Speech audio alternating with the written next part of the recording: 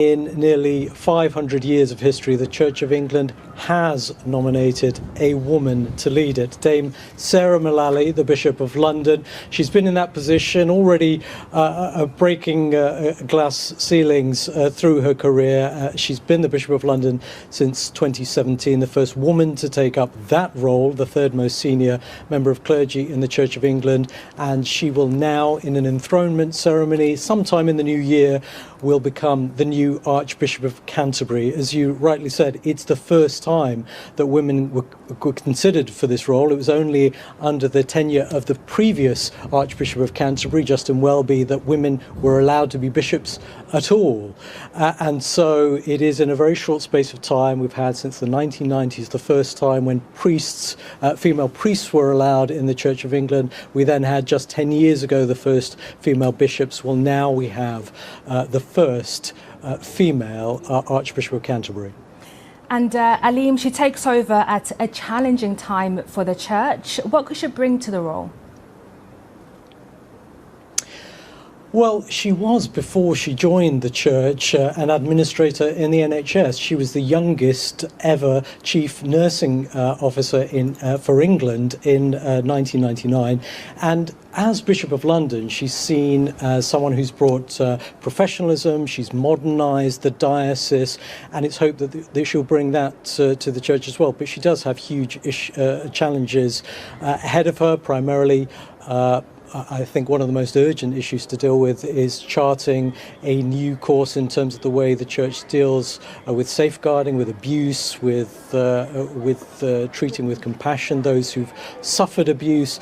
Then there is the issue of falling numbers of people going to church services, though London, the diocese in which she's been in charge, is one of those that's seemed to buck the trend somewhat in that regard. And also there are big theological divisions, if you like, within the church, particularly over issues around, for example, blessings for same-sex unions. So huge challenges within the church, and of course she'll be drawn on commenting on some of the issues and challenges there are across the country, and indeed on global issues as well. On global issues, and many will be welcoming the fact that a woman has taken on this position, but there'll be some who don't believe a woman should be head of the church. That's right. I mean, quite early on in her church career, she was someone who was put in charge of looking at how to make reforms when it comes to safeguarding. And there are those who think that perhaps a woman in charge of that issue might help chart a better course.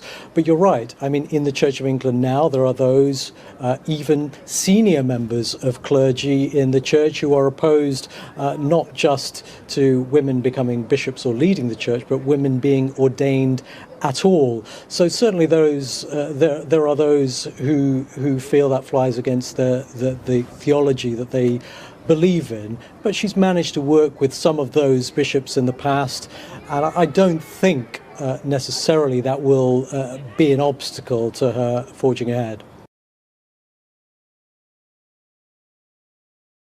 Staff Association of Nigeria, Pengasin, and the management of the Dangote Refinery and Petrochemicals has taken a new turn as the association directs all its members across Nigeria's oil fields to down tools immediately, while other members working in other offices across the oil companies are to comply with the directives on Monday until the government reins in on the management of Dangote Refinery. The decision to completely down tools by Monday is part of the resolutions reached by the association's emergency virtual meeting, which held on Saturday. A statement signed by Pegasus General Secretary Mr. Lumumba Okubagu faulted the management of Dangote Group over an alleged retrenchment of 800 staff, all of whom the statement says are Nigerians, and replacing them with Indians. Pengasin had on Friday described the action as anti-labor practice, lamenting that the affected staff have been an integral part of the operations of the refinery. Meanwhile, the Dangote Petroleum Refinery has condemned the Petroleum and Natural Gas Senior Staff Association of Nigeria, Pengasyn, over its plan to halt crude supply. In a statement, the management described the move as a brazen and shocking display of lawlessness and criminality.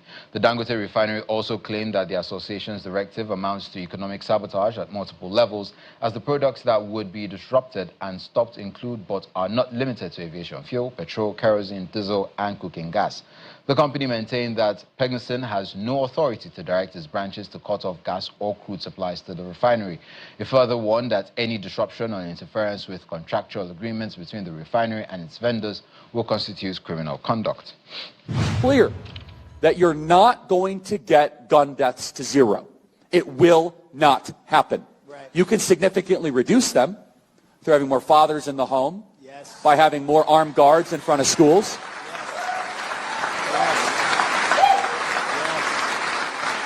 We should have an honest and clear reductionist view of gun violence, but we should not have a utopian one. You will never live in a society when you have an armed citizenry and you won't have a single gun death. That is nonsense. It's drivel. Wow. But I think it's worth it. I think it's worth to have a cost of, unfortunately, some gun deaths every single year, so that we can have the Second Amendment to protect our other God-given rights. That is a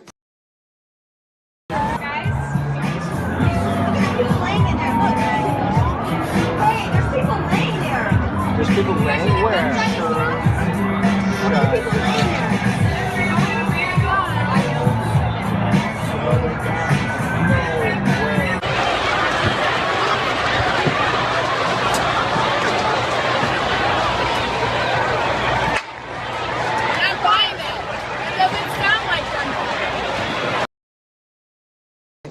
The site today of a mass shooting, and this time gunfire aimed at elementary school children. We're here in front of the Newtown United Methodist Church, where we've watched people gathering all evening long, as tonight the details are still pouring in. There are 27 victims, 20 children, 7 adults. And we've heard all day about the incredible response by teachers inside the school, which is considered one of the leading schools in the nation. And also tonight, we have a new image of the suspected shooter, as we tell you everything we know about who did it, what kind of weapons, and why. Yes, and around the world, I am Sommie Maduagwu, coming to you from Nigeria's capital, Abuja. Delectable, intelligent, and bold are adjectives which hardly qualifies Somotochukwu Maduagwu's persona. The 29-year-old barrister first graced Arise News screen as a guest when she participated and won the Miss Tourism Nigeria pageant. Sommie went on to represent Nigeria at the Miss Tourism World pageant in Guangzhou, China in 2023. In September 2024, she joined the Arise News team, where she has made her voice count as a news anchor, news producer, and a reporter. Trump announced on Saturday that India and Pakistan have agreed to a full and immediate ceasefire. Through a blend of her legal dexterity and her reportorial vigor, Sommie advocated for out-of-school children and campaigned energetically against sexual and gender-based violence. One of her most recent coverages was the submission of Memorandum for Reserved Seats for Women's Bill, held on the 21st of September. There, Sommie, alongside millions of other Nigerian women, advocated for a stronger representation for Nigerian women at the National Assembly. Sommie's voice is now silent, but her spirit, passion and legacy will endure as part of our collective memory. Properly educated, and that there are less children out of school in Nigeria. From the presidential villa, Sommie Maduagwu, Arise News.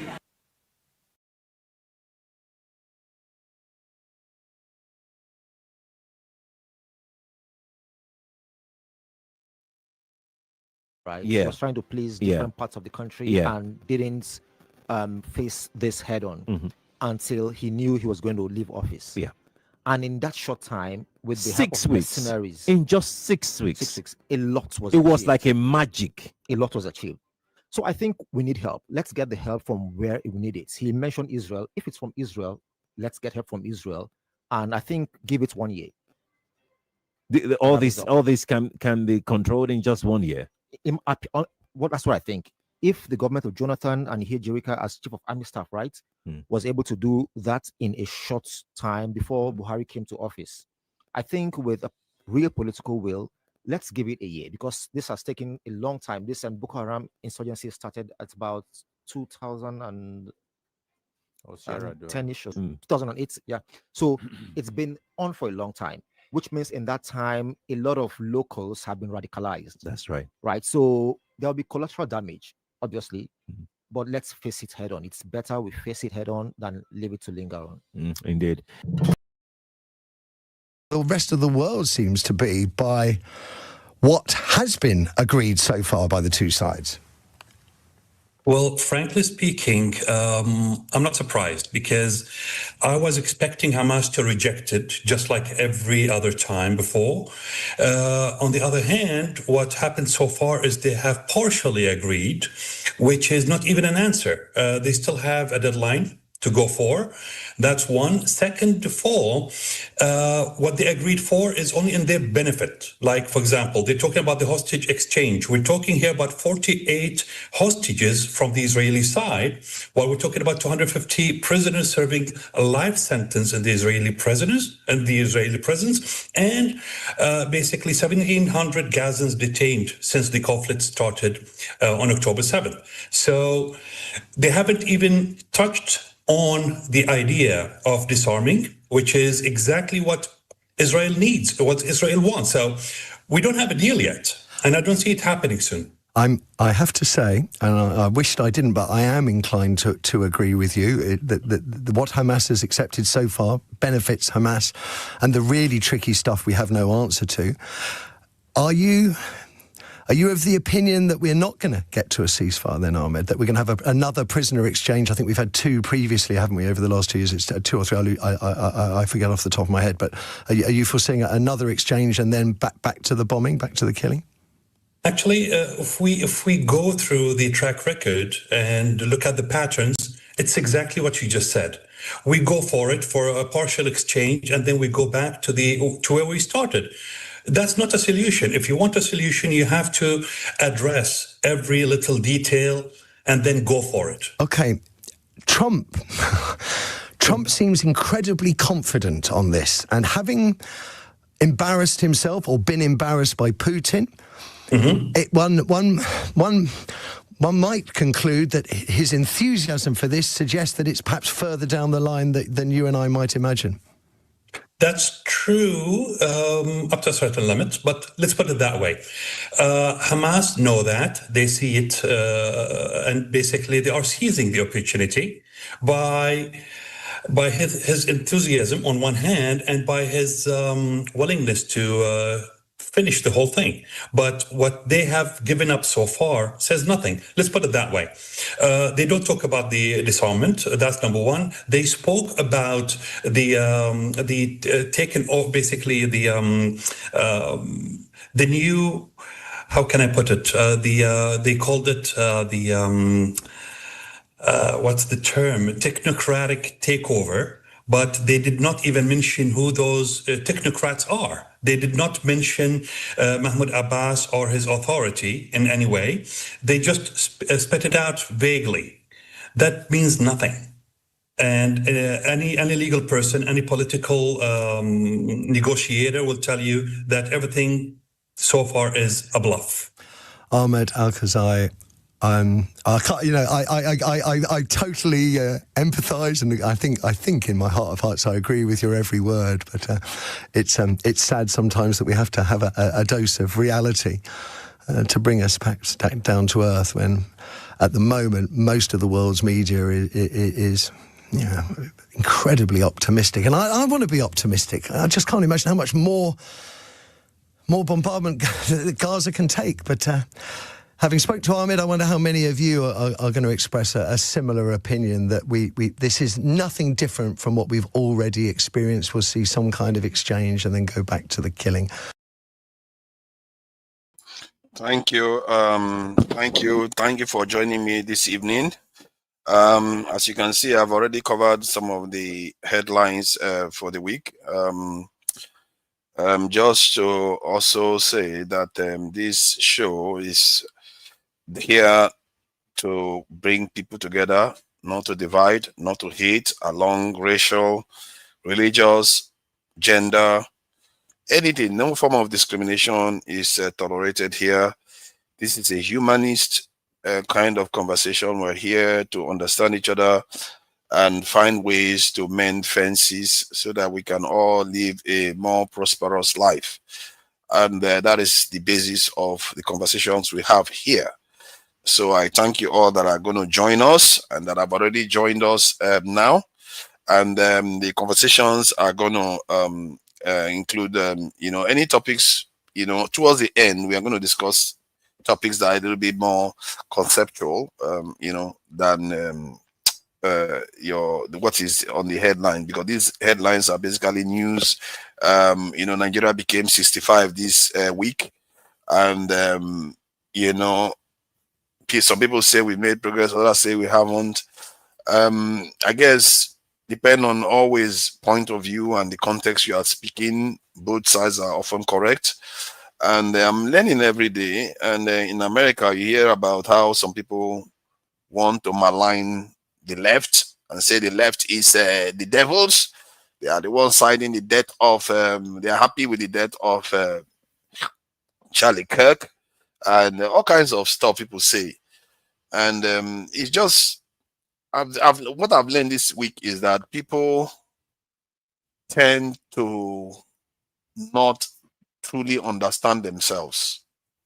People don't know themselves. Let's put it that way.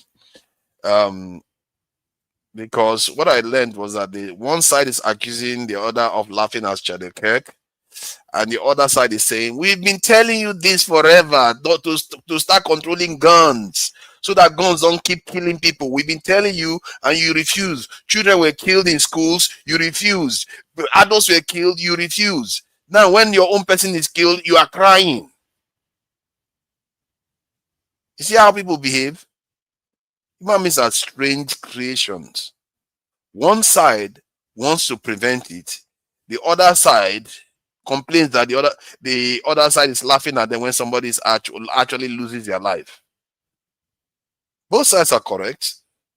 Well, how can they not find a way to meet in the middle ground so that nobody gets killed in the first place? I think I would rather be on the side of don't have people lose their lives needlessly. That's the side I want to be on.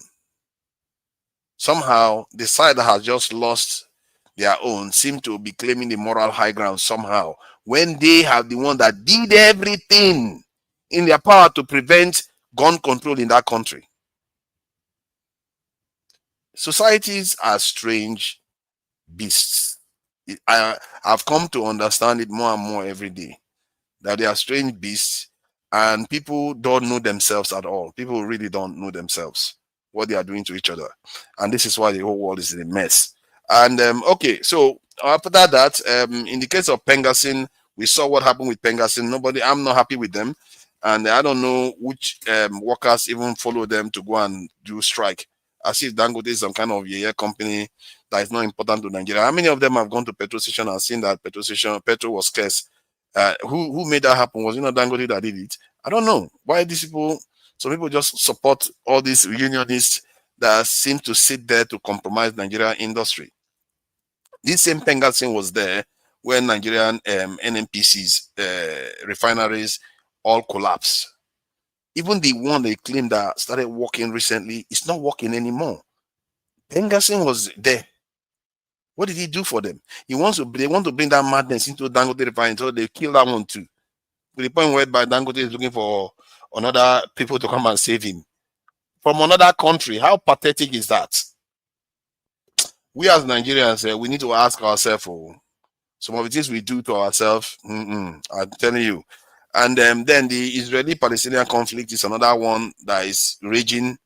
And you saw the video of Trump proposing a peace deal to Hamas. Take it or leave it. And if you leave it, we are going to send Israel to finish the job. The question is, what if Hamas gives all the hostages back? What prevents Israel from finishing the job anyway? This is a very, very difficult situation that they are all in that part of the world. So here you go. When your brothers in the Arab world are telling you, give up, surrender your weapons. All the Arab countries are telling Hamas to surrender their weapons. It's like, what kind of surrender with your weapons situation is this? You're asking them to surrender. You don't give them any guarantees of anything. I don't understand people. I really don't understand people. And the world has lost its mind. The world has lost its mind. China is just sitting there watching this madness take place. If I was China, I would just be building and building and building. Let them keep making fools of themselves. All right. So that is that on that front. I think that I've covered. Then there is this case of the sad case of Sommie Maduagwu that passed, and it seems to be a very because it seems to be quite, it's something that touched Nigerians this week. I don't know her at all, and so it's a shame that we lose some of the good journalists that we have in the country. I sympathize with all the people that have the well-wishers, all enemies of progress, no sympathies for you. So I hope Nigerians take heart for her loss. There has been a lot of loss of life in the Kwara and Ilori area too. That issue is about herders again coming in and that's grazing on people's farms. That should not necessarily be a problem, because this type of stuff has been happening down the ages. I don't know why now suddenly it's a problem. So there are elements within our society and outside that seem to be forming and creating this instability. The governor of Ilori or Kwara State, if I'm not mistaken, said that the population of Fulanis are increasing in the north of the state. If I'm not mistaken, that they are increasing in so much that they worry that it's going to be more than their own population. So that too is a problem. I know I talked about demography. It's a serious problem. When a people living in an area get replaced by another people, it don't tend to happen peacefully. You tend to have problems. And even if it's in the same country, that's how weird it is. Even if it's in the same country, you seem to have that kind of issue. Sometimes within countries, it can happen more easily, but especially if most of those people believe that the Fulanis that are arriving there are from outside the country, that is even going to be more problematic. So, and it has led to some significant loss of life, actually. I think I heard of 12 forest guards that were, that lost their lives. And sometimes 20 people get killed here. It's just on and on. It's just on and on. They just finished addressing the one in Benue and Plateau, and now they moved on to Kwara. It's always one area after another, because the military and the police, they deploy their forces in the area that is hot. Then the area that is cool starts getting hot again. You just have to get everybody everywhere. How complicated is that? It's not even complicated. Get security forces everywhere at the same time. Give that 5-10 years for everything to cool down. Then you can decide to downsize your security forces a little bit. If you have it's like there's fire in your kitchen. What do? You pour water. You pour water so that the fire cool down. Then you take the water away. You don't keep pouring water when the fire has cooled down, do you?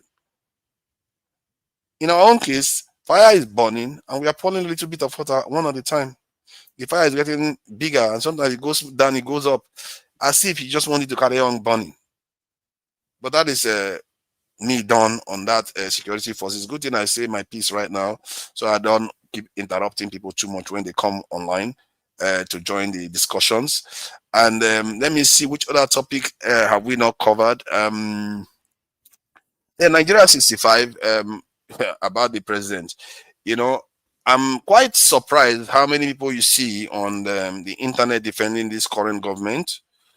And maybe they have a good reason, because you can't argue that the student loans was a good thing. You can't argue that the tax reform, I don't know, I think, wasn't that Dexter that was saying tax reform wasn't good? I think the tax reform wasn't bad. You have to earn up to 800,000 naira before you start paying tax. You have to, as a business, earn over 100 million naira before you start even contemplating filling the form for tax at all. So that is reasonable, if you ask me. And the idea that that is a problem it stems from the fact that we don't necessarily know how taxes emerge in many Western countries. The idea that people don't have a lot of money, the economy is not developed enough to start taxing people. There is an element of truth in that, but that is the whole point of exempting that large group of people that don't end up to 800,000, that large group of businesses that don't end up to 100 million. That there's a point there. So you have to speak the truth to these things. I don't like the macroeconomic design that this government did, but on these things they are correct. There is a right thing to do. What else do you want? You want Nigeria to be going without collecting tax and having money to pay for institutions. That is because that tax you collect, you can leverage it to get more loans overseas, because they know now you have good income coming in every month based on the taxes that you are collecting. You see what I mean? That comes into the government coffers. Most of the tax that is coming in now often tend to end up in smaller subsectors and smaller. It doesn't get into the government coffers to represent the government's revenue generation per annum or per quarter. It doesn't show up. So they can't leverage that to raise income because they don't control it. The money is not theirs to control. You have to have control of the funds for you to be able to leverage it to do anything. Hence, they are right to want to bring it into the hands of the government. So I will leave it at that. Let me welcome the people that have been in the backstage for a while. Thank you for joining us, Oga Ike and Jonaba. I appreciate you for joining us.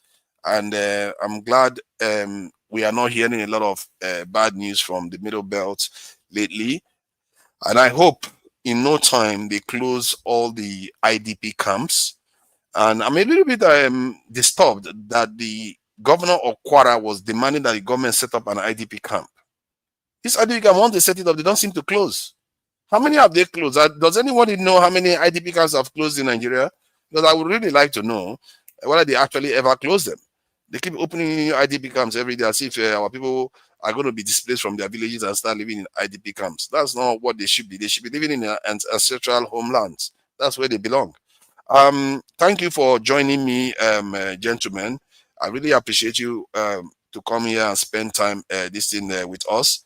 Oga Ike, I don't know what you make of what is going on in Nigeria, in the Kwara state. That seems to be exercising a lot of southwestern people. That insecurity that is going on now. So what do you make of it in that state?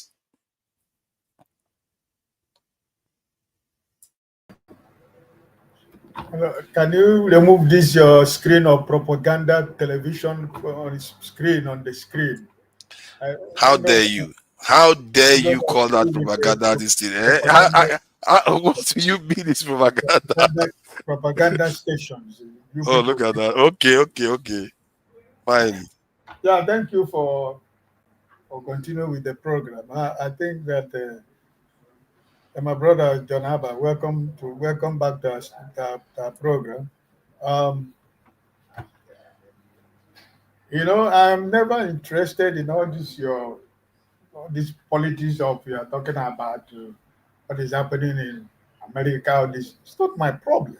Those people are having their problem. We're having our own in Nigeria. What concerns me with the kill, or what do you call it, the kill in America? We're talking about people that are being killed in Nigeria every day. What about what is going on with those who the Second Amendment and First Amendment and Third Amendment? What do I have to do with that? Your chief security advisor said that insecurity has gone in Nigeria, and you just mentioned right now that it has come down in the Middle Belt. Who told you?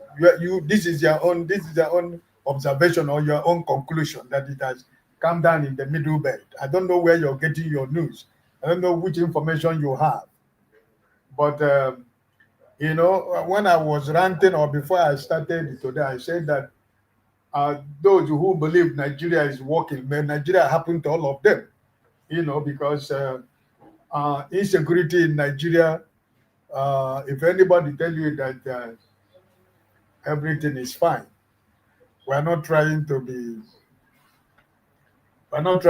honest with ourselves. We talked about when you were making your first comment, when Dr. Rudolph were here, you were talking about we don't have enough people in the security forces. We have shortage of people to join the army and the rest of the who told you. The ones that are there, the ones that are already that is there, how is their health, welfare of themselves and their families?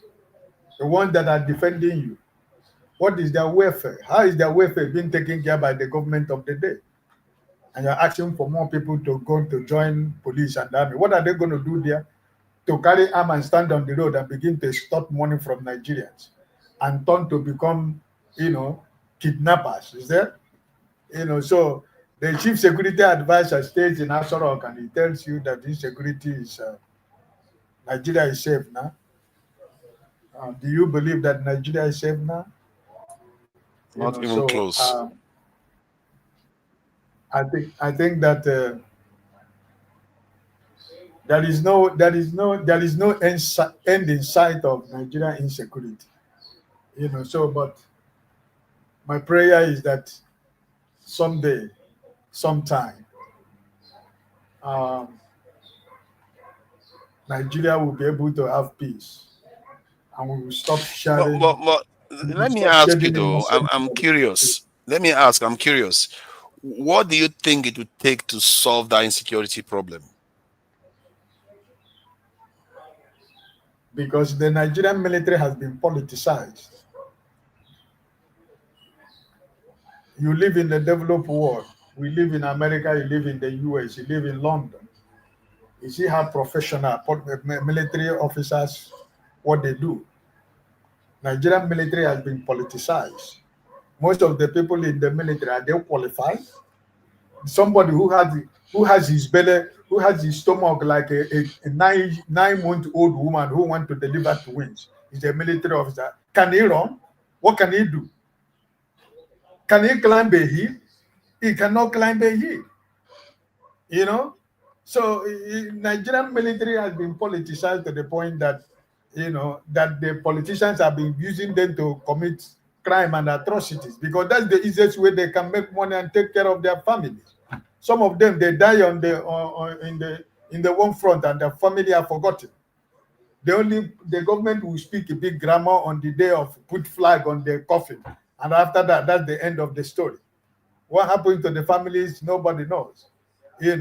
So most of them are working for politicians. They are not working for you. They are conniving with the terrorists also to save their life and make money for their families, because their family is not being taken care of. If Nigerian security officers and their families are well paid and well taken care of, I think that Nigerians will live in a safe country. A policeman who cannot afford to live in 2 rooms in Nigeria is a police officer. Some of them has 10 children in 1 room and parlor. How much is his salary? Why wouldn't he go to the street and begin to extort money from people? Why wouldn't he use his gun to frighten people to make sure that he get money to take care of his children? Because most of the police officers and military men, they have a lot of children. Some of them have 7 children, 8, 9, 10. And they live in 1 room apartment or one room and parlor apartment. And he's defending you who live in a mansion, right?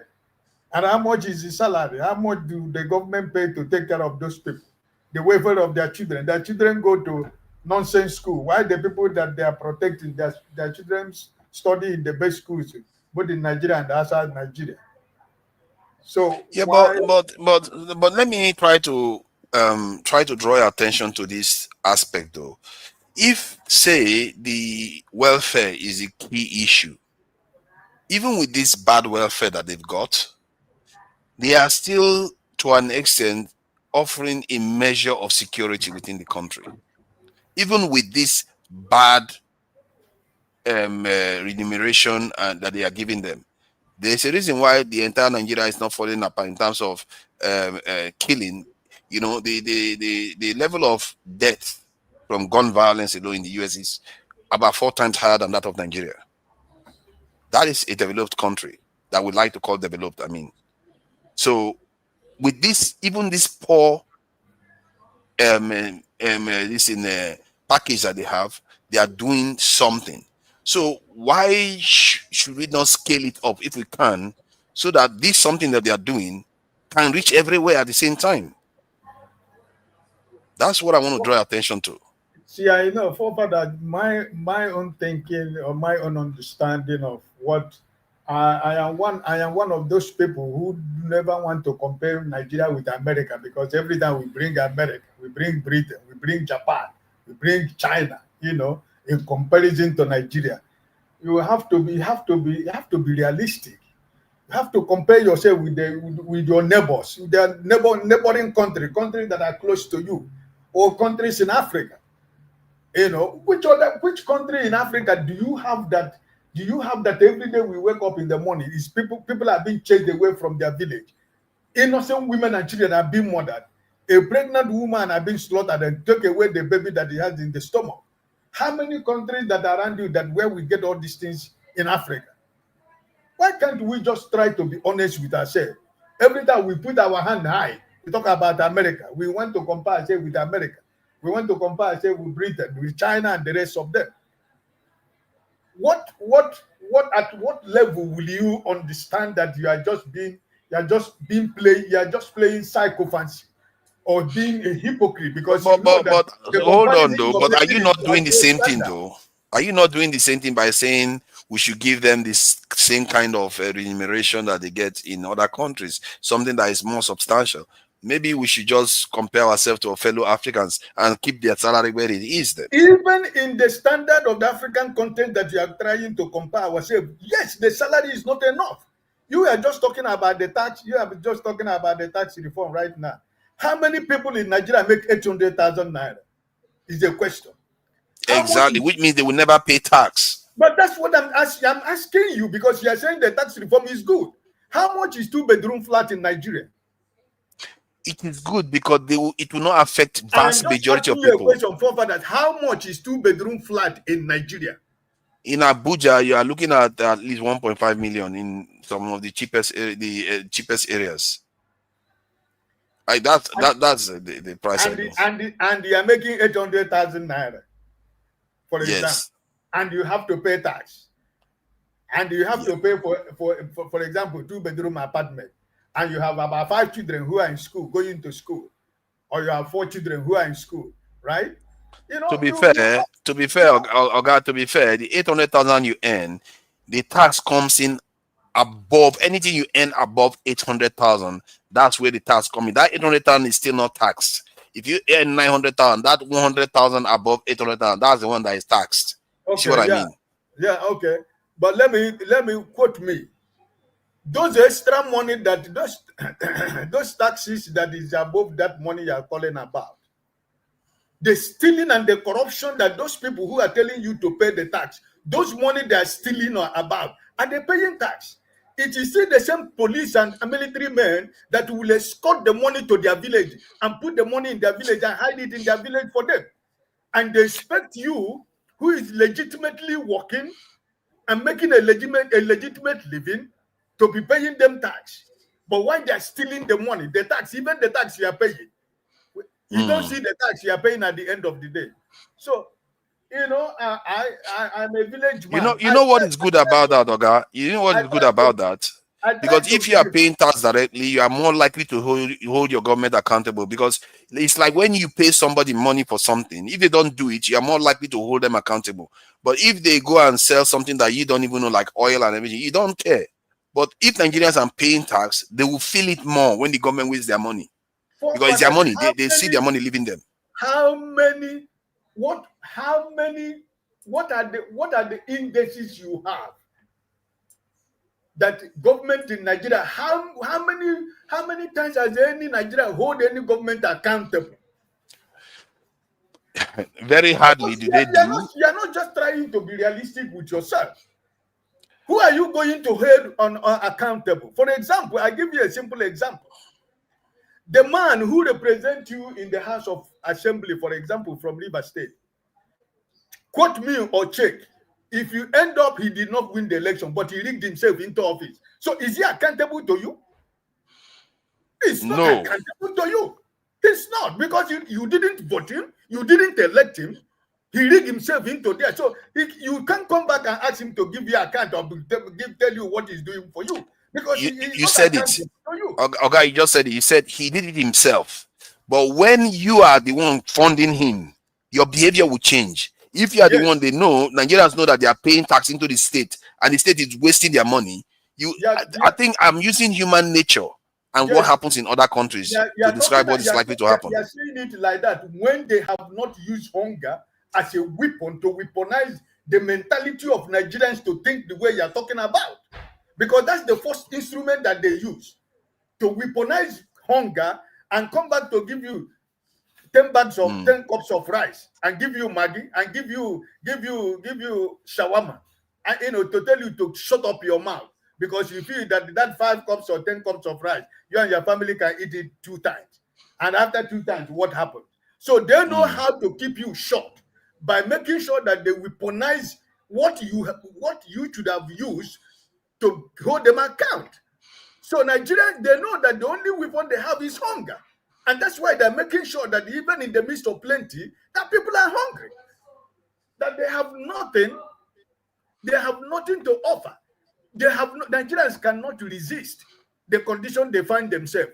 There is nowhere to fall back because they know that you are hungry. And they know that if they come back to your village, if they come back to your village and share 5,000 naira, everybody will shut up. A man that will represent you in the National Assembly who will say that he's empowering his people with a wheelbarrow and shovel and knife. What kind of an empowerment is that? I hear what you are saying. I have to agree with you on that. I'm not. All of us who live in this part of the world, we pay tax. Even before your salary comes in, the day they pay your salary, all the taxes you need to pay is taken away from your salary.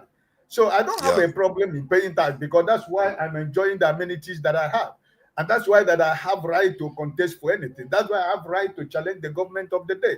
That's why I have right to stop the governor of the island at the supermarket and tell him to fuck himself because that road that I see that is not working. Why is that road? Why is no asphalt on that road? But you're contradicting yourself though. You say that is why you have the right. If you're not paying tax, you will not feel that way. That's what I'm saying, that maybe Nigerians are more likely to feel the need to complain because they're going to be feeling the pain of losing their money for tax. I spoke to a Nigerian recently and he was really, really angry about the tax. I said, you are not earning up to 800,000. Why are you worried? He said, because if he's going to have to pay tax, it's like they will find a way to take the money from them. I said, that's not how it's supposed to happen. That if it happens that way, all Nigerians will lose it because if Nigerians lose money, my goodness, you will see their ugly side though. I'm telling you. Why are you doubting the person? Because every system in Nigeria is corrupted already. Because those people who are the hem of affairs, they manufacture a system whereby they have to corrupt that system that even though you are not earning up to 800,000 naira, they will still find one way or the other to take stock tax from you. So that's the point I'm trying to make, my brother. I agree. They will try. I just think that we have to be very factual, right? For example, if John Abba travel to Nigeria and go to the man representing him in the National Assembly, for example, Brother John has to fill a form to see the man representing him at the State Assembly. And if he doesn't want to see you, he doesn't want to see you. But he's supposed to be open to his people in his constituency, right? And then even the local government chairman that is working with a bulletproof car, he doesn't even know the people that is the people that is in local government. Is it not in your country, Nigeria, that the government of Adamawa State sent 21 wives of local government chairmen in Adamawa State to go to Turkey? The wife of 21 local government area in Adamawa, they send their wives to go to Turkey for whatever they call it, local government chairman. That is the country we are talking, because it's a failed country.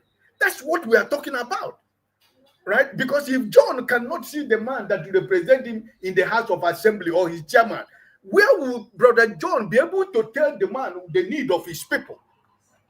As long as you are not coming there to say Baba, you are not coming there to call him High Chief, or you are not Excellency or Honorable. If you find that they are coming to question him, the gate will not be open unto you. This is the system we operate. Thank you. Thank you. Let me bring Jonaba in. Thank you. I don't know whether, Jonaba, you've heard of any recent insecurity incidents in your area, because I think Oga Ike did raise that maybe I'm speaking too soon. If you've heard of much of insecurity in your area, you let me know, or let us know, I mean. But the issue in Ilorin, Kwara, the people are getting worried there too. Some people say it's because of this migration, because of the desertification of the north, and maybe it's driving a lot of Fulanis into Nigeria. So that one is happening. And then you heard about the tax issue too. So I don't know what you make of it. Thank you, forefathers, for having me today, and brother Ike. Um, the taxing is not a problem. The issue is that is there any reward the citizens that tax? There have been taxing in Lagos, those who work for local governments, federal and state in Lagos, and and they have never get any incentive for being a taxpayer, which means if you make money and they take it directly out of your paycheck, you are contributing to the infrastructure of the state of, let's say, like Lagos, right? And in the situation whereby those money uh, have been taken out of your account and you don't even know what they're spending it for, rather it's worrisome. But if there is a system whereby your taxes go to your infrastructure, good hospital, good clinic, good clean water that keep the government running effectively, and you can see it, then we can say, can we start from somewhere? Yes, we can start from somewhere. But the one that has been uh, implemented over the years in Lagos, you can ask the citizens or the that lives in Lagos that they have been taking that money from their account. They have not even been like a fire, like we file for taxes because you contributed to the well-being, and encourage you to file, or encourage you, or whatever you are paying for is working for. When you talk about developed country, you can see once there is a school in your area, your taxes will be more. But you can see that they use it. Once there is a new road construction, or a school has been built, or clinic, any of those things, is the taxpayer that are responsible for those things, and they can see it, and they can say, okay, challenge the authority if at all things are not done properly. But in Nigeria, where there's no even town hall meeting these days anymore, rather than when politicians want to rob the people and gather few of them that they give money to and make this thing, no place of accountability and showing the citizen that I'm working for you. In the system we have, uh, if the billionaires are taxing themselves, that if you are making million, you just said now that in a decent, being fair in Abuja, two-bedroom apartment is 1.5. How many Nigerians make 1.5? And if they make it, how much? What is that one going to buy for them and their family? So it's not there. It's the system we have is not rewarding, even if you pay tax for any, from whether it's 800 and above. If you are making based on your talk, is that if you make above 900, it's your 100 they tax, your 800 they don't tax it. Well, even if it is 2 million, where is the money going? We have a very corrupt system. If they are doing it, and the citizens, and that's why I'm more advocate of the citizen knowing their right and push back.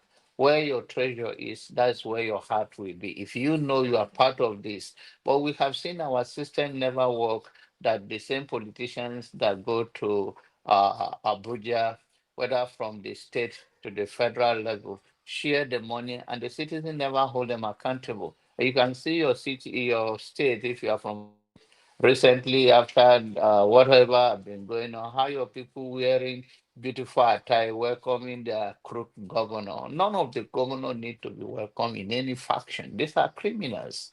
So, but these citizens need to wise up.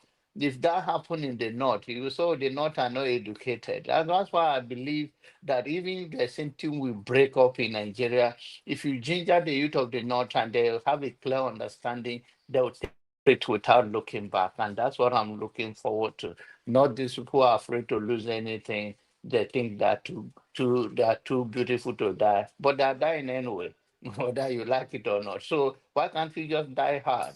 And when it comes to the so to me, the tax issue and the way our people, I want to speak directly to the Nigerian citizen, rise up, rise up. And when it comes to the insecurity, it's the failure of the government.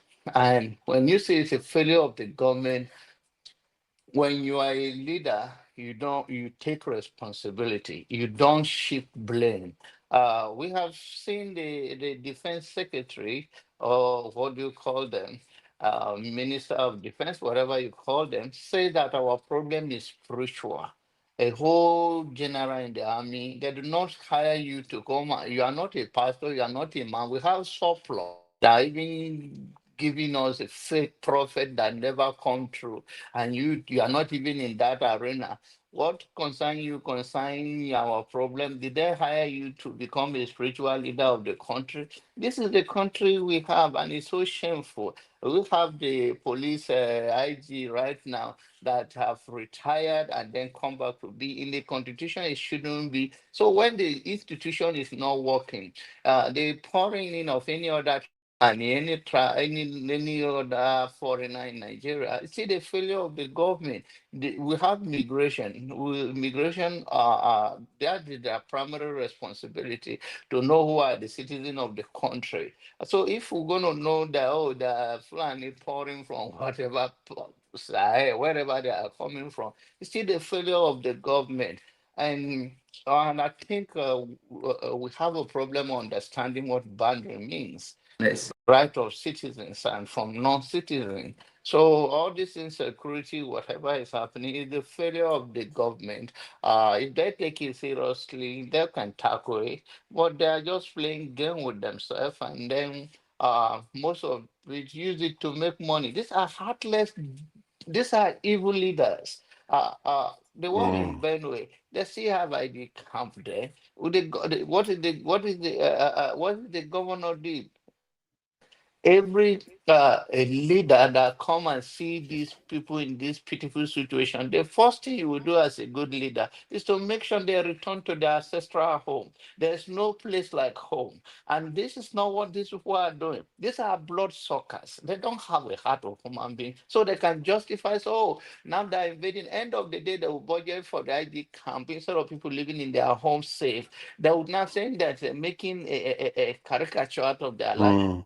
So but Janamba, let me ask, do these people even have any plan of rolling that they want to roll out so that they can close? They have a timeline that okay, after a year, 2 years, 3 years, IDP camps all will be closed. It grows so There's no that people plan. go back to this. No, whenever they come, they are just making money out of the people because it's easy way for them to say, okay, we are giving millions to these people, we are feeding them, which they may not get to that place. So these are the pitiful situations ordinary Nigerians are going through for lack of leadership. The other day, the other guest we have, so the hand of the president is tied. If you understand how Nigerian government work, Nigerian government, president, he have more power than American president when it comes to the issue of Nigeria. They can change anything overnight. It happen if you give order. But when you are talking about a system that respect the rule of then you are talking. But these people that don't, if he call any governor right now and say, hey, if you don't do this thing, this is what I would do, he get it done. Unconstitutionally remove the rivers, the governor of Rivers State, broad daylight because of him and Wiki, Bari in Abuja. So if he has the will, political will to say enough is enough for all of those things, it will come to an end. Because when it comes to the time that are running for 2027, a lot of those governors too will be running for re-election. So it's give and take. So to find an excuse for him to say, oh, he couldn't have done much for the state or the insecurity or for the looting, because what brought that was that it was being approved, went through the judiciary system, that the money should go directly to the local government account, so it reached the people. But that is Mm. what the got, like us, and that's why that statement came out that, oh, he couldn't have done Let anything. me ask, do the Nigerian government, like the president, how often do they meet all the governors to discuss paths forward for the nation? Do they ever meet? They meet on party system, and if you see, if you understand, and practically, even you do not need to look at. They oftentimes that they travel abroad. Minister will come and stand and they say bye bye. Those things we do it in the village when we are growing up. When we see plane passing, you say bye bye. Oh, buy us bread. Oh, when you are coming. Oh, you know. So we see ministers and governor of the same party line up to say. So when did they have the meeting? Okay, where is accountability? This is the budget. You know, this is the budget. This is what go to the state. If you really want to make a change, rally that state. Go and campaign and say, this is what Buhari was telling the citizens, that I do not hold any state money. I do not hold your state money. If you have a problem, go to your governor. One thing is to say that, but you know the governor have every protection. The police are protecting them and all their own gang. So we for break the shackles of this out of our people and to be free is for citizens to come and go and know their basic human right, what it takes. And the president have a lot to do by gingering them, go rally, big time rally. Go to the state, say, this is the budget, this is how you spend the money. These fearless, evil people will just go unaccountable. And citizens are just watching and they don't say nothing. And the people that are saying something, they think you should have a loud voice. You think you're going to die to yourself. If we all live in fear, then where are we going from there? And I'm much of advocate of let Nigerian citizens wake up. The insecurity. If they're talking about gun in America, for me, back home it will be more bloody, because I would like all citizens, since the situation is not working for now, all citizens to protect themselves, not hands in the bad hand of the bad guys, and then the innocent person can be claimed. That the young Mm. lady that died in Abuja, the young journalist, I believe that if it's a developed country, no matter life, he will suffer some damages, but he may be saved from this problem. He's going that from this instead of dying. But you will find out that when you call the police will be going to the other to the left when you say the thing is happening at the right side, because sometimes afraid. Sometimes we can say that they also are not well equipped, and all of that is on them. You cannot be sending me. I have a friend. Why do I Uh, feel like it's a little bit simplistic though for us to just say they are evil and everything when the people that are enabling them is also the people? The people tomorrow now, somebody you know will get into office and you see that their behavior will not be different. Look at how they are bullying Natasha Akpoti recently. And how many people are standing up for her? From that, like how many? And those people were elected by different parts of Nigeria. How many of them are standing up for But her? that is the issue. We are saying the same thing. What we're trying to say here is that the citizens, the politicians use them like a handkerchief. The citizens, there are things now that they will tell you to get involved for your own principle and for the knowledge you have. You will say, I will not do it. But ordinary Nigerians that are using poverty as their last name, that if they see 5,000, they will go for what they will not ordinarily go for. Even Nigerian is so hard, and I think this administration have these tactics of using poverty. Even some governor, the ex-governor, I believe Otumi holding bag of wiki in Abuja right now, walking around with him because he's broke as hell.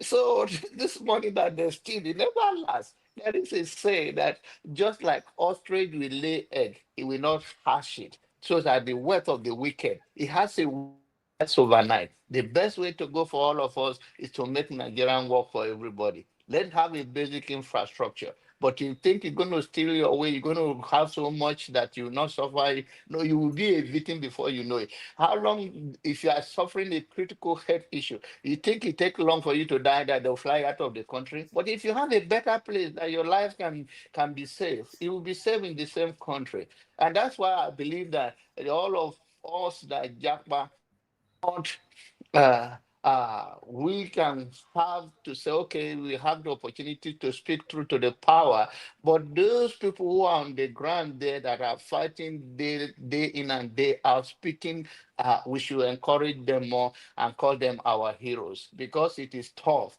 and these ordinary citizens are suffering. And this insecurity now is a big problem. And if a serious government serious, the security of your people is your priority. Any aggression internally and externally, you want to make sure you don't wake up and hear this traveling voice that somebody just fall and is dying and you have nothing to do about it. I think it's not good, and that is not leadership. A good leader should make sure the safety of his people and basic human needs are there for them. And that's why I believe that what they are doing is pure evil, because they know you are that if we see our loved ones struggling in pain, and we even if we cannot be there for them, we still feel the pain. And even if you can be there for them, there are problems money cannot solve. There are problems money Thank you. cannot solve. Well, I think so that I can bring Odi in. Odi, thank you for your patience. Because there is this point that is beginning to down on me too. Many of us in the diaspora have the right mindset. We have the goodwill to do the right thing for our people. And many of us send a lot of money to our family members to help with one thing or the other. But what is dawned on me, especially when to be fair, I knew that because when I have conversation with people, I always tell them you need money. Anything you want to do, you need money to get it done. And you said it yourself. The politicians use lack of resources to basically tame the masses. And if you want them to be able to change this, you have to resource that process. And on investigating all the major groups that have transformed nations, they often had a source of funding. You have to be able to fund these things. And so from that point of view, I think everybody is correct when they keep saying they use poverty, they weaponize poverty against the people. But if you want to change it, maybe we shouldn't be spending too much money focusing on building a property, sending to family members. Maybe you should find a way to organize people within different sectors of the country, and we in the diaspora should start channeling resources to enable them to do the job that they need to do, because if we don't do it, other people are doing it, and those people that are doing it, they are the ones funding our NGOs, they are the ones funding all these people that are causing chaos within the country. So sooner or later, I think we have to wake up to that fact that we have a responsibility to fund these things. I even saw Netanyahu recently even saying the same thing, that they need money. They've taken over Twitter. This is how it works. You have to fund, you put your money where your mouth is, because we all have the will. The reason why it hasn't transformed to action, because we've not put the resources together. And all the people that have done this in history have shown that it always comes down to money. And whenever they talk about money, people will just say, oh, you all love money too much, because they understand that's how you transform the world. You can talk all you want, but that person that is going to go and do the fighting needs transportation to get there. He needs to travel to remote areas to meet people. He needs to be able to protect himself while he's doing all those things. And all those things cost resources.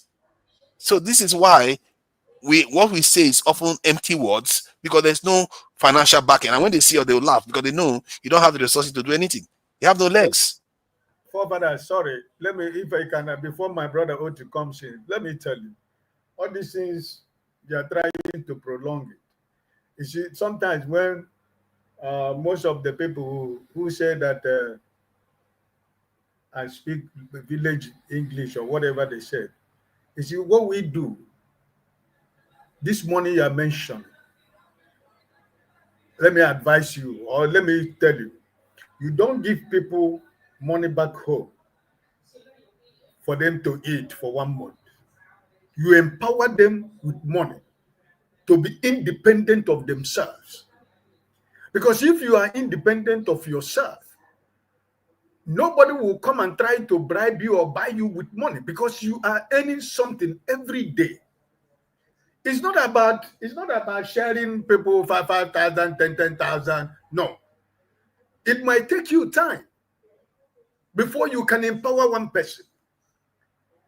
But when you empower one person, if that person were able to use the empowerment good, it will reflect in the life of another person. Because as you are empowering him or her, you are telling him or her also, remember that if things begin to work, remember that you have to empower one person, and the other person have to empower the other person. And by the time you see that the person you have empowered is using judiciously the money you sent, that will give you the hope more to continue to empower another person that you can be able to do it. Because if they are talking about we cannot take over the work of the government, I'm not going to run any NGO. The NGO I'm running for myself is what I can do to help my people as much as I can. I'm not doing it because I am expecting anything in return, but I want the problem to be less so that if they are empowered, doing something on their own independently, the less you get a telephone call. Because if it is the money, that I didn't pay my house rent, I need to pay my children's school fees, and I need to pay my house, you can pay for the house for 1 year. When you pay that house for 1 year, you have given him or her the opportunity to relax and waiting for another year. Even though you have the opportunity to pay for that house for 1 year, try as much as possible to engage that person independently, economically, to be doing something, looking forward for the next year when that house is going to expire, because he's not going to wait for you again to pay for that house another year. That's the work we are doing. We that are in diaspora, that's the work we need to do. It's not about you go home. When you go home, you share 10,000. They say father came home and everybody get 10,000, 5,000. When you finish sharing that 10,000, 5,000, and you enter flight and go back to your station, the politicians will come with a bag of rice. How much is a bag of rice? 100,000 naira, and you share 10,000. Why wouldn't they follow the politician? That's the point. So we have so many ways that we can be able to make sure that those people that are your family member, your friends, and your colleagues that you know that God has placed in your heart to make them to stand on their feet on Nigeria, so they can be independent of themselves. That's what we're supposed to do. I'm not going to take over the work of the government. I'm not going to put any NGO for any nonsense. It is out of what I have, because at the end of the month, when the government of where I am, when they take their taxes, whatever that is left for me is from there that I can calculate what I have to give to anybody, the blessing I have to bless somebody, or the seed I have to sow in the life of anybody. So when I sow that seed, my prayer is that no matter how small that seed is, that seed will bear 1 million times fruit, so that you can also impact the life of somebody. And that will reduce my phone call that I receive from Nigeria. You get the point I'm trying to make now. No, I hear what you are saying. You are talking about it from the point of view of empowering individuals to be able to empower themselves. But the area I'm coming from is many of us, it's not necessarily only about empowering individuals. It's about transforming the way the country is run. And because that is where most of us, our opinions lie, maybe we should be channeling our resources to achieve that. Because if you look at how many groups, for example, the Israelis do it, they channel their resources to transform things. Even not only transforming their country, they transform outside other countries, the way other countries behave. All their resources is put towards that, because they know if they use their money for those purposes, they get bigger returns. And maybe that's what we should be thinking about, instead of always looking to send money to people, sometimes not to even empower themselves, only for them to wait for you to pay them again, other times to empower them. But maybe we should also channel it to also help transform the system, to also help challenge all these people that are elected into office, to also help hold people accountable, so that there are organizations that are out there doing the research, the hard work. Some of them may even be overseas, to actually hold our politicians accountable when they betray the people. So those are things, maybe it's what we should be thinking about, because if we don't do those things, you're not going to transform the country. Because all movements in the world, they often require funding. And when they tell people to subscribe to Dr. Damages, to join this thing, some people are reluctant to do that. How do you know how many organizations, the Bolsheviks, the French Revolution, how many of them are based on subscriptions alone? You'll be surprised. I didn't know that. Subscription, they used to sell newspapers. They used to spell reports, political reports. They will sell it, and their members pay for it. That is how many of them funded themselves, until crazy people like Stalin came in and decided to call it expropriation, but they actually robbing people, robbing the banks. They say they take money from the country to fund their revolution. This is how revolutions happen. If you want to transform a country, as a matter of fact, we've seen it in Nigeria before. Isn't that how Nnamdi Kanu did his own? People gave Nnamdi Kanu money. Now, he didn't do it out of nothing. They gave him money willingly. And he cost, look at how much headache he cost for the Nigerian government just from the money some people gave him. So that should tell you money matters in all these things. If we talk, it's all good. We know many of us are sensitized enough, but we don't have the engine to move. And that engine is resources. You need that resources to do it. Let me bring Odi in. Thank you for your patience, Odi. I don't know whether you are still busy.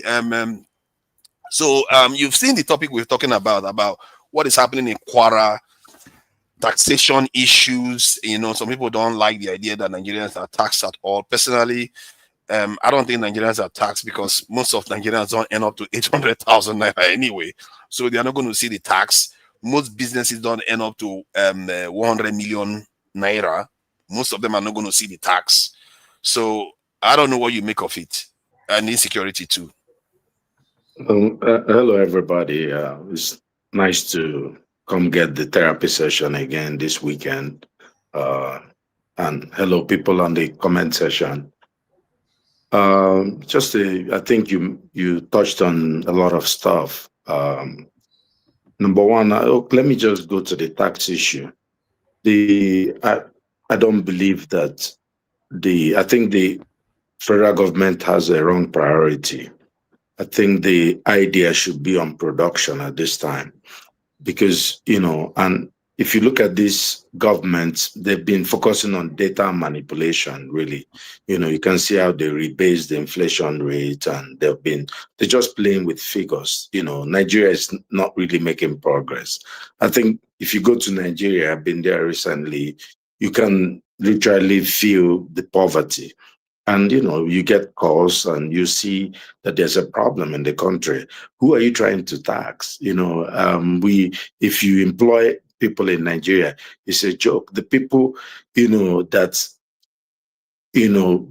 talk about the 800,000 naira. That's really the security man. Have you gone to Lekki or anywhere in Lagos, or even in the East or anywhere? Have you seen the Megad?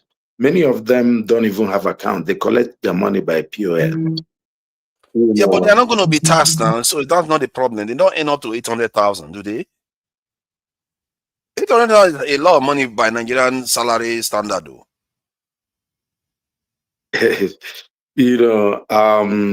So I don't think taxing the 800. So I think you screwed up my brain a little bit. Let me just make my point real quickly.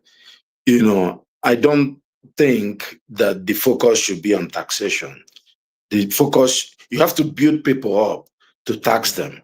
We have a few folks who are always talking about, socialism and all that, and I think you're socialistic also in your mindset, forefather. Most times you talk. And for a country like Nigeria, the idea should be on building equity, building wealth. Then you can tax people. How are you going? What are you going to get from taxing someone that makes 800,000 in a year? You can't use that. The country cannot use that for anything. where Nigerian money is going is just lack of production.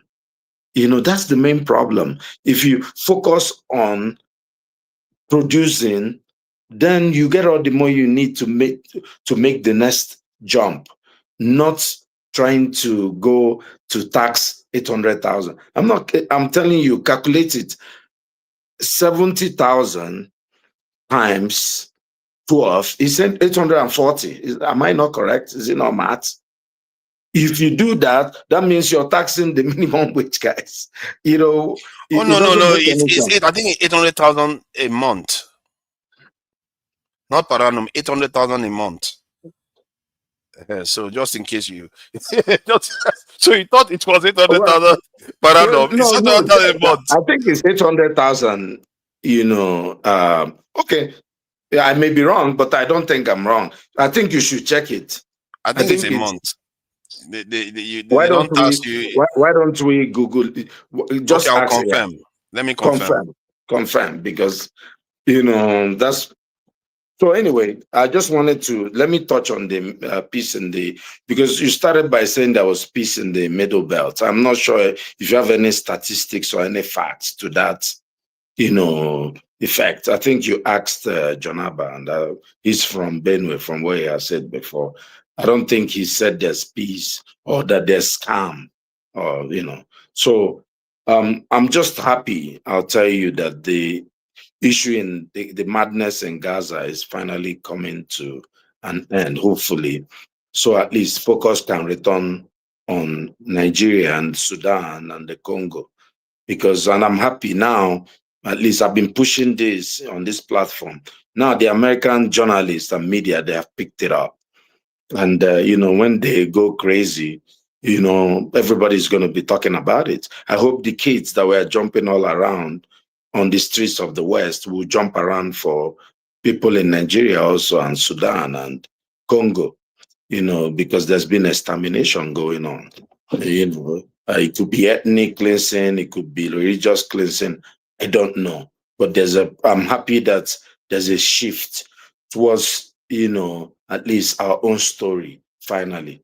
You know, so I don't know if we're able to pick up anything, but, you know, going back to the terrorist situation in Nigeria, I know that there has been a series of meetings that have been advertised by, you know, terrorists having meetings with local people who are going to be paying them ransom or something. They, you know, probably they will be. Sorry about that. Let me just interject. I think you are correct. It's 800,000 naira per annum. Okay, that is a bit bad. You get the joke. Okay, that is bad. That is actually bad. You can't be earning 80,000 naira. They are taxing you. No, that is not good. That is horrible. Not 80, 70,000. Not per 80, month, and you are taxed. Oh no, that's too much. Oh my God, that is harsh. You know. That's I'm trying to tell you that this is a heartless government. So you're taxing someone that makes bad. Hold on. So this government is trying to tax people that make $550 a year. This is an evil government, and you know, if we don't call it out, you know, then you know we should. Shame on us. $550 a year, and you want to take a little piece of it so you can go buy more jets, and the president is talking about increasing his salary and salary of all the politicians. Look, Nigeria deserves their leaders. You know, I've gone past, you know, you see this idea of if you set up an NGO or whatever to mobilize, people will use you an open office. They will be chopping local on your head. You know, they will just use you and buy Mercedes in Nigeria. Nigeria deserves their, and people are going to start paying this tax. You know, well, it kicks in January 25, but they have to start filing by 26, right? Even the idea of my security man in the village now going to hire a tax expert because he cannot file his tax, to file on the money that I'm paying him, you know, with his family, that they are managing to survive. What? Yeah, but hold on though. Hold on. Let me try to see the other side. This is awful though. I think we are in agreement. 70,000 is barely in. It's not enough. Not barely enough. It's not enough to make a ends meet, especially if you have a family. $550 per annum. I'm talking about per month. That is the painful one because that's the one people see most every month now. They are cutting 70,000 naira. You know that's probably $45 per month, just so that you can get the context. You know, because when we are talking naira, you know, people in the West don't. You know, they are trying to tax somebody that gets $45 per month. That's what Tinubu wants to do. Take a piece of that.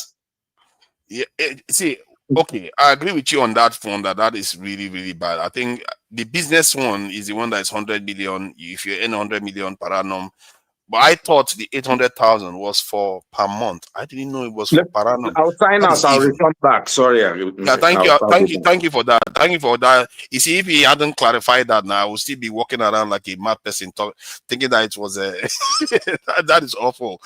So let me bring OT in. Thank you for joining us, OT. Regarding this, I really find this a little bit disturbing that the government can do something like this. And how did Nigerians let them even pass that law?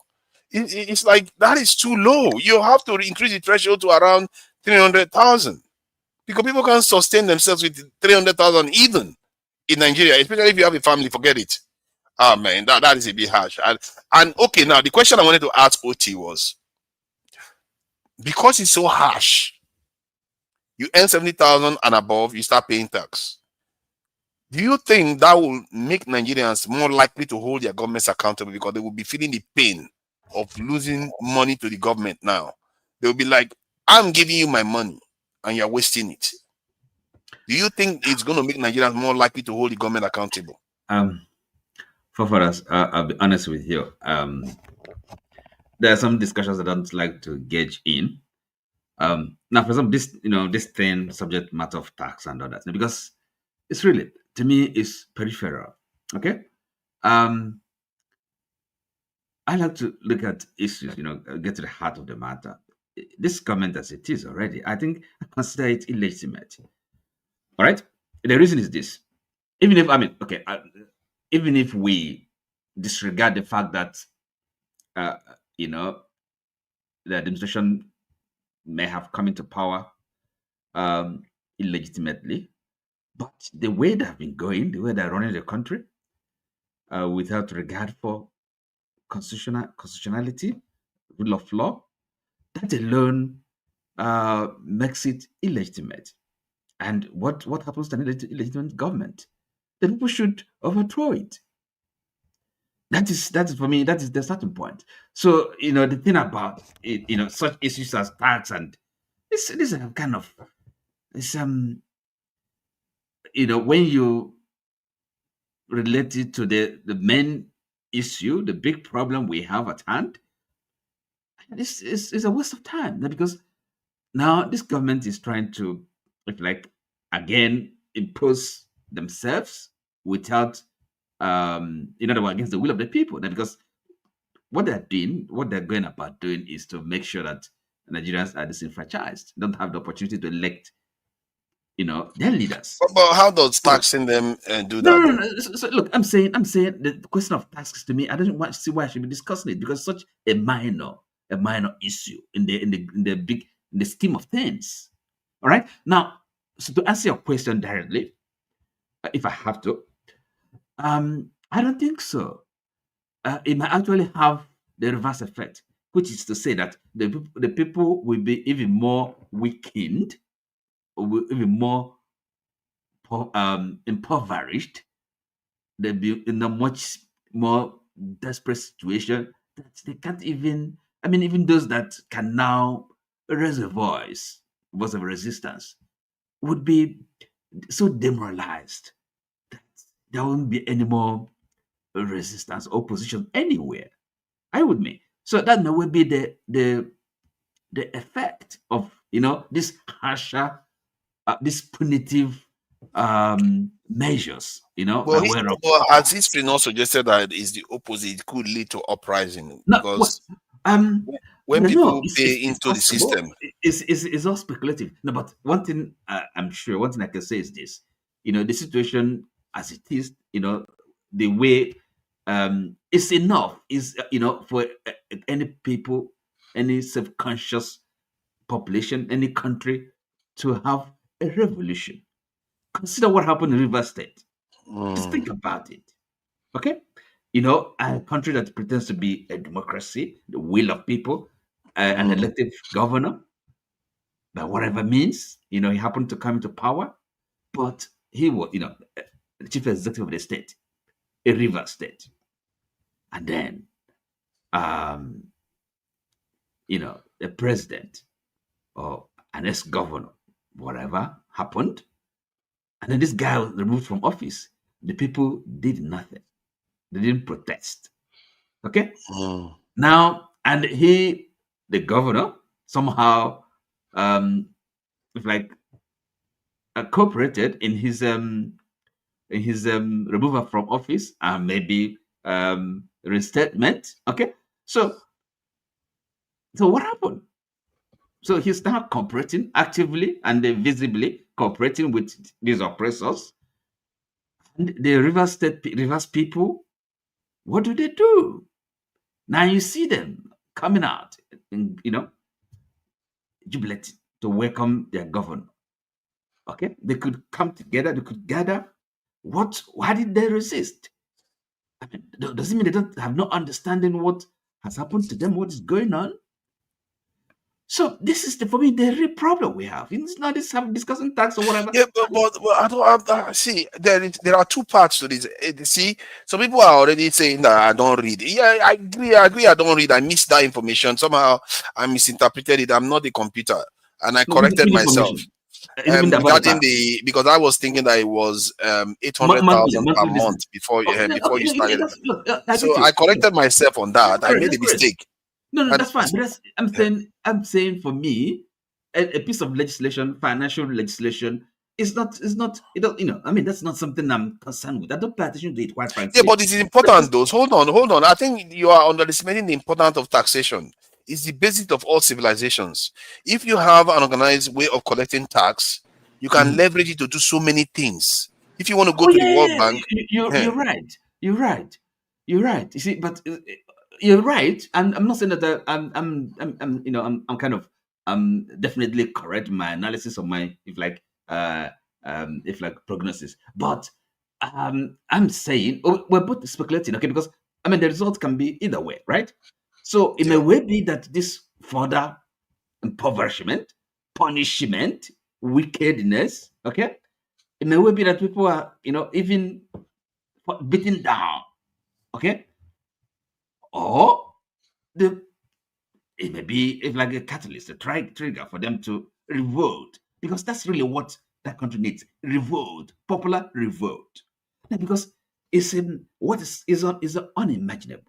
I think it's the second one. What you said is more likely that people are more likely to hold the government accountable. Nigerians don't like wasting money. No, sorry, excuse me. Don't call it. No. I don't use that language. It's not holding anybody accountable. No. We've passed that stage. What do you mean holding anybody accountable? If they pay money, can you imagine you pay money for somebody to do a job and they didn't do their job? Excuse me. Revolt. Okay, that's the language. It's not holding somebody accountable. What does that mean? What does holding somebody accountable? Revolt is a kind of holding people accountable. It's a kind of holding people accountable because people will be angry. Because remember, when you don't even get a chance to vote, when your vote does not count, what do you do? Listen, it's going to go beyond voting. I think it will go beyond voting. Everybody's going to feel the same anger. Listen to me. So, and therefore, it's not accountable. That's not accountability. Okay? So, accountable is that perhaps people will really, if you have an election, okay, and then you vote an incompetent, wicked government out, okay, but in a transparent election, okay? But we're saying that what is happening is like is blatant and I don't know, is we can see it, no regard for the rule of law, constitutionality, everything goes, there's no judiciary, nothing. So a state of disorder, right? So in that kind of scenario, talking about accountability, holding them accountable, come on, that is beyond the pale. That is the wrong language. The appropriate language is revolt. Forget about revolt. People have to revolt on the street. Okay. So when it comes to it, that's what the people should do, right? You know, who accountable? I don't know. I think historically, like here in the UK or many Western countries, if people are paying tax, they hold their government more accountable because they feel the pain of paying tax. I can tell you that right now. When I pay tax, I don't find it funny. You see, in the UK here, right? Was it like two Saturdays ago? You know, we had the protest. I don't know how many, like 100,000, 150 people marching in London. Yeah. Okay. So that is not even accountable. That is a revolt. That's people marching on the street. Okay. With me. That is how this democracy. That's how it's supposed to work. It gets to the point where, because people have been talking, okay, they elect one government, okay, and then the next one we promise that they're gonna fix the problem. So when they voted Conservative Party, because they didn't do what they promised. In other words, they're gonna contain the migration, right? So that is holding to account, okay. But then now the other government, the new government, the alternative Labour, still not delivering, still not doing the job. So they're not gonna wait, okay. So they have to take them, kind of self-help, really, kind of the people, they have to march, they be on the street.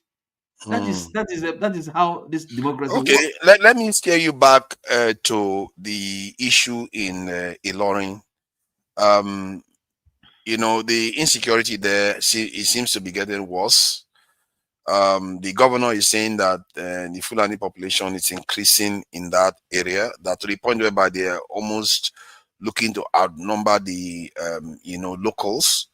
So, and a lot of agitation is going on in that area right now.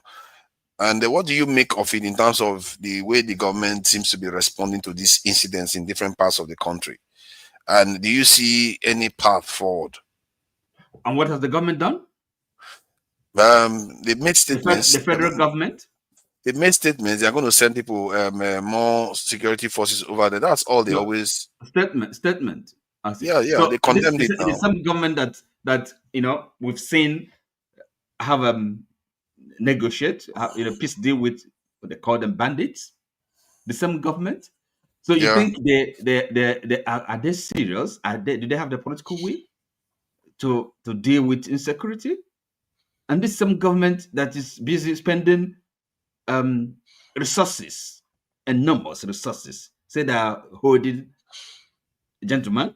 Well, you may not consider him a gentleman, but he's a citizen of Nigeria, holding him, and for how many years now? Trial, wasting time, resources. So for what purpose? So you see, these are people that know what they're doing. They're just like they're acting like mindlessly. They don't, It's really sad actually to observe. Anybody that runs a home knows if they are losing 50 naira, and they know if they spend 10 naira or 20 naira, that 50 naira they will save it. They will do it. But in the case of Nigeria, we are losing almost $50 billion in GDP every year. Our government, do you know they spend over $5 billion defending the currency that they said they didn't need to defend again this year alone? That money, do you know that money is enough to recruit 2 million standing army? Do you know that? But they don't do it. So I don't know. The soldiers they have, how well have they looked after them, cared for them, provided for them? But why do we focus on that part alone? No, why don't we look at the work that the soldiers, even with all this disadvantage they have, they are doing? One soldier has to defend more than 1,000 Nigerians. That is an impossible job. No, of course, I'm not saying that the number should not be increased, but their effectiveness is also dependent on their welfare, the way they're looked after, isn't it? I mean, for you to get the my argument is that even if you pay them more, it's not going to solve the problem. There's a reason why countries that are more technologically advanced than No, us but still excuse me, you use got to more pay them. people. Excuse me, you got to pay them. You got to look I after agree them. with you on that. So But paying them more is not going to solve the problem. That's the point I'm there making. are no contradictions here, So in as much as you have to increase their number, but also you have to make provision for them, and not kind of the money. Yeah, but if you are looking to solve a problem, you don't necessarily prioritize the area that doesn't lead to the solution. Because, like I said, paying them more doesn't necessarily lead to solving the problem. What leads to solving the problem is to I have talked about more their people. welfare. I didn't mention money. I said their welfare. That's It what costs money. It does cost money. Welfare it's not costs really money. It's not really money. So I didn't say money. I said their welfare matters. I agree with you. Even their medical health, it's a part of it. If they're not healthy to fight the war, if they're not well fed, how are they gonna? What is the motivation? 5 billion is enough to do that. They have the money. You can't separate that. Yeah, I agree with you. 5 billion is a lot of money. Listen, 5 billion would do that. Messed up. It messed up. That is, that's why somebody's kind of them talking about this, that. No. In the scheme of things, we have to grapple with the major problems first. Yeah, but think about it now. When you employ those people, when you employ them, you are giving them jobs. They are paying taxes. Almost all of them will pay tax. Now that we discover that it's 70,000, you start paying tax. All of them will pay tax. You are stimulating the economy. Do you know if you employ one person, it leads to 4 people earning a living, that they help 4 other people, from what I gather. So you can see the knock-on effect. You can see that's what they call stimulating the economy. The Nigerian government don't spend to stimulate the economy. You just spend to keep the economy the same way. And so for us, that's why it kind of we're discussing now. Because everything is kind of connected. Okay, it's governance, it's government, it's the economics, the politics, it's the public policy, is law and order. It is that's the unity. It's national nationhood, right? You building it, right? Cohesion, right? And it's all part of it. It's not just governance. It's not only about economics, right? Yes. Okay. Now this same government, right? That is people are unemployed. That the harsh economic situation. It's just pulling down buildings. Okay. So the people are not. Their paper is irregular, and it's not that there is any kind of a danger. We're not talking about risk to life. Are you with me? Okay, they didn't regularize, because that is a kind of the language of they don't have the right documentation, and not okay. They were invited to come and regularize. They didn't, and therefore the sanction, the punishment is to put those buildings down. You are referring to those buildings that were pulled down in Lagos. So yes, the government that is acting this way, behaving this way, you think is the right? No, sorry, you said they were invited to regularize. It's part of what did they actually do that?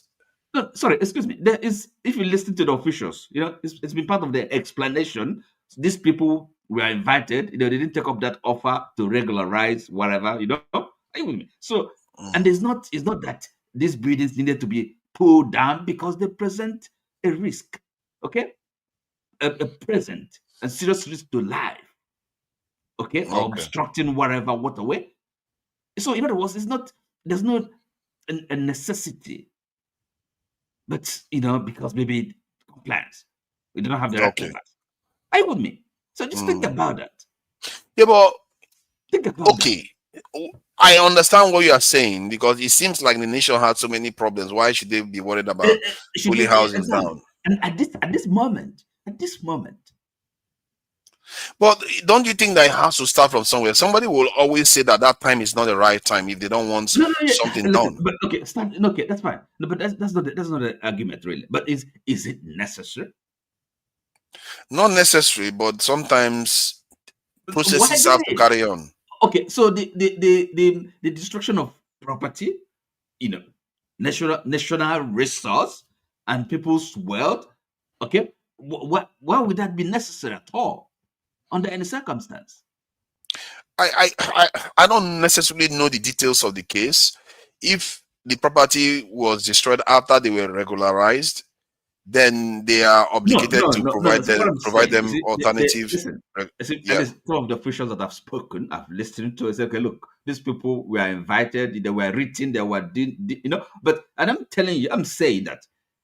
So we're not dealing with risk here. These buildings, risky structures, right? Because they were constructed for whatever reason, and environmental. I hear what you are saying, like the flooding that was occurring with some of the argument. Okay, now we can take a look. Okay, these buildings needed to be removed; they were demolished, but it's not because maybe they don't have proper paper that can be agree with me. So a paper, this permission can be given retrospectively. If a building does not present a hazard, an environmental hazard risk. Yeah.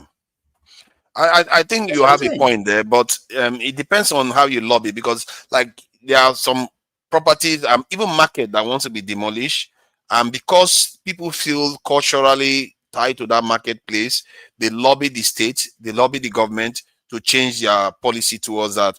And if they band together, often it requires resources again. You see them, they will put money together and they will go and challenge the government. So are you saying, okay, maybe because there was the no lobbying or no bribery? No, I'm sure there was lobbying. I'm sure there was lobbying, but the lobby failed. And therefore, the proper action of a government would be to destroy. That is the nature of the states. Let's face it now. Even Soludo was destroying so many properties. States often they feel like, okay, we need to clear this area to do certain things. No. I won't. You see, it's not Soludo. Even if it's not Soludo was destroying. Okay, first of all, if Soludo did it destroy any properties, we have to look at the context. Okay, the properties that were, for example, I could say even in his hometown, Sofia, on a road, right? And maybe a wall of a building removed, destroyed. Okay, so the question is, maybe there's a necessity because this wall obstructing the road construction. There was a necessity because that wall cannot stay, given the public need, public I understand what you are saying. I understand that point that you have made. It can just be, okay, look, you don't have a paper, and that's to justify by a government action. Yeah, but you can also argue that you want to deter people from building when they don't have proper papers, because if you keep regularizing people that break the law, then you could have a situation whereby people just keep breaking the law, hoping that they are going to regularize them later on. Listen. Is it really the consequence? Because you see, when you take action, you have to weigh in the gravity of the action you've taken vis-a-vis other considerations, right? Okay. It's public policy. Okay, you have to think this is true. It's not, as I said, when you consider the amount of damage, destruction you're going to cause. Okay, just because you want to teach people a lesson, because that's really the argument. But sometimes teaching people a lesson is important too, because it prevents others from going wrong. Okay, so the government that is responsible, what were they doing? Are you saying these people? Those buildings were erected without any kind of planning? Oh no, the government failed. If the government failed and they are trying to correct course, is that not supposed to be a good thing? If they are trying to correct course, I understand that it is painful. Do you know what I see in public policy making? There is always a people that, when you look at the case, it just seems unfair to them. There is always going to be that boundary condition, that boundary case that you see, that you say, okay, this could go that way, it could go the other way, it's not good. Like you are spelling out, you spelled out that this property didn't pose any danger to people. It's not obstructing any major construction, so why go after it? You're always going to have something like that. But in the end, some of all these tragic events occur for society to still be able to move on. I hope that those people that this stuff happen to, they have a way of making ends meet still. Maybe the state will compensate them or something. So in the case of Nigeria, generally Nigerians, in my experience, they often do something. If they, especially when they see that people are outraged, they do something to ameliorate the situation. Fathers, are you aware? Are you aware? Okay, Peter will be right. His brother's property was demolished in Lagos. Yes. Somebody, okay, got word. They said that an unknown, they sued against an unknown. No, sorry. How did they put it? An unknown interest or something that was.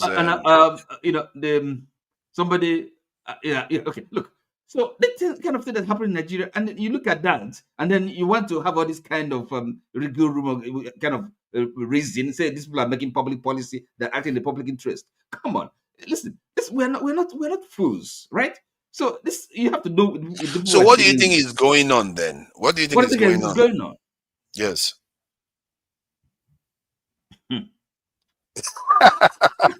Is that what you have your what do you think is going on there? Because you are saying they should, because I see Nigeria as a country that there is almost lawless.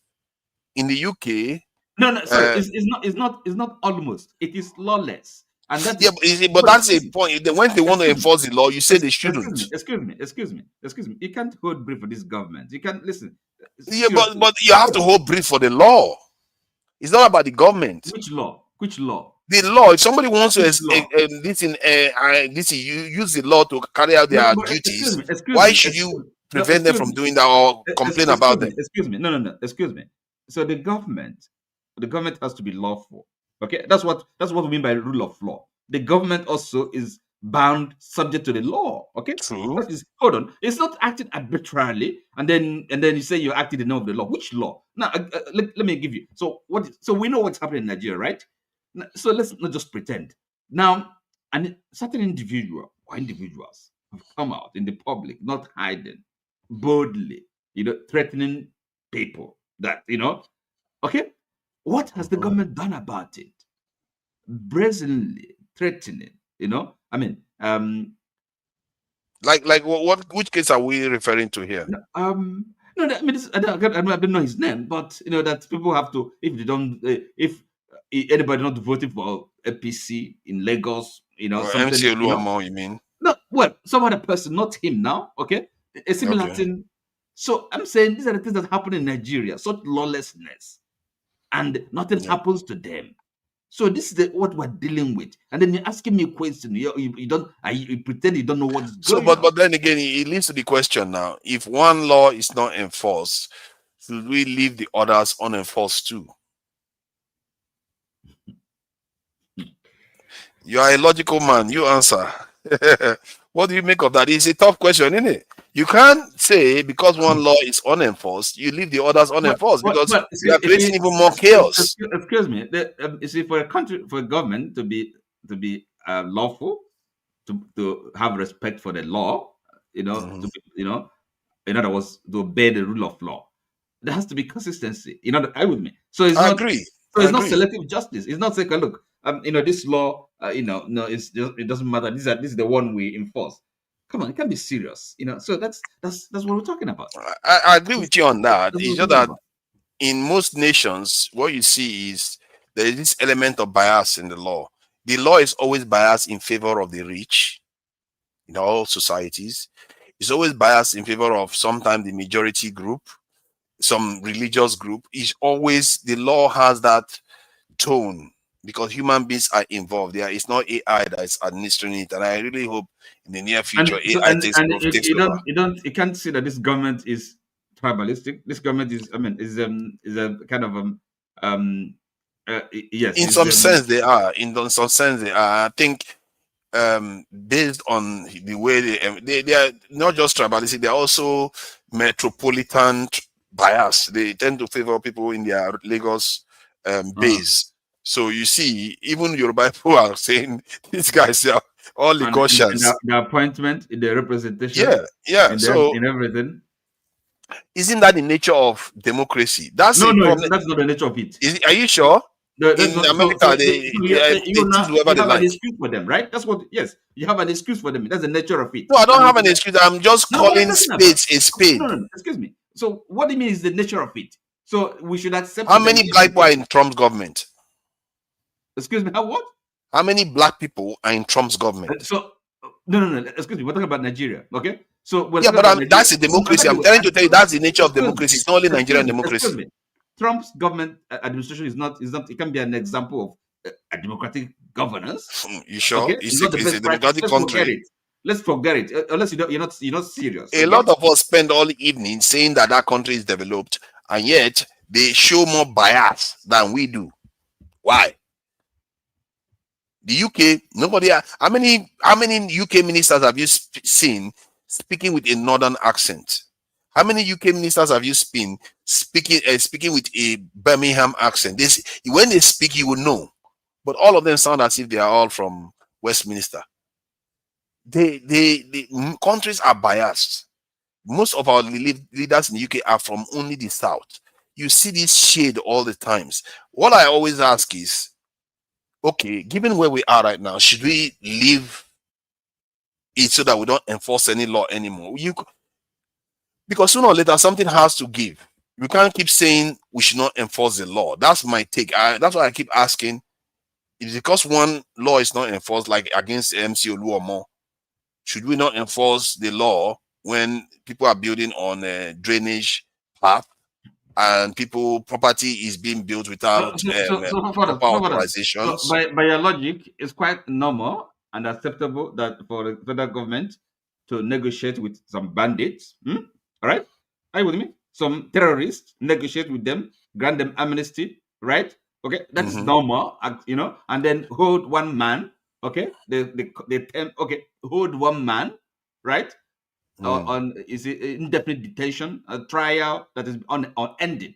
So that is normal. I mean, nothing to worry about. No, it's not normal. I don't subscribe to that. I don't subscribe to that. No, what I just so that's your logic.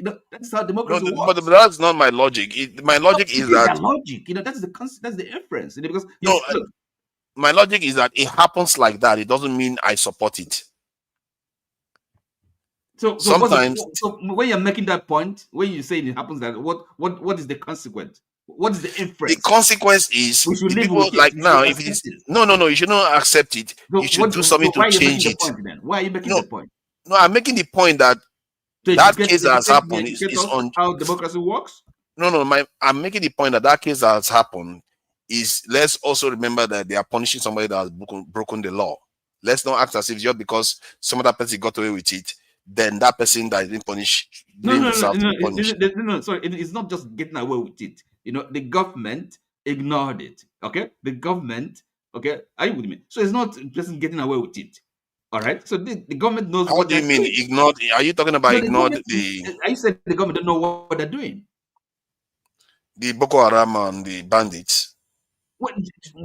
In their law enforcement, in selective enforcement of the law, I said they don't know what they're doing. Oh, they know exactly what they are doing. They know exactly what they are doing. So what argument are you making?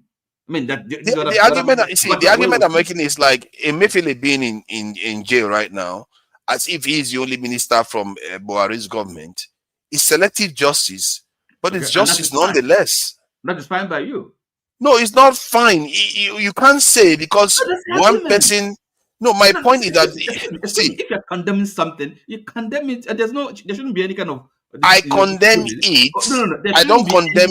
Hold on. The mistake, the error is this. Is a kind of is like confusion. You should have clarity, moral clarity, right? Okay. In the same way, if you're talking about law enforcement, it's legality and rule of law. It's not. That is, we should. Are you with me? It's not. You can't just be doing it. I agree with you, but your argument seems to be your argument seems to be that it has to be applied all the time equally, otherwise nothing should happen. That should be the effort. I'm not saying there's any way that you have 100%. But is it realistic to expect it to happen equally across the board? We should expect it. You should expect it, but it doesn't mean you get it though. Your job is to try to make it better when you get the opportunity. I agree with you. I'm not saying it is justified for people to behave like that, but I'm saying this is the reality of life we live in right now. As long as human beings administer justice, there's always bias in it. We know that already. So what we can do is try to make it better. That's all we can try to do. And I see the injustice where they are holding one person and they are negotiating with terrorists. It's obvious. Nobody negotiated with the other, but they negotiated with they negotiated with the Niger Delta people, didn't they? They negotiated with them. They were also terrorizing people. So why didn't they negotiate with people in the southeast too? I don't see that happening. So that is a fact. I think I said that a couple of weeks ago too. It's a fact. Sooner or later, the Nigerian government have to look at, okay, let's talk. Let's see whether we can reach a conversation. And those terrorists, they seem to be getting away with murder, actually. Personally, I wouldn't even bother negotiating. I won't. I will upgrade our security posture. Good luck to them when they come in. They will regret it. So, but it is what it is. Oga Ike, if you wanted to say something, you are always free to join in, because I do enjoy discussing with OT, because he tries to be funny and dodgy. So it's important we have this go to and fro. But I do enjoy his logical analysis. He tends to go with logic in terms of the way he goes about ideas. We're going to discuss this female in high positions, whether it's something that is this thing okay in the Nigerian context. Welcome this in I see you there, Paul. So let's give Oga Ike an opportunity to say something about the conversation we're having about justice. Should we allow another crime to go unpunished because we let some other person go, or should we punish one at least and hope that next time we'll catch the other guy? You see what I mean? The idea is that MC Oluomo got away with it, so we shouldn't punish people that are building properties in the wrong places.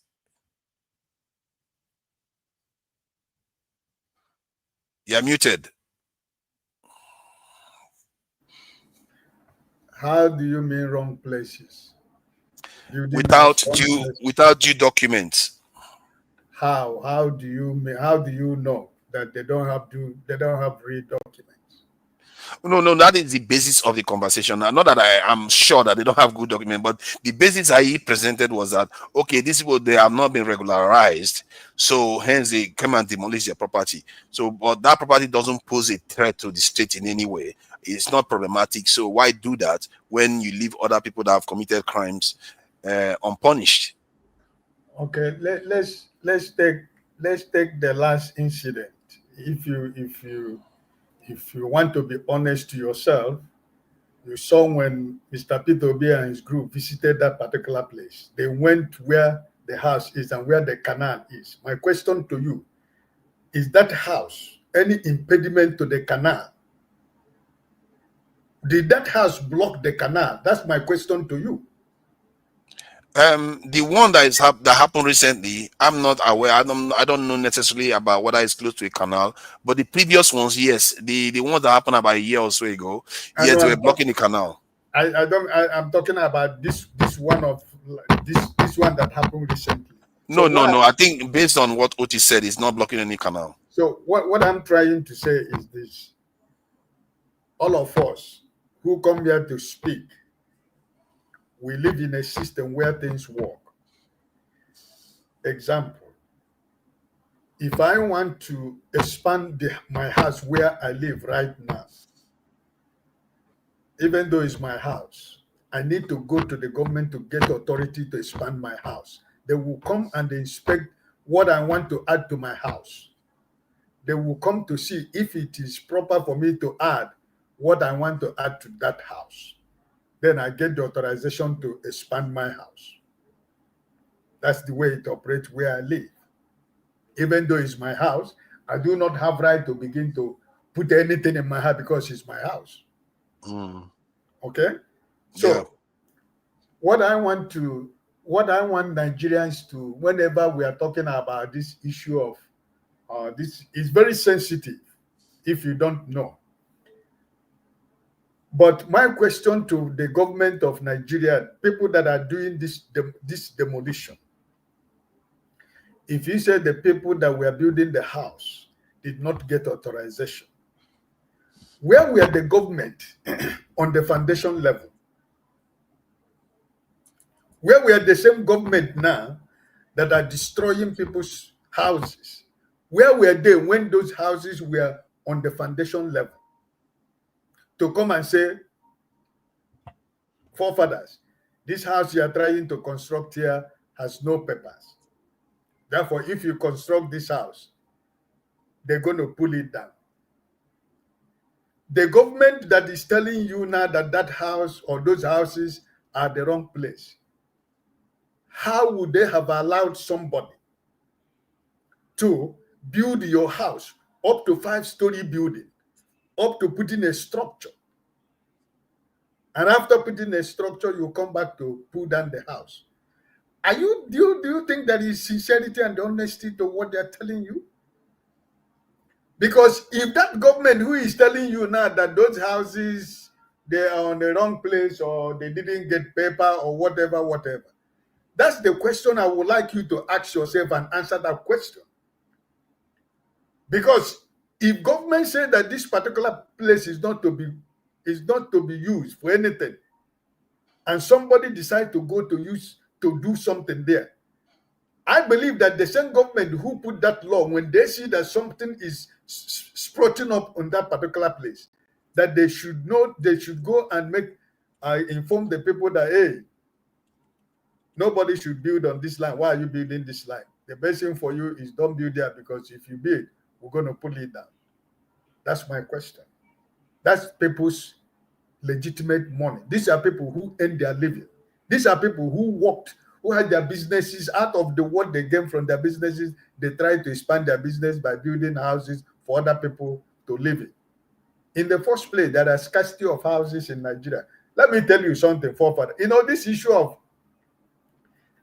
house demolition in Lagos,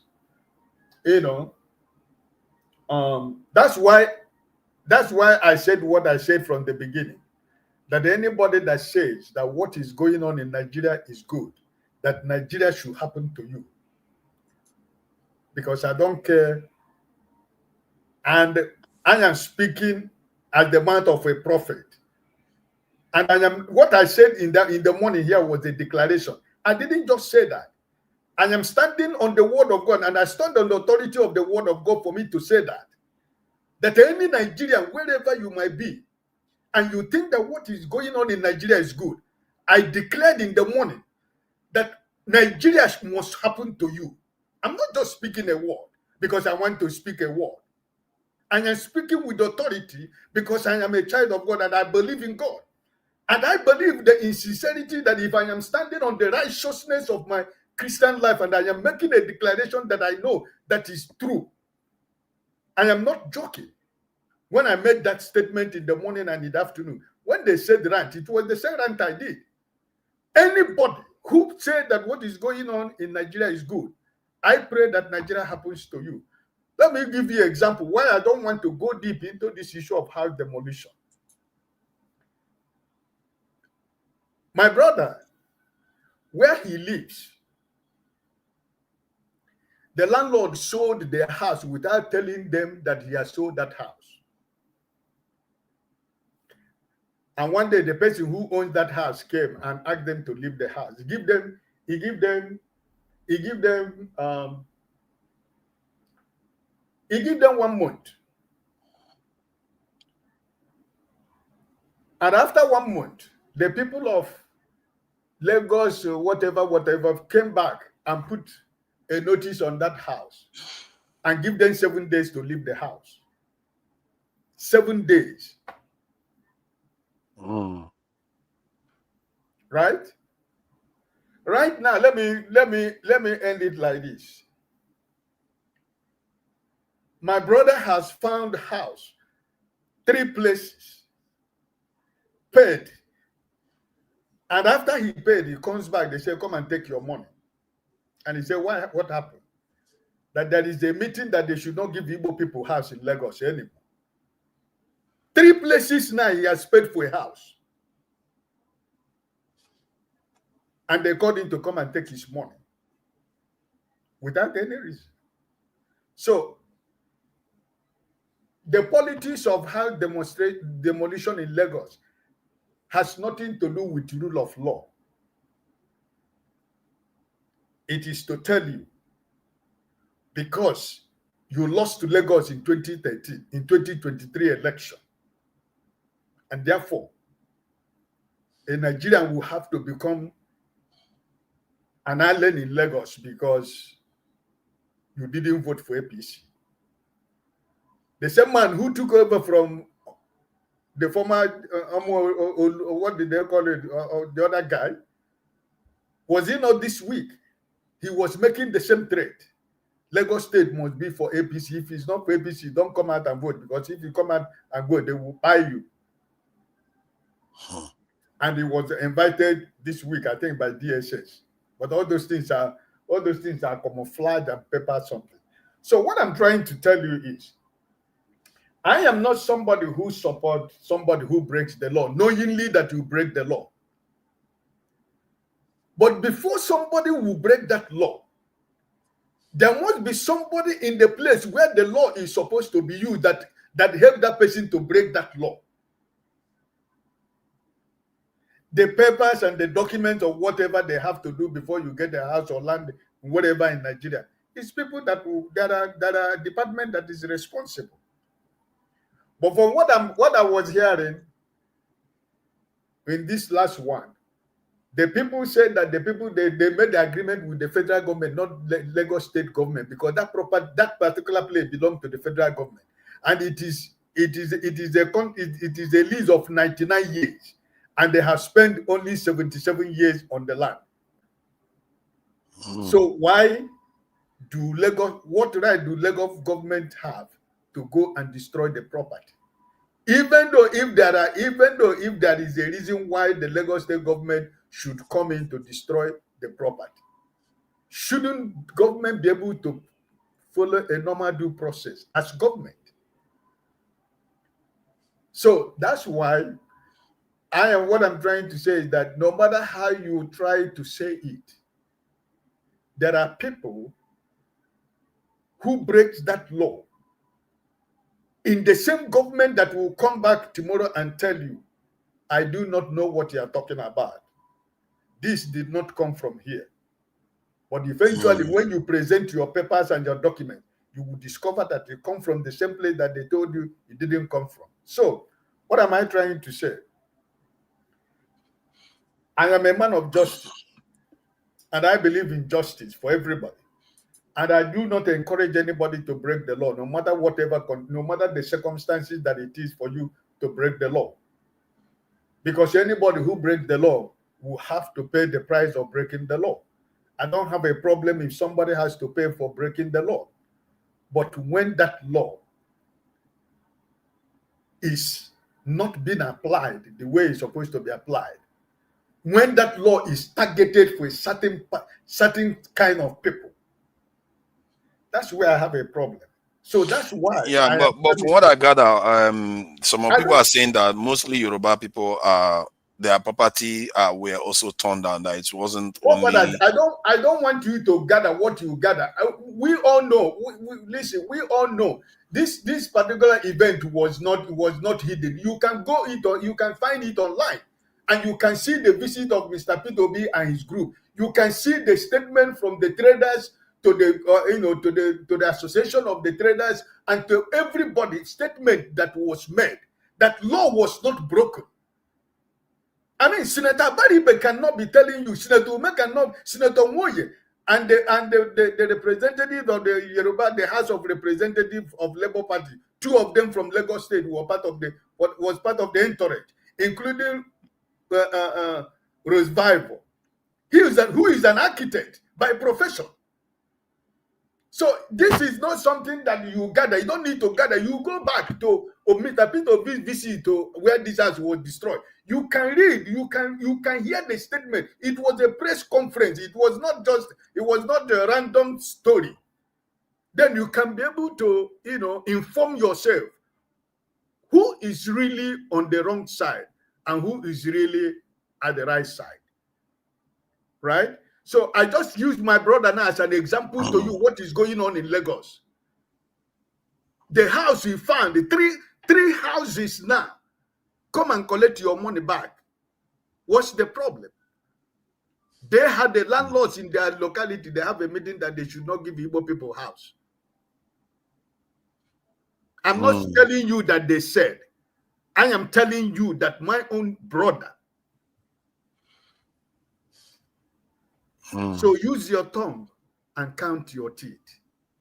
I think maybe you have a point. Some people say your Bible are being affected too, but from what I gather, that disproportionately is affecting people from the southeast and other parts of Nigeria too. So, the truth is that I do hear some people from the southwest come online and openly say that Lagos is their own, that people should, like, even I began to even have the feeling to say, I know that's going to annoy them. Lagos is no man's land. But when Nigeria is building Lagos, it's okay. But when Nigerians want to live in Lagos, suddenly it's Yoruba land. It's like, come on, man. Sorry, forefather. Yes, listen. Let me ask you a simple question. You know, sometimes the people, my brothers and sisters from the southwest, that are trying to protect Lagos, 90% of these people who are doing this are not originals of Lagos. They're not talking about their states, Ogun State. They're not talking about your state or Osun State, where they come from. Everybody is fighting for Lagos. Lagos was the federal capital of Nigeria, established and developed by the federal government of money, including your money and my money and Mr. Paul's money, that was used to develop Lagos as the federal capital of Nigeria. Lagos wasn't just a state, but it was the federal capital of Nigeria before, right? So the same thing was Calabar at the beginning of Nigeria, right? It was the same thing before. Now we move to Abuja. So how will Mr. Paul be a stranger in Lagos? In Lagos, that his own sweat, the sweat of his father, the sweat of his mother, and everybody in his family contributed to the building of a capital of Nigeria in Lagos. And Mr. Paul now will go back to Lagos and become a stranger. Yeah, that's true.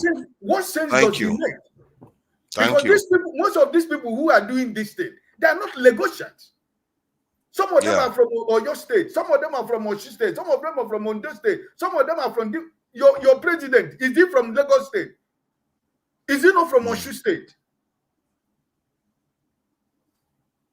So if you're only defending Lagos, what happens to Ekiti? What happened to Edo? What happened to Ogun State? What happened to other Yoruba states that are forgotten? That nothing is existing, nothing is working in those states. Why don't you fight about your state?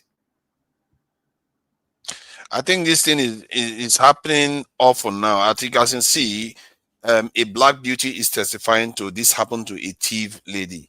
So it's not only Southeasterners they are targeting almost everybody now. And all because of politics, all because a Southeasterner dare to challenge their person to get into office. Because before now, nothing happened.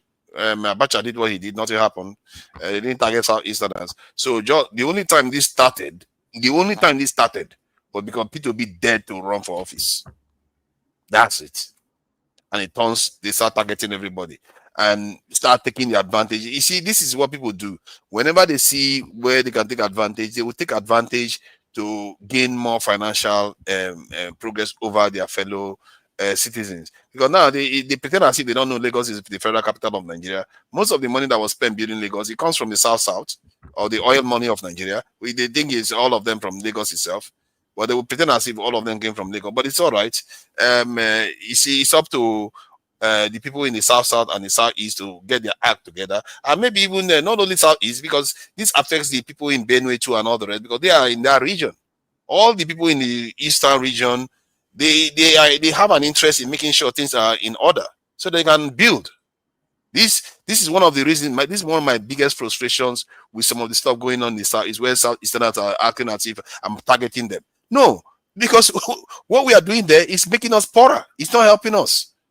This is why now, look at the insult that we are getting all the time from all these people. They are online. You need to see some of the things they are saying online. All because somebody dared to run for office. That's all. Not because of anything else. That's all. Welcome, Paul. I don't know if you listen to the conversation. Yeah, Fofara, I've been listening. Fofara, I'll touch one side and quickly come back to the other place. I know when you talk about this religion thing and you talk about the Bible, make mention and everything. I would like to know many parts of the Bible when the Bible make mention of men be leaders and everything.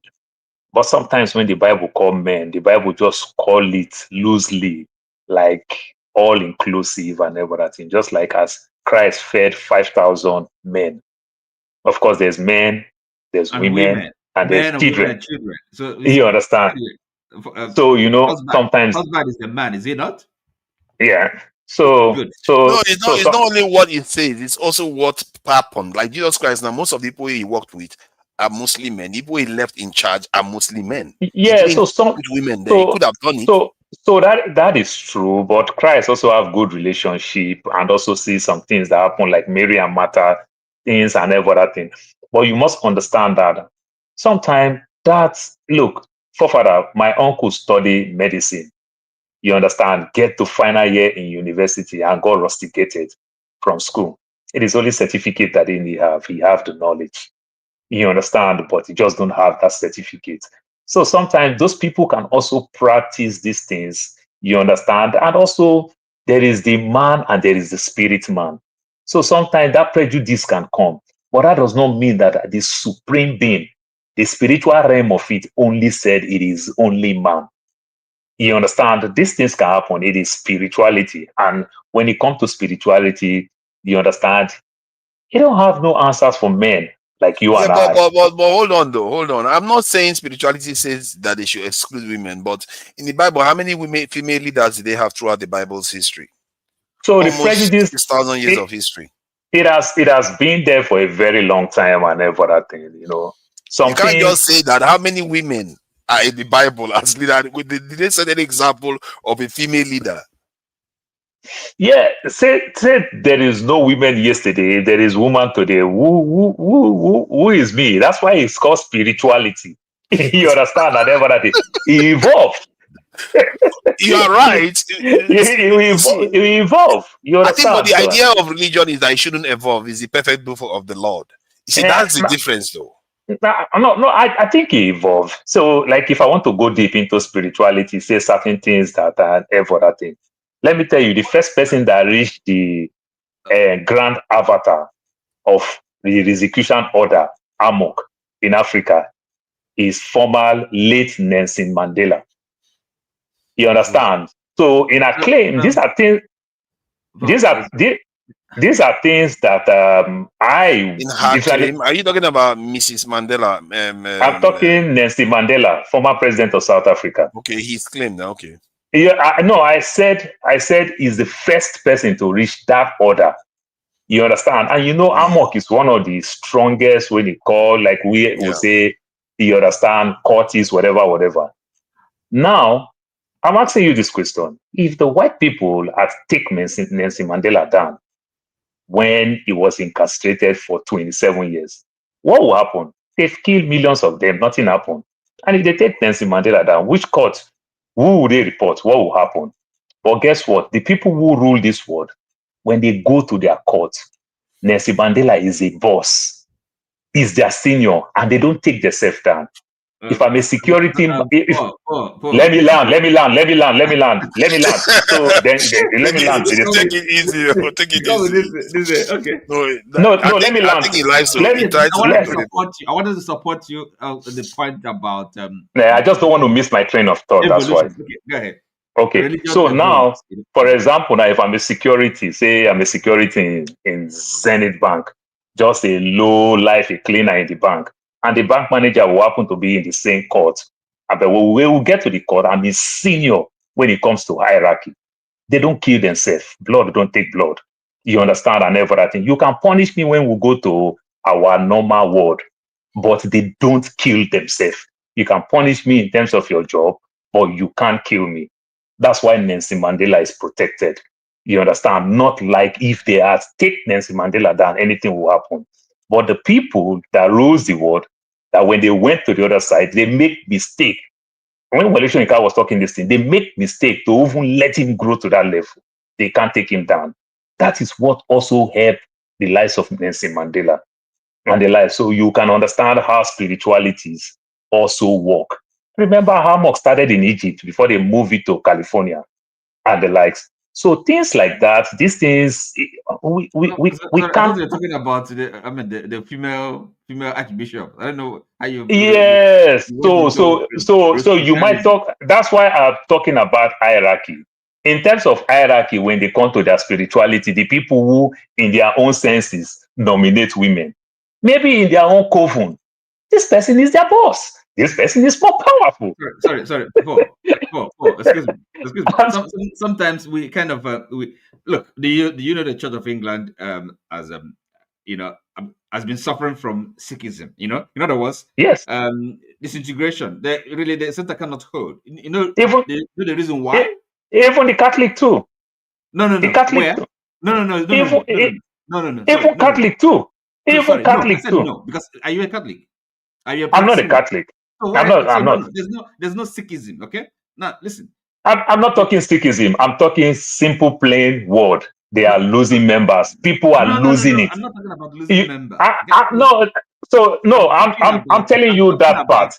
Doctrinal confusion. People kind of. So that is what's happening in the Anglican Communion, right? It's the same thing with the Catholic. People can't buy. People can't buy the things that they used to buy. That's why people don't practice it. If I still buy it, if I still believe the doctrine, if I still believe it, it is easy. Like argument that. Hold on. I don't like argument uninformed. People talking about what they don't know, right? You're not a Catholic. Now, and I don't need to be a Catholic. I don't need to be a Catholic. I just need to read. I don't need to be a Catholic. Hold on. You understand? No, I'll clarify the decision to you. Now, Anglican Communion, right? Now, for example, having this, and remember, Anglican Church of England is part of what the greater Protestantism, right? We know how it started, the Reformation. It's been the same story down the ages, down the centuries. This kind of disintegration. Really. But contrast that to the Catholic position, okay? Of course, you may have differences of opinion, okay? Differences of emphasis, but it's still one church, one Catholic church, universal, right? So there's no way you can compare them. So the thing is this, because lack of consistency, lack of that having a uniform hierarchical authority. Okay, they don't have a magisterium. Okay, unlike the Catholic Church. So this thing, if we're talking about the priesthood, is quite different in the Catholic Church, and the Anglican Communion is a different thing altogether. Because that's why you have your Pentecostal. A man and his wife can be the bishop. It's at the end of the day, one word answer everything. It's called doctrine. From the Catholic, the way you have the Church of England, you have the American, the Presbyterian, and the like. They keep tweaking it a little and a little. At the end of the day, they still use it to represent cultures and norms. You understand? In as much as they will also say religion and every other thing, they still use it. That's why everybody pick their own. That's how it evolved. There's this documentary I watched that the way it keep evolving from one to one to one. When you look all great nations still come with their spirituality. One more sentence and then I keep quiet. You see, now there is the evolution, but there's a difference between evolution and the revolution. All right. So now in the Church of England, Anglican Communion, it's not just evolution. There's a revolution and confusion. That's why they are kind of splintering. Okay. That's why you have, the Church Anglican Communion in Nigeria is revolution. No, when you use the word revolution is the thing that is also happening in Pentecostal today. Where you see yesterday, you and I, we get scared to criticize a pastor, but today we can criticize a pastor with no fear. That's the same thing. That's the revolution. You understand? Hold on. See, yes. Okay. Now, remember, you see, the Church of England and the Pentecostal, they're all one side. Are you with me? Because we used to have one church, universal church, the Catholic. That's what it means, universal. Until the Reformation. And then you have, Protestants. And then Church of England is just one aspect of it. You have Methodists, you have all these other Pentecostal movements. They are on the one side, all right, of the body of Christ. So Catholic Church is different. So now, and I'm saying you have the revolution in Protestantism, and that's why you see, you can come up tomorrow, establish your own church, right? So now, there is an evolution. Even in the Catholic Church, doctrine can change, but it's not to such an extent that the center can no longer hold. There's some consistency of doctrine, So there's a magisterium. You can just can I ask a question though, so that Paul, because I think that's maybe at the core of the discussion. When does changes to a religion become heresy or transform the religion beyond recognition? Because I think when does it happen, or is there no end to it? Father, my basic psychology 101 is simple. When something new comes, the first thing that comes to your mind as somebody who worked in the aviation industry for years, you understand, we call it FOD. It becomes foreign to you. If you use iPhone all your life, if they give you an Android phone, you either criticize it or you just use one. But religion is specific though. Religion is specific. So when does it become something else? So for Father, when this evolve want to come, when this evolve want to come, they want to tweak it or change it. It becomes foreign. That's why you and I. That's why you are. Sorry, excuse me. No. I am answering the question to the best of my knowledge. It becomes foreign. It's just like this thing that is coming up now. It becomes foreign. It becomes strange. What is going on? You get the point now. What is going on? That's why we can discuss it. It becomes foreign. But now, over time, if they succeed, they bring it down. Over time, people will forget about it. New thing will come up again. Sorry, Paul. Hold on, Paul. Listen.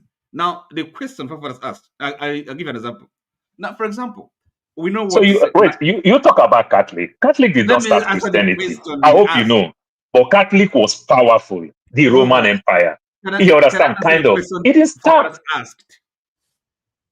Now, he asked you the question. You want to repeat yourself? The question you posed? The question was, when does deviating from the traditions of a religion become alien to the religion? Does it change it from that religion to something else? Okay, now I'll give you an example. Now, for example, marriage, okay? We know what's marriage, okay? Now, marriage is between a man and a woman, okay? In the Catholic Church, that's what it is, okay? Unlike in the Anglican now, they started, homosexual, right? Okay? Two men can be, okay? So now, that definition of marriage, the union between a man and a woman, is no longer what it is. So the nature of marriage has changed, substantively. That's why I say it becomes foreign. That's the foreign that I'm talking about. It becomes foreign. But it becomes not that religion anymore. Yeah. So no. That issue becomes foreign. But forefather, my brother, hold on. Forefather, it's like you and I today. We are using a smartphone. You understand? With no keypad. When Apple introduced this phone with no keypad, many of us criticize it. Today now, some of us forget that we once criticized this thing when we started using this screen. We forget that when this thing started newly, we criticize it like it's not going to work. It will never happen. Nokia, though. So it is a different thing. My point is that it's no longer Christianity now. So I'm just talking, it is still phone. But when it came, but it's still religion, but not Christianity anymore. It is still religion. It is still phone. That's why I'm using phone. It is still, still religion, but not Christianity. We still use it to do the same thing. We still use it to send message and receive call. Christianity has its own specific nature. Like you can't start practicing Islam. Let me ask you now. You can't start practicing Islam. No, sorry, hold on. You can't say, okay, there's a sect of a Christianity now that decides to start facing Mecca to pray, and you say it's still part of Christianity. When does it become a totally different religion? That's why because there is no guide. It is called spirituality. The Bible is there. There's no guide. That's why the Bible is there. So when you say the Bible is there, do you remember when Christ came? He said he didn't come to condemn. Oh my God. He only brought a fair play. Do you remember when Christ came? So which means between Christ and Moses, they contradict themselves. What are you talking about? Between Christ and Moses, you understand, they contradict themselves. And Christ said it clearly. He said he didn't come to condemn. You understand? He only had. But yeah, people are going to go to hell. He didn't come to condemn. People are going to go to hell. No, Christ only had a fair play. What do I mean by that? Forefather, I once grew up raised chickens and everything. I bought a little chicken, raised this chicken. This chicken started hatching eggs and everything. Hatched the egg. I started getting my little chicks and the likes. Everything is mine from one chicken. That's the same thing. I was a slave. I had a wife, started having kids. And me, my wife, my kids are still subject to the master. That was how the Bible. And then remember, how do you do sacrifice to God? You need incense that is very, very expensive. You understand? You need candle. You need to do some ritual. You need to kill some livestock. You understand? To do your ritual, to connect to God. And if I'm a slave, I don't have a chicken. I don't have a dog to do this sacrifice. When Christ came, don't excuse me. Let me land. Don't excuse me. When Christ came, Christ make you now understand that with faith you can get God. So which means me who happen to be a slave, now I can get God. But initially, if I'm to get God, which means I'll be forced to steal my master's chicken. Or when my master choose to like me enough to say, I want you to be clean in this season, that's when they can permit me to get a chicken to do my own sacrifice. That's when they can give me an incense to connect to God. That was Moses' time. That is what the Celestials are practicing today. They do all these rituals to connect to God. But we now, some of us will say we use Christ, we use faith to connect to God. So I don't need the ritual. So are you saying that? But guess what? When Christ came, I said the same word again. Christ said he did not condemn that one. He only brought options. And I use the options with phone. One phone, like the BlackBerry, have a lot of keypad. The iPhones don't have a keypad, but they still function at the end of the day the same way. That's what I'm saying. Okay, let's allow OT come in, please. So that didn't change it for not to be a phone or not to be Christianity. It's really sad to listen to because I mean I don't know. Ask a simple question, instead of answering the question, then kind of giving this example of iPhone and this bogus answers. Hold on. No, seriously. I mean, it's not a joke, So I mean, it's instead of just having a discussion or what's the question again you asked before us? The question is how much can a religion change before it becomes a different religion? By the way, Paul, for you to say that Christ came to give us options and that he didn't come to condemn. You forgot. That is Christ's word. That is Christ's word, direct word. Oh, yes. Hold on. You forget also that he said that he didn't come to abolish the law, but to fulfill it, right? So we have the law, 10 commandments. Are you with me? So this idea that Christ came to give you options, I don't know where you get that. So this, you just, that's really what I'm saying. You're talking about. Let me introduce one thing. Let me introduce one thing that may also clarify some points to Paul, because the change we are talking about here may actually be more fundamental than the change Jesus Christ made to Judaism itself. Most of the Judaism practice remained even in Christianity, but this one seems to be more drastic than anything Christ introduced to the Judaism itself, or because similar. Forefather is now Christianity is different from Judaism. So maybe these people that are practicing this new thing should differentiate themselves from Christianity. They are not Christians anymore. Forefather. That's why I say because it is now. That's why I'm telling you about my psychology 101, because it is now. It becomes foreign. We're going to criticize it. The change is too overwhelmed for us to bear. That's why we are discussing it. But what I'm telling you, over time, it will not become a big deal. Could it not be said that they are no longer practicing Christianity? When did they stop being Christians? I don't think so, because Forefather, if you want to take your wife and my wife, now I don't know of you, very many of us will take our family, we'll go eat shrimps, we'll go eat all those things, which the Bible actually condemns. But we do it. You understand? It's a scale. And every other thing. When Bible tell you don't mix wool and lining, you look at your trouser. What material is in your pocket and what material is in your trouser? But he said don't mix wool and lining. You understand? Look at my hair. You understand when you talk about hair, when you explain things about hair and every other thing. So at the end of the day, we evolve. Some people hold it strong. I'm not fighting them. But what I'm telling you is that these things are there. Let me just jump in. I've been listening to you guys like go back and forth. Paul, I like you. I think you're a very, very reasonable guy. Also, my views many times align with you, but I think you're pushing it a little bit here. So and you're, so I don't like to discuss religion because I believe religion is part of our problem. But I'm a Christian. And look, if religion was going to fix our problems in Nigeria or in the world, hey, Nigeria would have been the most peaceful place, richest place ever. Muslims are very dedicated. There are some that are doing jihad. There are some that are praying in the mosque. There are Christians are praying more than, we have more prophets than anybody can ever imagine. Let me just hold you on. Let me just play this, just to give people an idea of how we take religion seriously. Auntie, why do I keep on seeing you everywhere? I've been sent from Nigeria to come and destroy you. Destroy you. Yes, destroy you. Destroy me. In the name of Jesus. In the name of Jesus.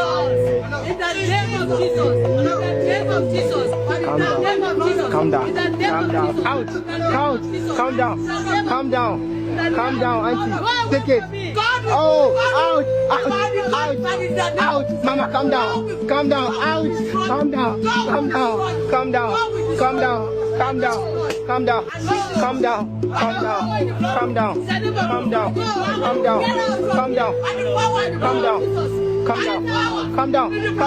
Hey. Calm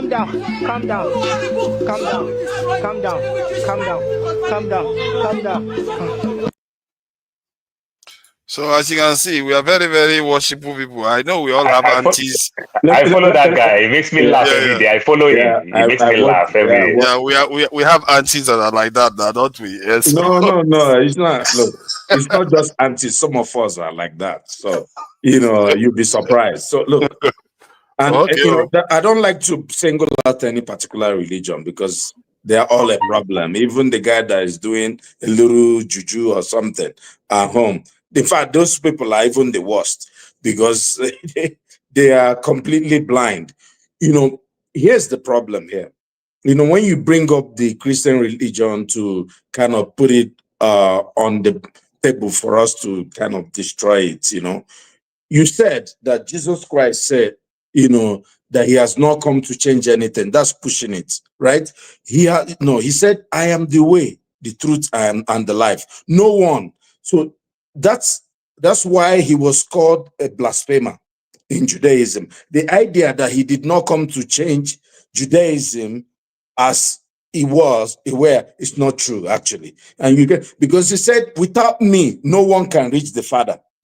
And that's why he was killed, because the Jews said, this man is taking the authority of God, because he said, I forgive your sins. Your sins are forgiven to one of the people. He said, how could you say that his sins are forgiven? You have no right to do this, right? So don't say, because I think why I stepped in is because you're trying to give a pass to other people doing, so that means people can do whatever they want. Forefathers asked a very pertinent question. How much can you change a religion? How much change can you make in doctrine for the religion not to be what it is? And you guys were jumping. The truth is, what we have, and you answered this a little bit earlier, though I would have loved to hear you more when you said, oh, Catholic Church is not the first church or something. Look, my brother, this Christianity we are seeing now is not the true Christianity that we have in the Acts of the Apostle.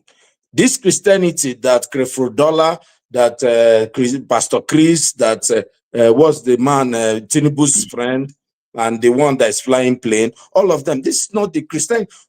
Christ said that the Son of Man has no home. He was sleeping everywhere.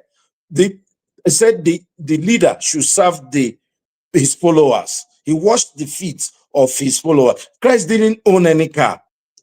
Just for context, car was a horse or a donkey at that time. It was just for the last ceremony. He said, go there and tell them the master wants this. And they brought it, he used it, and then he went to die.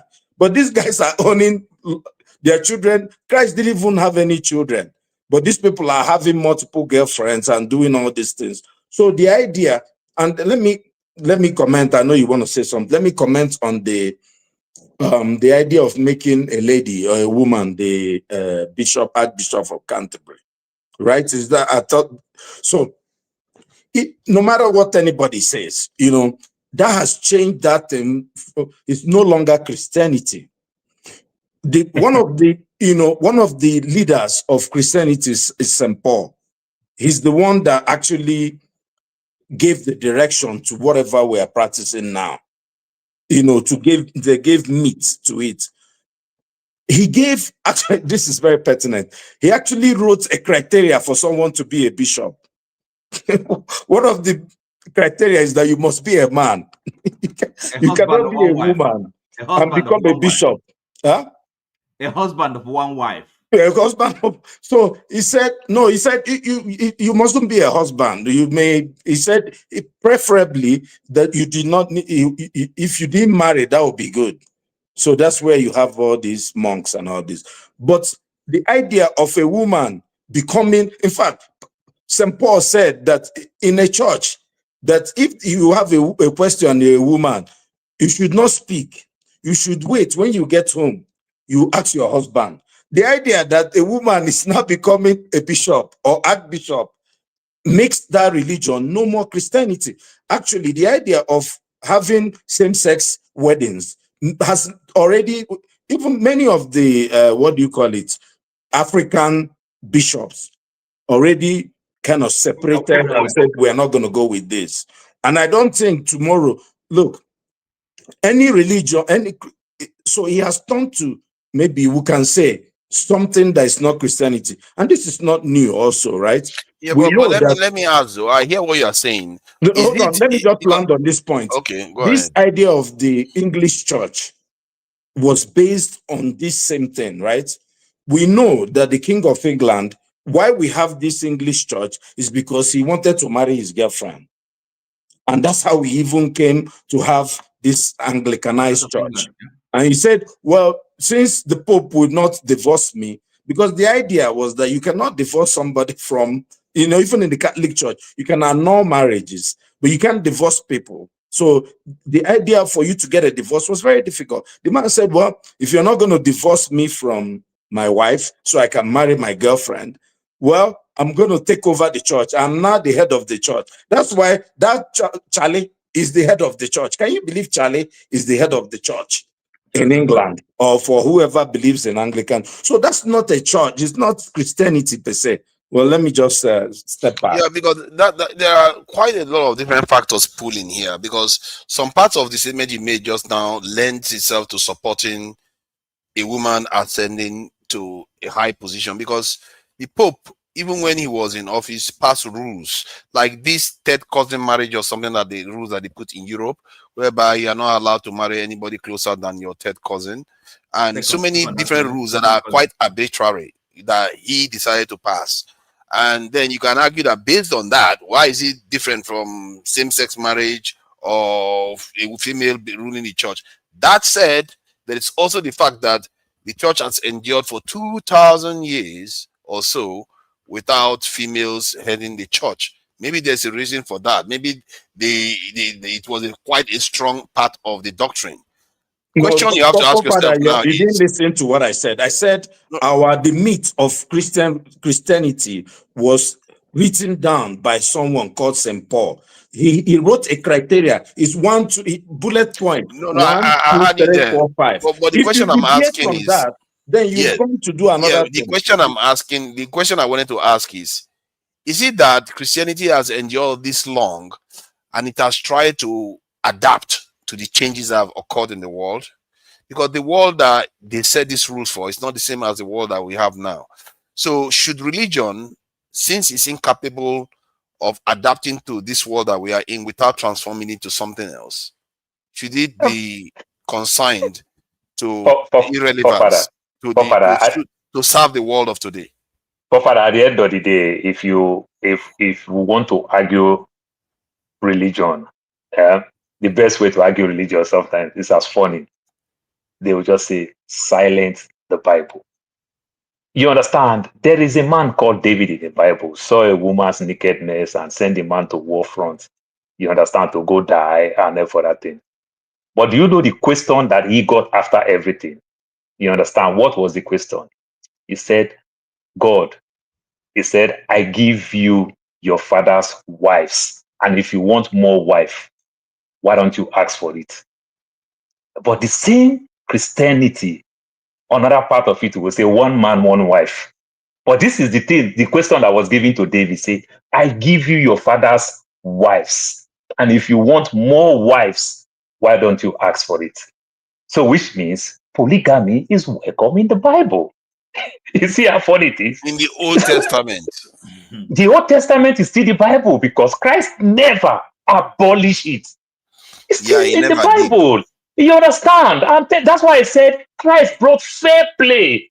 You understand? So the man who wants to marry 3 wives is more than welcome to do that.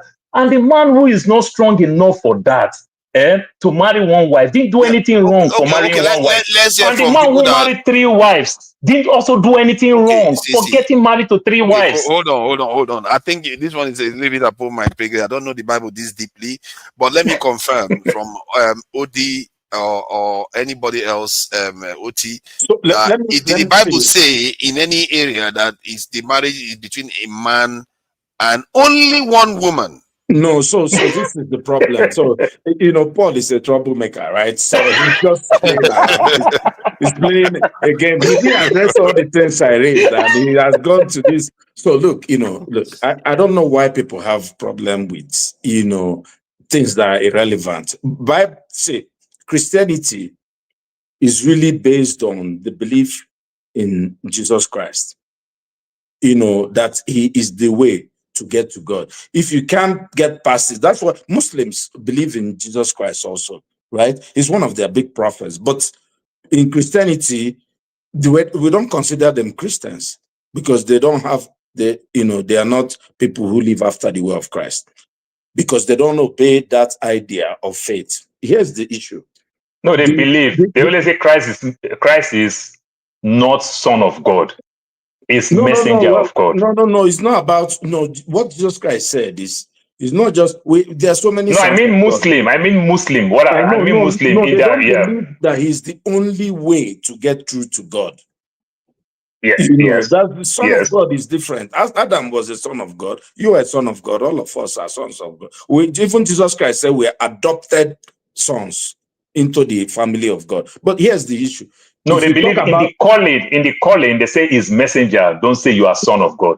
You cannot be God. In the calling, like a prophet. Let me say this. So the monogamy is a European tradition.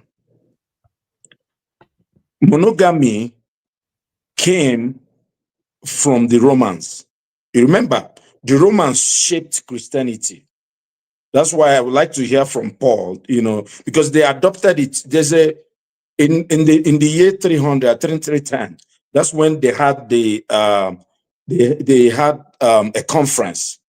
They brought all the bishops in Nicaea, in a place now is Turkey now, right? In Nicaea, used to be Greece, right? But that's where they formed and said this and this and this is Christianity, and this was arranged by Constantine, right? When he essentially used Christianity, take over power. And here's the issue. If you look at if you look at what Paul said, in fact, if you look at the teachings of Paul, you understand that Paul never criticized polygamists. And if you look at his criteria for becoming a bishop, it means that there were polygamists indirectly amongst them. One wife. That's why he said that the only people, his recommendation for people who will be leaders are people with 1 wife. There you go. Now I agree. The early Christians were Jews.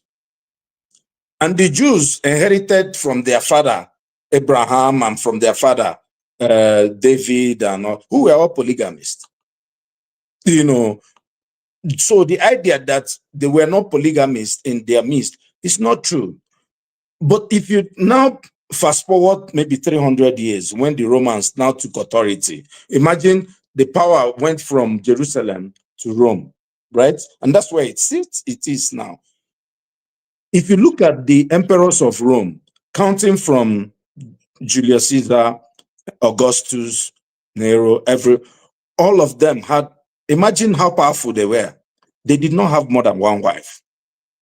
This is, and if you look at even the king of England that transitioned to have the Anglican Church, the fight was to have, if he were a Jew, he would have just have had a second wife. Even the idea of polygamy, it was later that some rabbis, maybe in the middle 500 years AD, that now said that made the act of monogamy as to be enshrined in Judaism. So the idea, so Christianity is not at war with polygamy. The European tradition is at war with polygamy. You know, so there's no, if you have 2, 3 wives and you're a Christian, it doesn't mean anything, you know. But of course, remember, many of everything that we do is that we're uninformed. Many people have not even gone to study the Bible to understand what they are practicing. People just get afraid. That's why people are afraid to call Adeboye, you know, that is maybe he's not practicing good Christianity, or call out Christian, or they think people are going to die, or if they. So knowledge is power. Christianity is not at odds with polygamy. So Paul, stop doing that. Okay, I think this one that you agree with me and I agree with you. You're right. You understand? So another aspect of it, you keep saying these things about Christ, Paul, and the New Testament. If it is so, and very many persons argue this thing very well, I want to believe that you and I are supposed to carry one Bible that they gave us back in the days when we were in school in Nigeria. It's called Gideon International. You should have the only New Testament. Then abolish the Old Testament. But every Bible we carry today, the Old Testament is there. Because Christ, the supreme being, did not abolish it. You understand? But I can tell you that Christ and Paul's account in the Bible, you understand, it is better. That's why I said in the Old Testament, when you talk about slaves and everything, it is hard to serve God. But with Christ, it is very easy to serve God. No, because it's about. It's not easy. That's what I'm saying. It's not very easy to serve God with Christ. Paul, you're twisting things, and it's no. What I mean by that, with my own faith, I can serve God. You understand? But in the Old Testament, there are some. It's just like as it's hard now to serve God in Nigeria, where pastor will say, "Go bring money, go bring this, go bring that." You understand? Something that you can just do yourself. Even when Christ was here, he said, "Go and carry your cross and follow me." He said it would be easier for a camel to pass through the eyes of a needle than for a rich man to go to. It's not. When the rich man, there was a rich guy who came to meet Christ. He said, "Master, what would I do to go to her?" He said, "Go and sell everything you have and follow me." So Christianity, you're making it look, because you just use faith, then it becomes easy. I'll tell you something. The idea of what people have, have to go through. I lost my chain of thought, really, but I'll get it back when. No. I think the same thing. What I'm saying is that. Sorry, let's see what I can bring Jonaba in. Jonaba, are you there? But Forefather, I know this Christianity thing before I will forget, because I personally wrote it down. You make mention about this house and this crisis that is going on with my Igbo people more and everything. I also have, from my grandparent, my grandfather from my mother's side, owned more than 4 properties in Lagos. So I've been a generational person that have owned property. My grandfather, even at the time, even get so relaxed. My mother speak better Yoruba than any Yoruba you can think of, because my mother speak better Yoruba. My mother speak Ilaje, and my mother speak Ijebu. My mother can lost Yoruba. My mother is who they will call this one a shawo, a prostitute, because she would take a Yoruba to where a Yoruba will not understand. Again, she would twitch because of how she was versed with the language. But what am I saying? When these people bought all these properties then, and people who even bought properties some 40, 30 years ago, nobody have paper. If Lagos State want to tell you all those things, these are people who throw stone. How far your stone can go. That's how they give you land. That's how they own all these properties and every other thing. So if Lagos State want to do due diligence, I am telling you that 99% of people will lose property, even including Lagosians that move to another place that also acquire land. Because every land will not be your father's land. It is your village, in my village in Delta, that I will say my village land. Every land in Delta cannot be my village. Do you understand? Sorry, my family land, if I will use the right word. You understand? So what am I saying with all these things? So, Father, I want to challenge you with this word.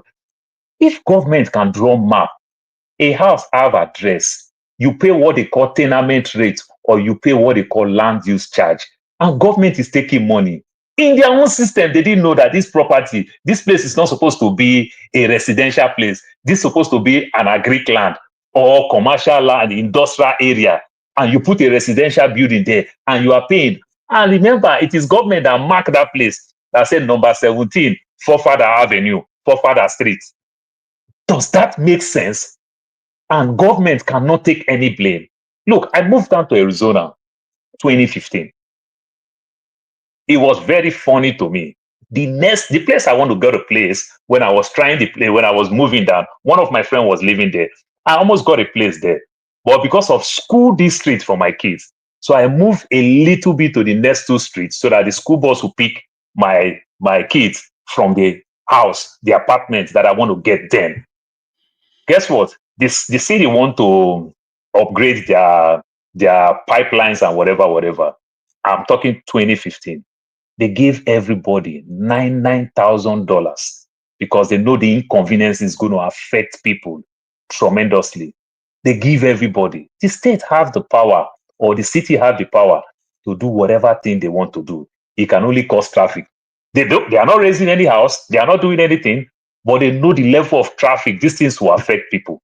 They give everybody $9,000. It looked like I've never seen $9,000 in my life. I said, hey, so I know I for rent this place. So I for just collect. My guy went to buy a nice, clean Venza and sent to Nigeria. Free money. Why am I saying this? If I can get a property and I'm paying tenement rates, Lagos State mark my house, I have address, I'm paying to government every year, I'm doing everything. Suddenly, government stand up and say, this is a wrong property. Won't government become an accomplice? They inspect this property when I was doing the land. You understand? They give me my survey. They do everything. I get my survey. I got everything. They give me my survey. When I was doing to linted level, they come inspect. They inspect everything. They give me number. Lagos State send that their house address and everything to you. Just to let you know, you pay to get address. For them to give you number, say number 6, Forefather Street. You pay to get that in Lagos State. There's somewhere along the line now. Is it that my address is fake? Is it that me paying tenement rates to Lagos State government every year?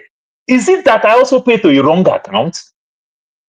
That government will just stand out, they want to demolish the property. Then they said, the person that I give money in Alausa, or the person that I give money in local government. Because when you are building house, you are working with local government and state government simultaneously, because the local government will come do their own and state government will also do their own. Then when it's time to demolish, it's only me make mistake. Local government didn't make mistake. State government didn't make mistake. You didn't hear that they fired anybody from state government. You didn't hear that they fired anybody from local government to approve this nonsense. Oh, Father, this is the height of stupidity. Let us grow up now. Let's not keep doing these things. You understand? Father, every time your brother, my brother, look, growing up in Nigeria, I understand before I travel to the West. When you see some of your childhood friends travel to the West, you go ask their mother for their phone number. whatever. Nobody give you. They hide all these things. That's the type of people we are. But guess what? When your brother buy house for abroad, now the same mama go to tell people for Nigeria, say, my pikin don't buy house for America, or my pikin don't buy house, because it's a thing of joy.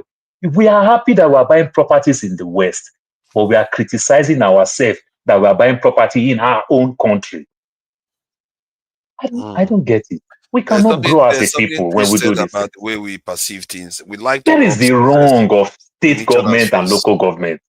Let's stop this thing. And if Lagos State want to pride themselves that, oh, every time they remind us that we are doing these things the wrong way, how about you make all these things electronically? You understand? So that I can do everything online. One of the purpose of online, you understand? You use it to shove away third party. You use it to scare away all this crime and criminalities. I can go online, I can see this plot, and I can know this plot, where is allocated to. I can see the due diligence, because even Lagos State government themselves, they don't even do their due diligence. If they do their due diligence, before they allocate properties, a portion of land to say it's time to sell, I want to believe, first of all, they're supposed to be the people that would have mapped all these things, work with the communication company, work with the electricity company to do all the underground things, everything that you put underground and the lights. You understand? The water board, the communication board, this is how they do things. You understand? So on their own part, there are so many faults. These questions, we don't ask these questions. We just stand up, we just blame that Igbo man that bought property. You buy property. Now, wrong place, you buy property. We encourage criminality. Look, if Nigeria want to do it this way, we can never grow as a people. I am telling you. The question I asked before, let me bring the others on, because otherwise this may go long. I will put the question that I put to both of you, to Jonaba, and Jonaba's, it's like your phone doesn't want to stay in the middle. It keeps jumping out. Maybe I should just open it, make it an open panel. Actually, it's about time. It's the 3 hours mark now. Let's make it more relaxed. So, Oga Ike and John Abba, the question about that religion one was about, when does a religion stop being that religion based on differences that they've introduced to that religion? Because the level Christianity has endured for 2,000 years without having a female head in any of the churches. They don't practice same-sex partnerships, marriages. But within the last 20 years or so, these two things have come to fruition. So does it remain Christianity, or has it become something else? When does it change? Is it when they decide that there's another Lord and Savior? Is that what differentiates a religion? Because Moses is still relevant to us. The Mormons, are they Christians? Where does it stop? So there's a little bit of fuzziness about what makes a religion a religion. So I don't know what you think about it, Ike. Well, forefathers, to be honest with you, since I've been in this platform, I try to stay away from anything that has to do with my faith. I don't want to make my Christianity as a talking point. I'm not supposed to. There are reasons and times I can share the word of God with somebody. We reason together, but I do not want to make it to become a topic where we continue to, sometimes my brother John Abba tried to do it very maturely, which I do respect him do that. But for me personally, I have a different opinion about my faith and what I believe in. Talking about what they're trying to say, the Bible says, do not add and do not subtract from the word of God. So if anybody add and subtract, that's your choice. But it doesn't change what I believe about the word of God, right? So God is love, right? But those principles of the word of God that is written, that is known by everybody, because there are so many things. You talk about same-sex marriage. If your father has married a man, that wouldn't have been forefather. So why do we have to continue to argue about that? Why do we have to spend time trying to convince people that a man should marry a man, a woman should marry a woman? I'm not that kind of a Christian, right? I use the word of God. You know, the word of God for me is the life that I live, the transformation that I give people who know me. I use my life as the word of God, because if you're a child of God, your life is a mirror where people look through you and they see the image of God. That is what the word of God to me is all about. In any way, I don't debate about whatever preacher say in the pulpit. You know, if my father was married a man that wouldn't have been out, he wouldn't have known me. And if God says that marriage is between a man and a woman, if any other person decides to say any other thing, that's your choice. I don't know the Bible you're reading, but I believe that my Bible that I know, that I read, never told me that a relationship should be between a man and a man and a woman and a woman. It said, for this reason, a man shall leave his father and mother and cleave to the wife, and two will become one. And whatever that God has joined together, let no man put asunder. So that is what it is, right? God created man from the beginning of the creation of God of man. It was in a garden, a family between a man and a woman, Adam and Eve. So if the beginning of the creation has taught us what it's supposed to be, why do we want to continue to, you know, I'm not that kind of a Christian. I'm not that kind of a, you know, a preacher who go arguing unnecessarily. My word is my word. My word is my bond. I don't mislead the people that I talk to about Christ. And when I have the privilege to minister in the church, I don't mislead people, because what we find today is that I used to say it here, that most Christians, most churches, or most men of God, God has left many churches today.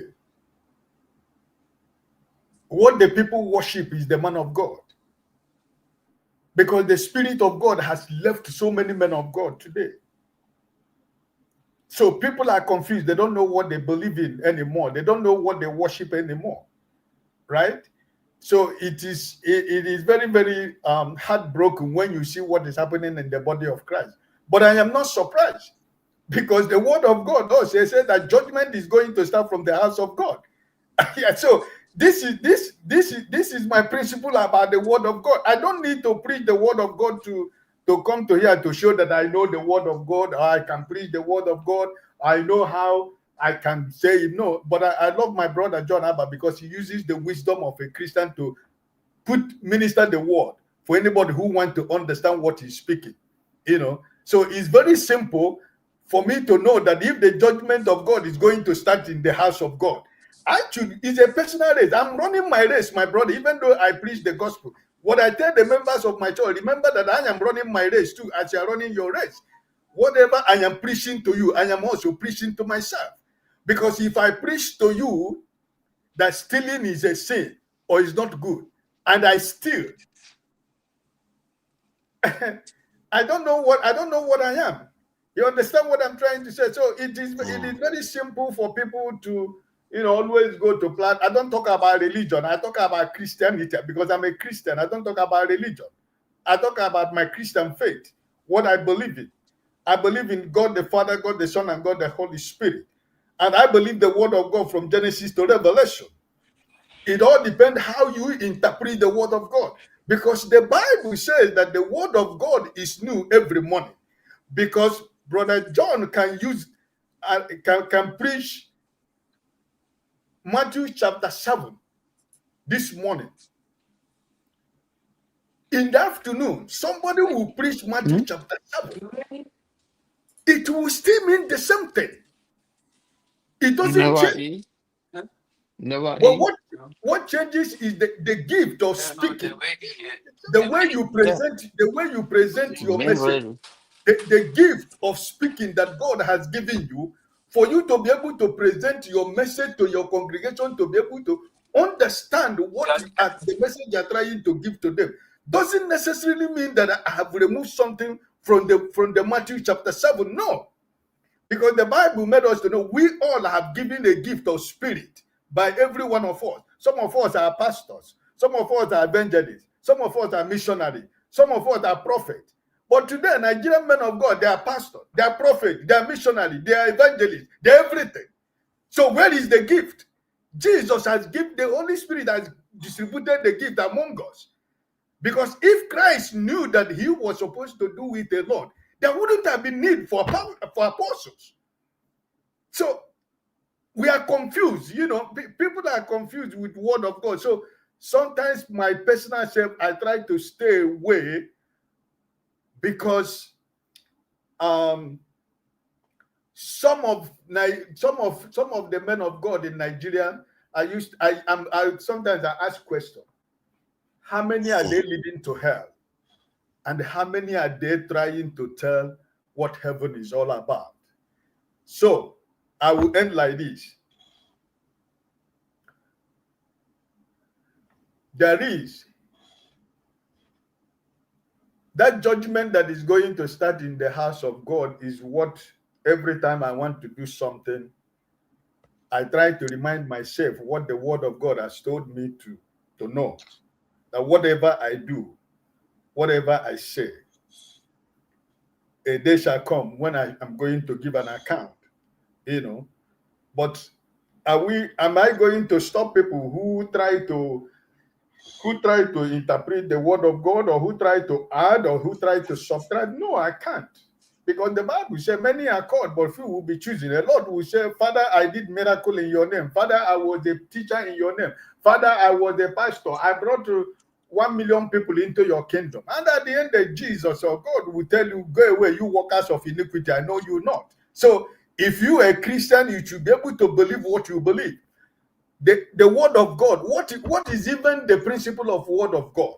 If you are truly a Christian, what is the message of word of God from Genesis to Revelation? What it is? Prepare my people for my coming. That's the word of God. It's nothing else. It's we. If you look at what is happening in the Christendom today, how many churches do you go today or you enter and you see where the man of God is preaching about righteousness? It is all about prosperity. It's all about miracle. They don't talk about righteousness of a Christian. They don't show people what the life you have to live a decent life. To be a some do. That's what Mr. Oti, I'm not saying all. I just said that many men of God. That's what I said here. I didn't say all, because if I say all, I am included also. So, but what I'm trying to tell you, what I'm trying to say here is that this word of God we are debating here. What is the message in that word of God? Prepare my people for my coming. Show them the way of salvation. Because if I speak about miracle, what is the process of miracle in the first place? Because when you talk about miracle, when people recognize miracle is when they buy a new car, or when they buy a house, or when they get promotion in the office, they come to the church and give testimony. But you forgot that when you sleep and wake up every morning, there is no greater miracle that you sleep and wake up every day. Which miracle is greater than that? Because what your mindset is set up. Your mindset is not set that even though your miracle is when you build a new house, are you going to be alive to even live in the new house? I mean, do we really ask that question? So when people interpret miracle, you know, when people preach about miracle and signs and wonders and all those kind of things, the way I read the Bible, the way I understand the Bible, I know the way when I want to tell people about what miracle is, or what favor is, right? What favor is, and things like that. But which church do you go today in anywhere in the world? You hear the word of salvation? No, it's about miracle. It's about prosperity. It's about sowing seed. It's about do this. It's about do this. It's about do this. And at the end of the day, people are confused. The members are confused. They don't know which one are they going to believe. How many people now do bring people into the kingdom of God? Because even the Christians are living the same life that they claim that the people they call unbelievers are living. But they are the architect of the same life. Christians today, those people that we call unbelievers, we build schools as Christians, Which money do we collect from the school that we build? Those people we call unbelievers. Is their children that can afford to pay the school that we build. Which people build the school? The less privileged members of the church who are contributing money to the church, paying offering in the church based on the message of the pastors. They will pay that money, pay tithe, pay offering, pay it. At the end of the day, you will build school. The members of that church, their children cannot afford, their parents cannot afford to take their children to that school that the church has built. It is the same people you call unbelievers. They are the people their children will be bringing money and you will be putting in your pocket and you're saying you're a man of God. And the people that are contributing the money to build the church cannot attend the school. The hospital you build, you cannot, the people that are members of the church don't have money to pay to be able to be attended in the hospital. It is people like Mr. Wike and his family that can go to that private hospital. Who are you? Which message of Christ are you preaching? Which message are you preaching? Somebody was saying here, I think it was Jody.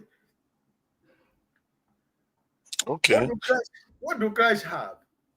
So the question, let me ask Janaba the question. He has been very patient. Empire, wait, let me end like this because I want to go because it's late here. My wife is giving me a sign already. I have a wife, right? I want to go and hug my wife before I sleep. So what I'm trying to say, I do respect my brother John Abba but he doesn't come here to show, but he uses his own wisdom to try to pass that message across for people who really want to understand. So for me, I'm emotional to the word of God. And I am very emotional when we talk about word of God because I know what I believe in. And I don't want to use it to become a topic of everyday. People will say one thing and will begin to argue about word of God. Word of God does not need any argument. It's for you to open your heart and your mind to receive if you want to believe. I don't need to force you to believe, but I only preach the message. It is for the Holy Spirit, if you believe that is Holy Spirit, to convince your heart to receive the message that Brother John gave you. Brother John is not going to break your head to put you the word of God inside your head or your mind. No, it's you to convince yourself that what is telling you is true. And if you believe that what is telling you, go to your Bible. You don't need your pastor to tell you what is written in the Bible. The Bible is a free gift for everybody. You should read the word of God yourself and understand the word of God and ask God, if you believe in God, ask God to minister the word unto you for you to understand. What is this word telling me? There are Christians who go to, the day they open their church is only on Sunday. They open their Bible. And after Sunday, they don't open their Bible. They close it until next week Sunday. It's a free book. You can read. So my brothers, God bless you. Brother John, God bless you. Oti, God bless you. Hey, my brother Paul, God bless you. Fathers, thank you for giving me the privilege. Look at that. I hope we see tomorrow. God will not bless me. All right. You're welcome. This is a piece of Sunday sermon. Good night. Yeah. You don't need to say God bless everybody. Me, he will see me on Sunday. But it's all right. It's all good. We all don't deserve the Savior. If you don't want God to bless you, ask Tinubu to bless you, right? That is all good. That is all good. Janaba, the question remains though. How do religions, when do they change from the original religion to something else based on the changes that are occurring? Because sometimes I begin to wonder whether religions are what they claim. Yeah, because the original religion now, in the case of Christianity, has been around for thousands of years, and they've never had a female head of a church, and they practice certain practice in terms of monogamy between man and a woman. But now we have a situation whereby we have, man and man and woman getting married. So how far do you drift away from the practice for over 2,000 years before it becomes something else? Like it's not another religion anymore. First of all, I don't think Jesus Christ himself was religious according to the Bible story. He was a good guy. He practices a forefathers religion that um, uh, he care for the poor, he care for the needies, yeah, those that needed food, they provided for them. So after um, his death, then what the people at that time that worked with him witnessed, now all them Christian because he's tied to Christ. The word Christ means is a title. So also then I say, okay, they are called Christian. The book of Acts now is the beginning after the departure of Jesus, the actions of the disciples, right? Um, and whether it's Christianity or Islam, is information. Every if you want to stick to the Bible, that you want to wrap your head around it, you can. And the only problem we, the African or the Black people, have had over the years was lack of documentation. We don't document and we don't reform. And as a result, when the Christianity and introduced to us, because we have nothing to hold on to, that okay, this is how you worship your God in terms of documentations, which I believe that our traditional way of worshiping God was not bad. They should have been reformed in a way that we, the African, um, stick to our way of worship, because if yes, whether it's the traditional leaders and the political leaders could uh have the respect uh to our people, because in those days the God of the land was holding them accountable. But because of the few mistakes, like some uh, let's say if you have twins, they think it's not a good thing. So some of this cruel thing that happen, little thing, they capitalize on it, and then they bring this religion to it. But as it is now, it's due for reform, and that is what we are saying, because the Bible says, right, that God do a new thing. So why, if He's going to do a new thing, are you now going against it if God is the one doing it?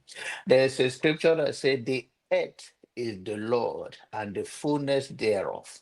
So as far as if you are open-minded, nothing happened without the knowledge of God, and God has all the power.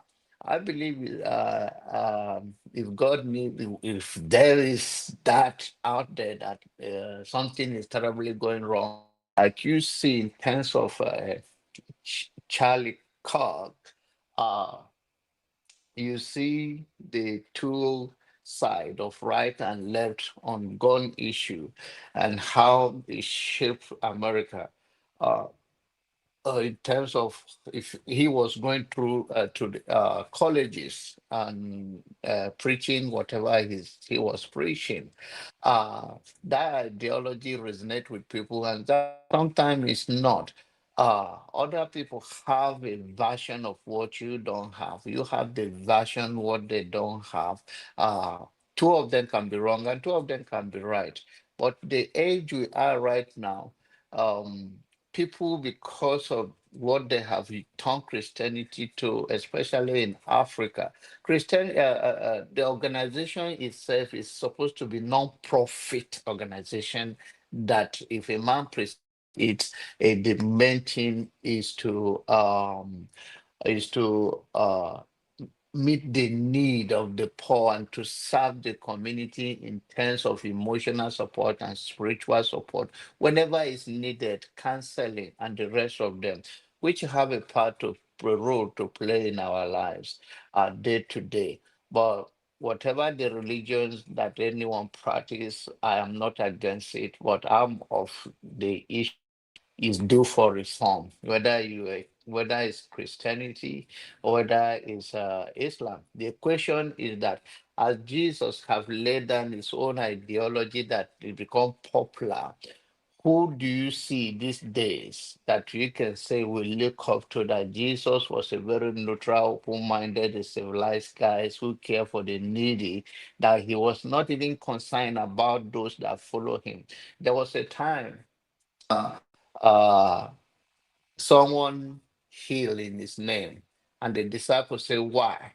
And he told them that if this person is not against us, it's of us. So you should not question him. There was a time was baptizing people and they have gone through the baptism class or teaching. And somebody came and he baptized and the disciple was having problem because that was the Jewish whatever settlement that they believe that the other ones are not to the same salvation that they have.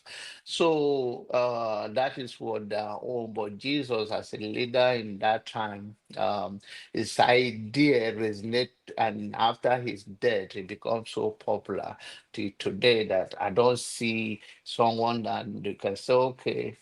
Let's follow this person because what is even the so Christians are doing is contrary to what Jesus himself did. I don't think if Jesus will be supporting the Israeli to wipe out Palestine. I don't think if Jesus is there now, it's oh well done, you are doing well.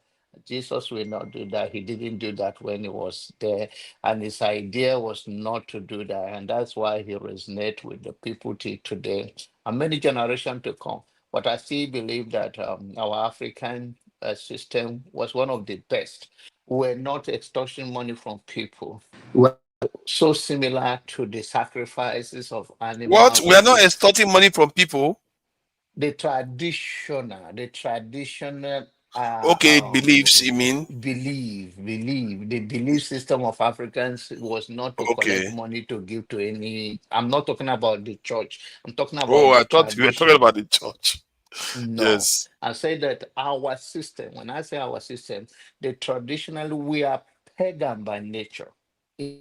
Before the coming of Christianity and Islam, we're all pagan, and there's nothing wrong with it. To be The fair, problem is that sorry, let me clarify one thing about that paganism.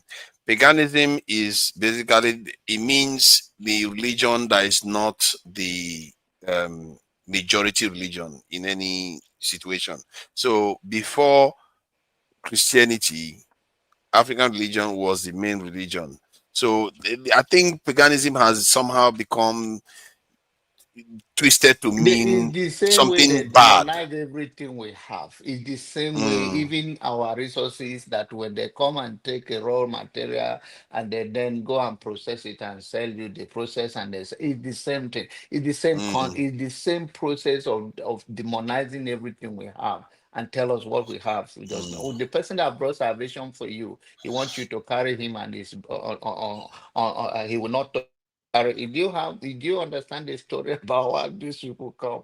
But then the question is that when you look back and the infrastructure, like most churches, like you see today in the Pentecostal, they were all beneficiaries of those old churches, ministry schools, like Methodist school, Catholic school, and all those Anglican school that the white people bring. But same way they did it today.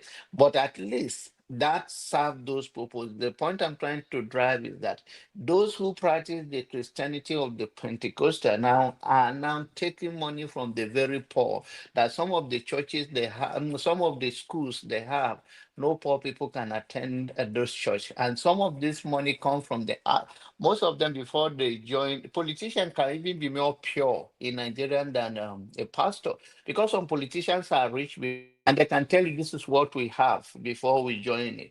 Most of the politicians you have in and the Christian and the pastor you have, they will come as a church rat. They get that money from the back of the poor people. And and then today you are telling, and those some of those people are beneficiary of those old school built by church that they pay nothing.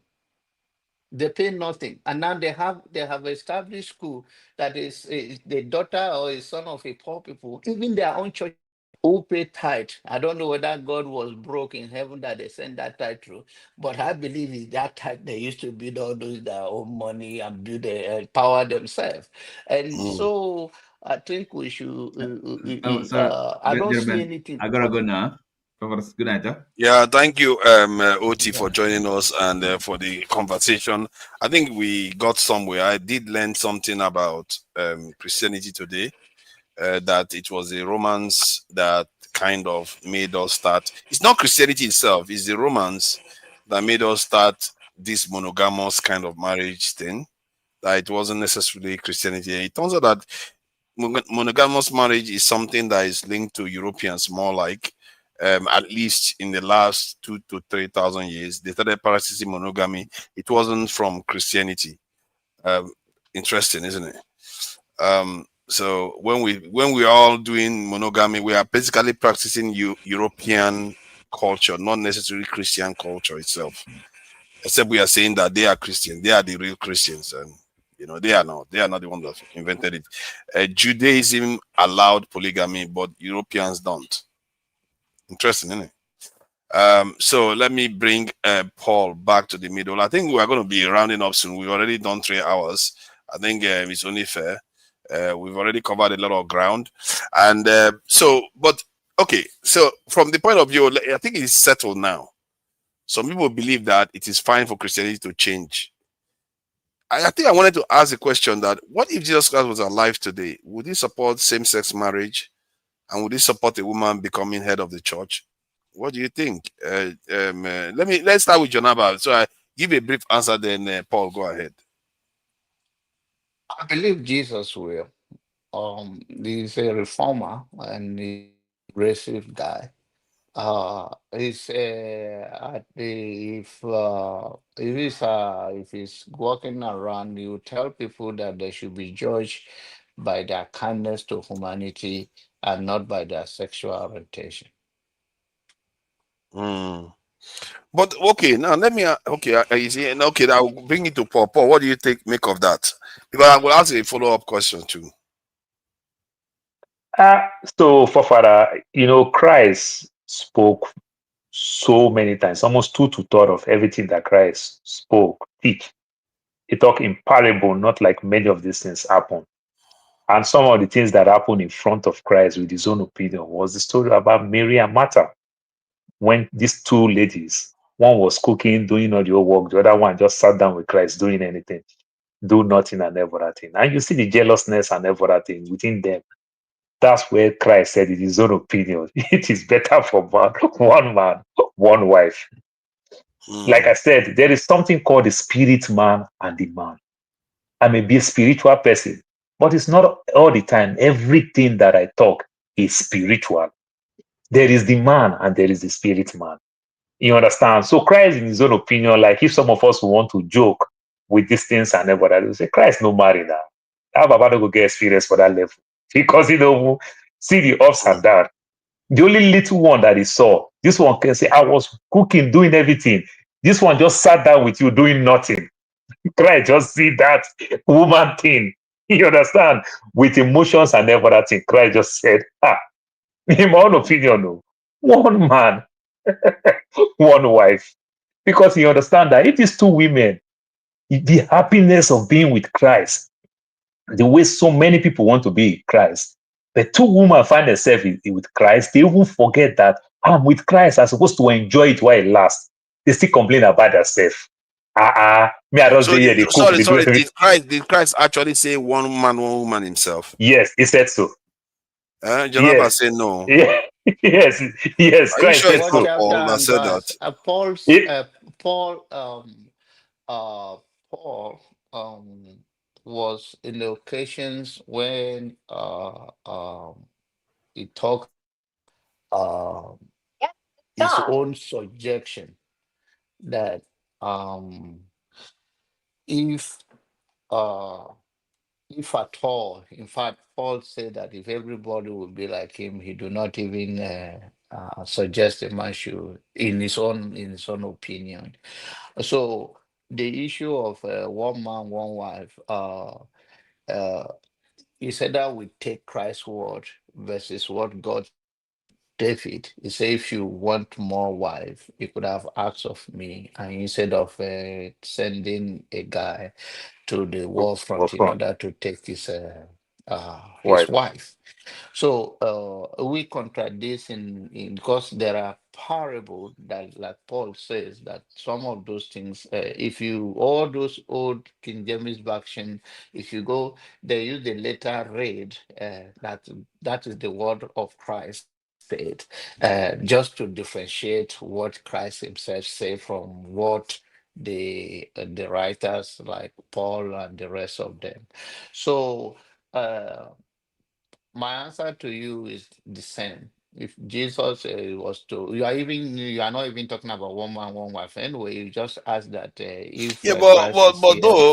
but everything we seem to be If saying you Christ went will to, you accept already everything. gone No. far. If he will, because I think that's due for reformation. All of those Yeah, things but if is he's gonna due. The accept only everything, thing so we he's have gonna never accept have people a eating all leader. kinds of food. But he never really administers so many things. I guess all he seems to say is as long as you believe in me, you go to heaven no matter what else you do. So you go robbery, you do all those things, you are okay. Is that it? Where is the line? Okay. But the same. Where is the line? Remember, the It's thing. I getting love out this of question, Remember control. that forefather. I woman love was this caught in question. Where is the adultery. line? The woman was caught in Forefather. adultery. That's why I said at the end of the day, Caught the in argument adultery. still say silent this Bible. When you go that route, it gets you more The, confused instead of it to the bring you woman more that understanding. committed Let's hear adultery. Jonaba. Let him finish his The submission. woman that committed adultery. They said that the law of Moses. This woman, the penalty is to stone her to death. And it says to them, who among you here that have not committed a sin should be the first stone. And the Bible says that all of them begin to leave, first the elder among them, who is the first person that raised the issue. The point is that, and that was a law, but Jesus do not say do it or not doing it. He just said that who among you that have never committed a sin should be the first Parable. person, because you are asking, yeah, you are asking that. And then another thing is say, how much time forgive your brother in a day? He says 70 times what? 70 So, in times. other words, he's saying that leave every offense unpunished, every crime See, unpunished. what he means is that, okay, you now, I'm not trying to answer it. I'm trying to tell you what the Bible say. I'm not trying, because Yeah, to you because I'm is too trying to much. get to Where is the line? what is the You point? are Where is trying the to say line? where There is doesn't the seem to be line? any Yeah, line. exactly. Is The it just like line some kind is of to man. hippie that he Remember just goes this. on accepting everything that goes on? We have to draw a Remember line that somewhere. this. No, remember Forefather. he That's why I still summarized go it. back to He Matthew summarized it. 5:17 He again when Christ summarized said it. it. He summarized it. He summarized even the law that they do not come to abolish, but then he says, love cover all this, and he says that if your neighbor, if you steal from your neighbor, you do not love your neighbor. With your neighbor's wife, you do not love your neighbor. If you lie against your brother, you do not love them. So, Yeah, but he in also another forgives word, sins, though. that is what I'm saying. It's end That's of what the he said. day. That is all. The end Then of the day. where is the consequence The for now sins? is, I think, is the moment depends on what you are met with. Like now, I believe that if I got to fall further now, lying right now, I have no chance to the Bible context.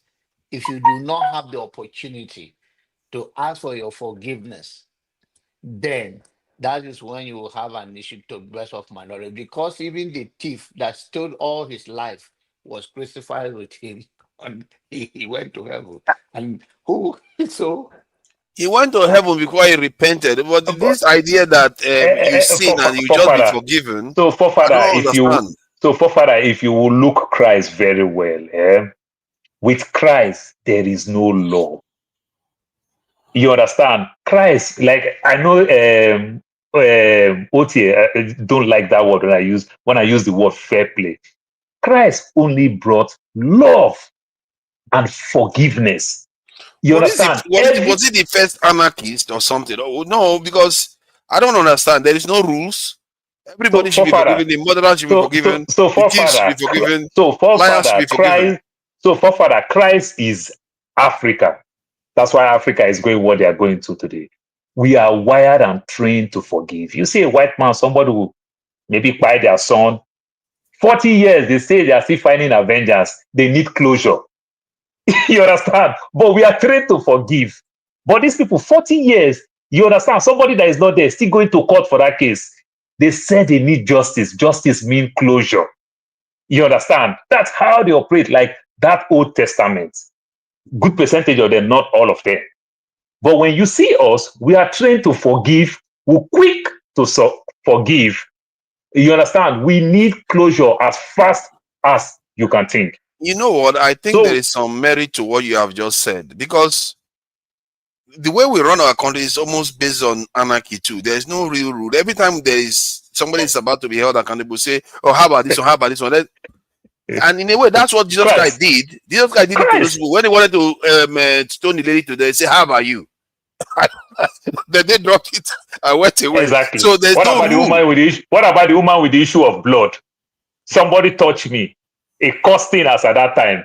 It become miracle to that person. You understand? Just the opposite. You understand? So that's why when you see the Jewish people, they don't understand. Like I said in my psychology 101, it becomes foreign. When I use this BlackBerry and this iPhone thing, you understand? It was foreign to us. What kind of stupid phone is this? I'm touching the phone. Everything is just working upside down. Today, every one of us is using touch screen. None of us is using the keypad.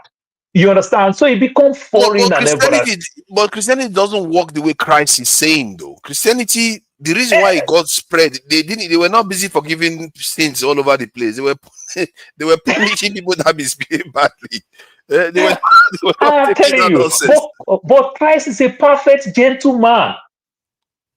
He's a perfect gentleman. He did great. You understand? But that is not the law. They're not following his way of life. The funny thing, he didn't bring any law, and he did not abolish the law that he made. Then if he he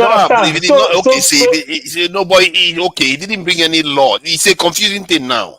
Exactly. He didn't bring any law, but he set examples that some people feel is worth following. Very good. Exactly, I agree. But maybe it's a momentary.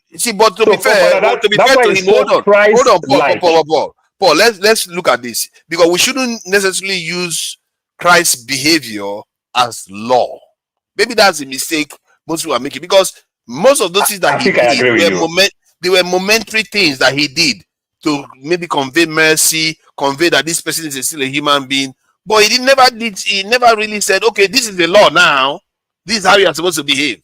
Exactly. You should not stone somebody that carried out abortion. So maybe that's where the mistake is. So it's a little bit weird. I'll give one small excuse. Look at Donald Trump today.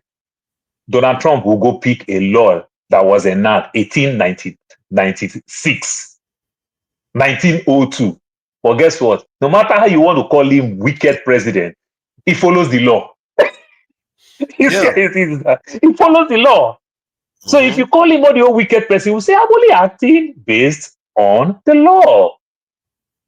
I didn't want to really call him a wicked person if he follows the law, because he swear oath, you understand, to abide by the law. So if you follow the law, you see, this is where Jesus Christ comes in. You don't have Christ now brought human face to the law. There is common sense, discretion. You see, and what Christ brought was good. It is confusing. It's confusing. I think if I was interpreting it, the best argument is to silence the Bible.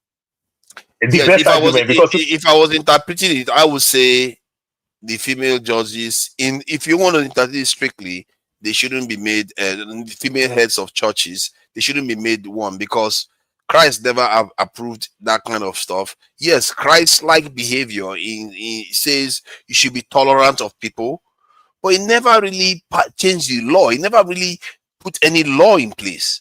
He defied the law sometimes, but he never really changed it. He never said, this is what you should do henceforth. All he really commanded people was that, follow me. That's, believe in me, that I will take you to heaven. That's it. That's the only time he really, and he did say, love your neighbor as thyself. He did say see that. my sister, my mama Bona. Yeah, welcome, this thing. Ify, nice to see you today. We are discussing religion, and if he had come Georgia, not Atlanta or Georgia this month. Where did they go? I get one party where they make me cry up and down. Where? Which side?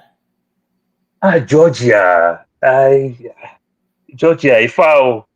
When I first check GPS, it bless make I cry. What city? Just keep going, keep talking. I will find it. I don't like to talk about religion, forefather. Okay, if you don't want to talk about religion, there's one issue that has been coming up regularly that is triggering me to talk about the American situation right now. This was about David. You know, this was about David. They were talking about David. You know how God asked David whether he should get more wives, why he didn't ask for more wives. The story that correlates with what is happening in America is when David's son passed from the partner that he got from sending the husband away to war to go and die. But he had a son, and God condemned that son to death. And because the prophet told him that his son was going to die, he was fasting, praying, wearing sackcloths and everything. And after the son passed, after 7 days, he just stopped and started putting on clean clothes and, ready for party. His servants were concerned that this guy that was mourning and all this stuff, all this while, after the son died, they were scared of telling him even, but they saw his countenance. They were like, why are you behaving like this? He was like, he's dead now. There is no point mourning anymore. There's no chance. He's not going to come to me anymore. I'm the one that's going to go to him. He's not coming back again. So I have to carry on with my life. So why this comes up from the context of the American society, which is very strange that it's tied to what is going on in America right now, is when you hear some Americans say, oh, the left are crazy. They are the ones saying all these bad things and leading to all this war, all these people be getting killed and all that stuff. They forget that the left think differently from them. Just like David thought differently from normal human beings. The left try to prevent the death. They don't mourn after the death. While Republicans tend to think in a different way, they mourn after the dead. So, and it's very, very interesting thing that you start learning from observing societies, how they behave. True. They don't seem to understand that people have different ways of mourning. I'm learning a lot, coming online, it's not totally wasted. I'm actually learning a lot. Because he taught me about when Buhari died too, how Nigerians reacted. Some people were celebrating his death, others were mourning. And I discovered that you don't condemn both sides, which is weird. So in America, I don't like the idea of them condemning. From both sides again, it's called love. You understand? From both sides again, it's still love. Because let me tell you, I'm having issues with my siblings right now. We're fighting, going through all this type of problems going on with my siblings. The first thing that comes to my mind, you understand, I just said, death means rest for my mother. Because if my mother were to be alive, this thing happened, probably it would have been this issue that would have killed my mom. And I will never forgive myself because I caused my mom's death. But thank God, my mom is already dead. So it's okay for us to fight. You see what I mean? Exactly. You see? So I didn't say I'm fighting my siblings, so it's hypothetically I just use that word. So you see Paul, how do you perceive it then? Is it that some people prefer to prevent? Do you agree with the idea that some people prefer to? Okay, let me just make it clear. There are three groups. Some people will cry to prevent. Some people will cry during, and some people will cry after. While some people, most of their energy is on prevention. Once the death happens, like David, it's over. There's no point worrying about the dead anymore. They are gone. And most Islamic practices tend to be like that, whereby when somebody dies, immediately inside the ground, it's over. When you're alive, they do everything to prevent you passing on. So which one should be regarded as actually superior? Because from my point of view, which maybe I'm biased, I don't know, I would rather preserve life. So when you look at America now, they are now turning on the liberals, saying, "Oh, you are laughing at Charlie Kirk. He was shot, and you are laughing at him." Yeah, it's not nice to laugh at him, but to malign the left for the situation in America right now, where people are getting shot because they are going to political discussion, they're having political discussions, completely betrays the truth that the left have been fighting when children were being shot up in schools. When Las Vegas shooting, the left have been fighting, trying to pass laws to stop it from happening. Who stopped them from doing that? These same Republicans that are accusing them which is a very weird thing to observe, for it to be happening, that they are accusing the left of being the ones that are insensitive now. Well, when in reality, the left have been mourning the death of so many children. I will completely be indifferent when it comes to this matter, because I've been in this country for so long that I understand. Whether the left, whether the right, they are just the same thing. It's like immigration. Now, the right will take the advantage of all the missteps that Republican is doing now when it comes to immigration, win the next election. Then when they also come again, they themselves will abuse it. Immigration, Republican will use the same thing to come back to power. Barack Obama won 60 seats. They can change anything when Obama was in power.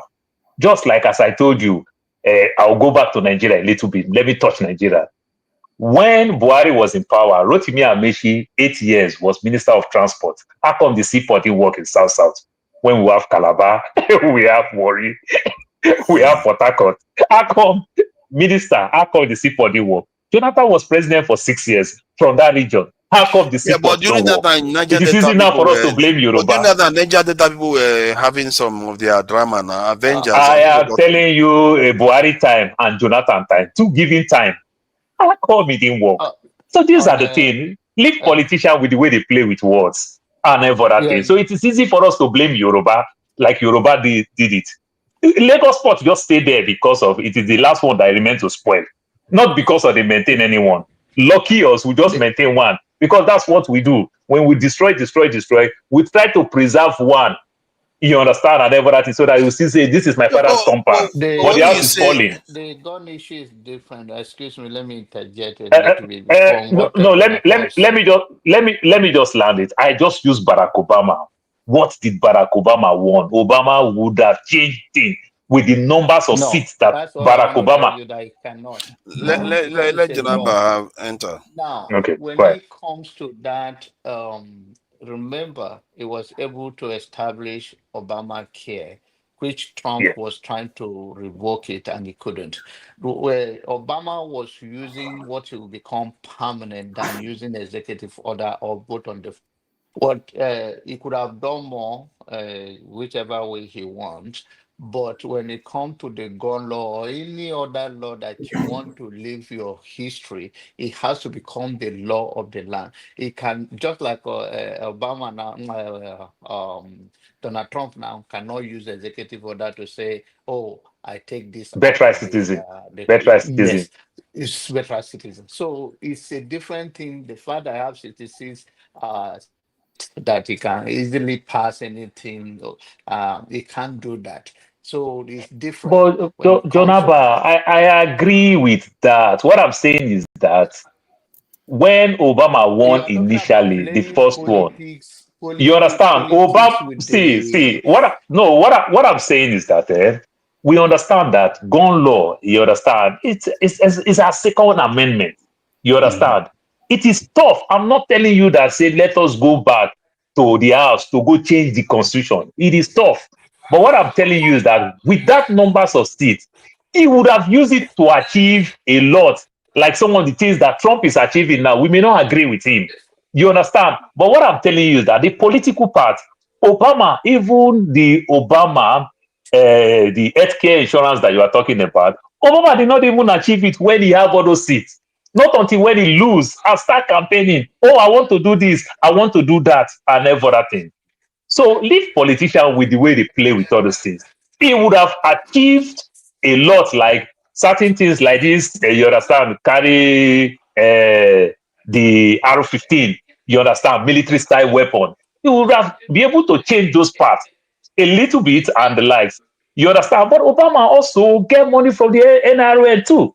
You understand? These are the things. So they play Yeah, politics but to be around fair, it. though, to be fair, Paul, most of the people that are campaigning for gun control tend to come from the left. Are we in agreement on that? Yes, but when So they take that is my problem with so now forefather, you are when they arguing take against power, accusing them. so forefather, when they take power, then they will tell you that there's nothing I can do. No, But when those they're are out their of power, politicians. they will But use it to no, to be campaign. fair, those I are their think politicians, and they did pass some laws. Let's not say that they tried. No, in many talk times. about That's why I use laws Obama. in Obama for a general long time. context. Obama, 2008. The numbers that Obama have, Obama would have done a lot. You understand? They use it as a Obama, campaign no, tool. I hear what you are saying. Obama, they always play weakness when they get into office. Where the Republican get into office, they do all kinds of stuff. Exactly. Let's allow John Abba to come in, Remember please. now, I think when first and foremost, when we talk about the issue, is that we are talking about assorted rifle, like they can use in the military. Yeah. Like there's no need. We are not fighting war. You can use a little pistol that is not gonna do it, cannot do more harm. But we are not talking about taking the gun out of the hands of America True. because that is the law, right? And then the only thing is that we are saying is that is right or wrong.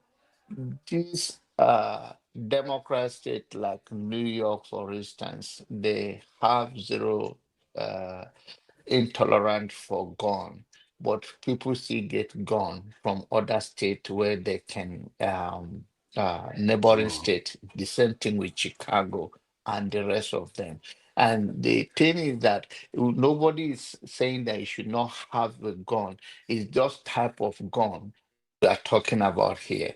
And those things, if you come to the campaign or to American people trying to appeal to them, remember in your local ballot, you all those things you can see we taking it as part of the your election vote in your county Yeah, or you're pro. wherever.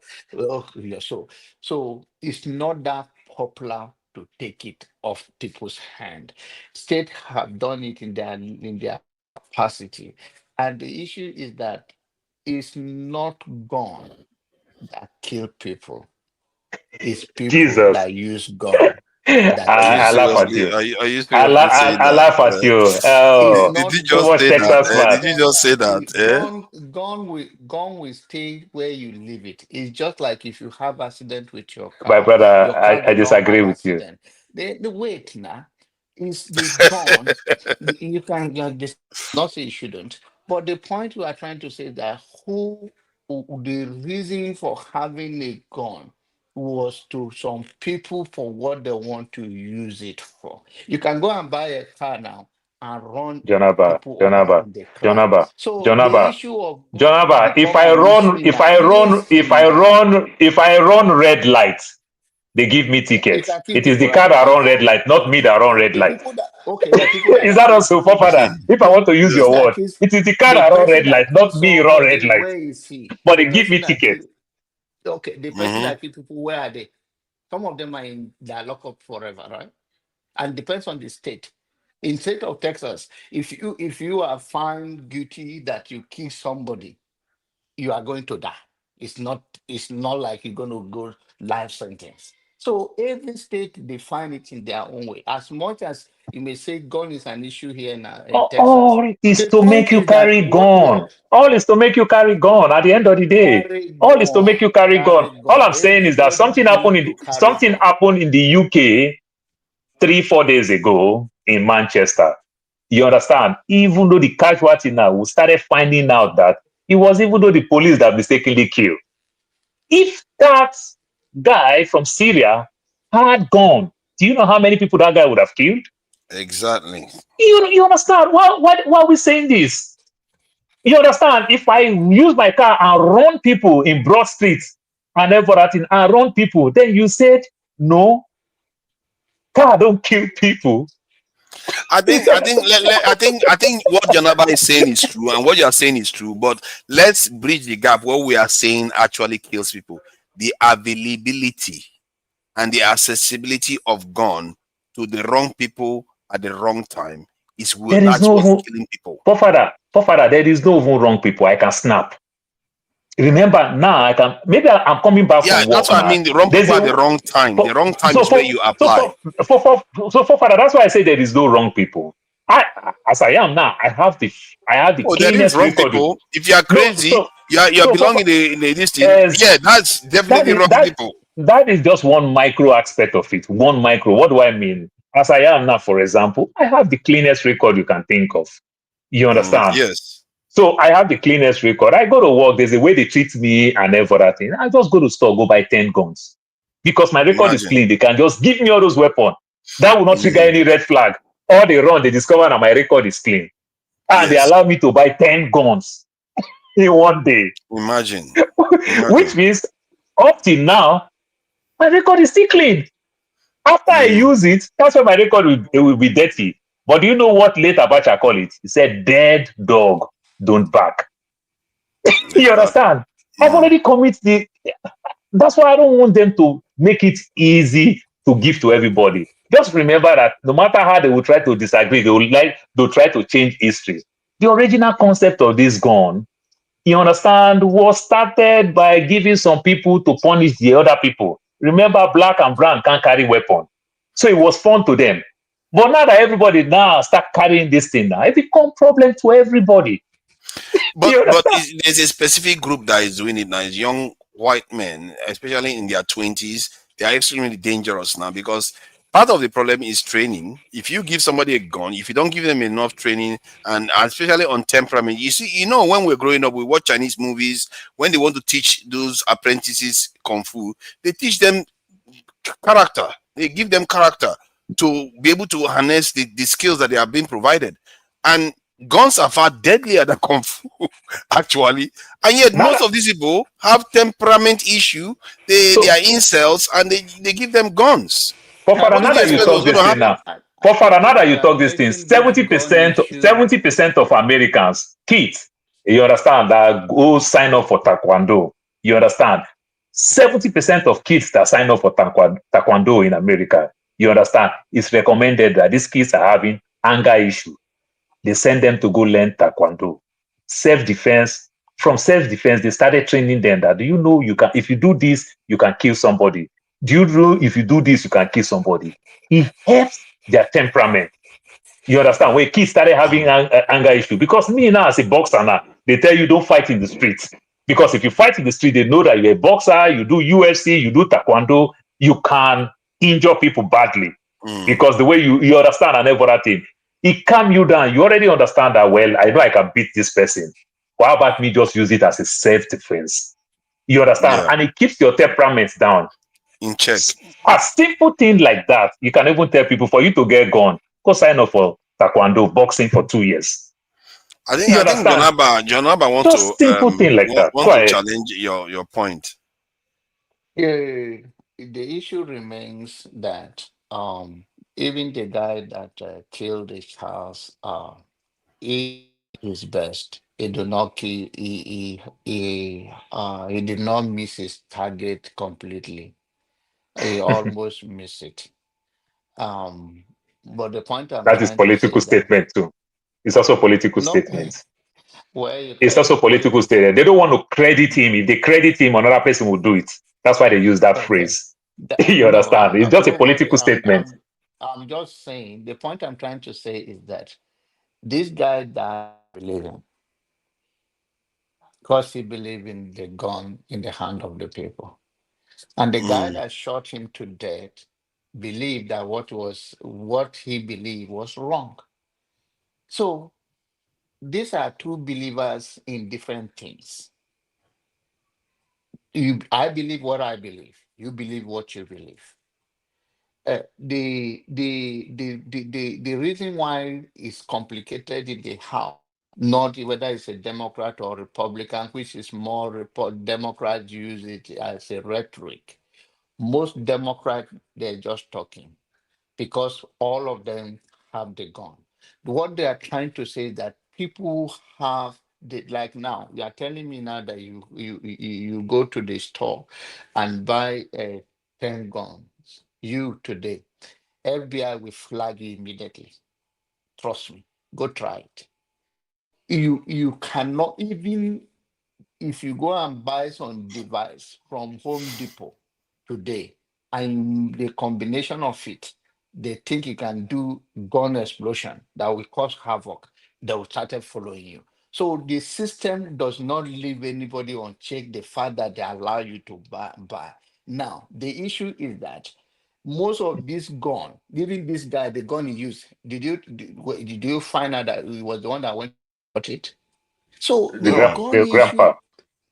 yes, the gun issue is a sensitive issue. So you Jonaba, are telling me Jonaba, now, the thing that listen, the wait, thing let me that finish. FBI do, the thing that FBI do when Listen, you talk about flag, they started checking you the things you do online and everything. They don't know exactly. the issue that So I'm having in my office. You yeah, understand? If I'm not that an is online not, we person, are talking FBI cannot about, do we are anything. talking about the Father, freedom you that you can understand? do All anything. these are all the So you little. should have It 10 guns, the and me, I should softest not have check any you can one. think of. No, You no, understand? the question And when is I that call you 10 can guns, remember they don't even do much background check when they do gun listen shows. to me. They do gun Listen, let me shows, you can finish. buy these Let things. me let me tell Let's you. hear him out Let me first. Let's just hear finish. him Let me out. hear. You are in Arizona, or maybe you live in Texas now. You can buy 10 gun and somebody can access it. And me, I should not have one gun.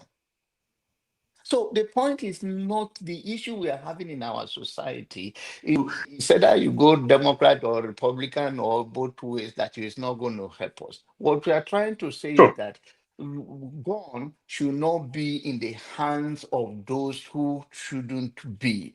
And you can, it's a I sensitive disagree. issue that listen now. It's, yeah, you can disagree. It's a sensitive issue that even when you think you have the gun, somebody else do not have it, and I have the right to protect my family, especially in this part.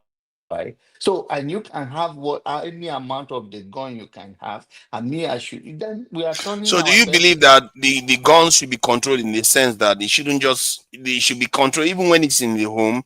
It should be kept away from certain members of the family. Yes, Mature people yes, should control it. yes, But yes, yes. Republicans don't support that. That's the problem. No, they don't come to your Yeah. house to tell you where you keep your gun, right? They don't keep your Yeah, they gun don't support house. that. They don't support that. Father, Yes, that but is less than we are that. talking Father, about a that is reasonable less than conversation of a 6%. citizen to protect Say kids each take their other. parents' gun, The kids have access to most their is a parents' gun. mental It health is minute. issue.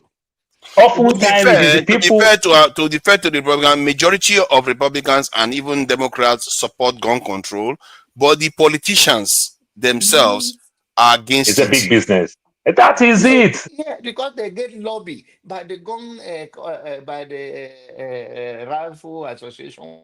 It's a lobby thing, and it's NRA. Yeah, but sensitive. you see, NRA. there's a bit of Now, sickness to this though, because from what I gather, Canada has almost as much weapons as this in Americans in No, terms of Father, citizen, but Father, they don't only have this sort of madness. Father, only the city of Phoenix, which is the fourth to fifth largest city in America, you understand, the population of that city is more than the population of Switzerland as a country. Switzerland have more guns than America. But for Imagine that. 20 years, no gunshot in Switzerland. Now that is very Yeah. revealing, isn't it? This is what For puzzles 20 me years, about no America. gunshot. more or less, I told you that time that gun do not kill people. It's people that use gun to kill, and you are against it. So you Yeah, don't but have the any rule of law, No, the rule that we are talking about, we are not saying yeah, that we don't no. agree with you. Switzerland initially, let's talk about the Switzerland mental started health. to understand themselves to be one people. We started our own with race, The where certain mental people don't health is still a initially have it. mental health. They use It's it still a and they give mental health. excuse with mental health. If you talk about No, mental health, it which is means the military okay. people are supposed to be buying people every day. These are the people who have all the PTSD, whatever, every day. How come you don't hear all this veteran every other day in our streets? Because we So have why them do you in think he's millions. responsible for it? What do you think is You're, responsible for all this? no, if you say mental health and PTSD, you understand the so-called veteran who knows how to use this thing and who have these things and everything in drones. We don't really have them like that. I think what is at the core of it is the ease at which you can just pick up a gun when you are angry. I think that's at the core of it. In Exactly. Switzerland, they probably control it a little bit more. That's why you don't see it everywhere. And it's often very simple procedures that they need to do. But the American space, I don't know, for whatever reason, they just want people to have gun when they are angry. I don't understand that. You can still sell guns like they sell in Switzerland. I don't understand why they just want people to have it in their hands. Can somebody tell me? Because I don't know what they are defending here. They're just saying, I don't don't allow understand. people to have gun to kill people. You understand this funny thing just called I fear for my life. That's an excuse where somebody will win in court. That's why the next man will do it. It becomes reference. You understand? I fear for my life. So today now that brown man, that black man too can also get a good lawyer. Then they'll drag this case and drag this case and drag this case. And in some cases, sometimes some of them will win the case. You understand? That negative reference case is also contributing to it. You understand? But a situation where some of these things happen, they judge this case within 1-2 months and they punish people for it. People keep saying these things. It becomes a different thing. You understand? People will cry with emotions and everything. So race contribute to this problem. I think you may be onto something there, because every other logic doesn't make sense. The only logic that makes sense is the majority population seems to be scared of the others. They feel that, history suggests that they need to protect themselves at all times. Maybe that's what's informing this behavior, because it's not like that in Switzerland. It's not like that in Canada, Australia. Once they had that issue, they solved it very quickly. So why is it remain the same way in America? Father, use the UK that you are. Many years ago, they used to carry and they stop it. He helps them. Did he go against them? No, neither he helps them.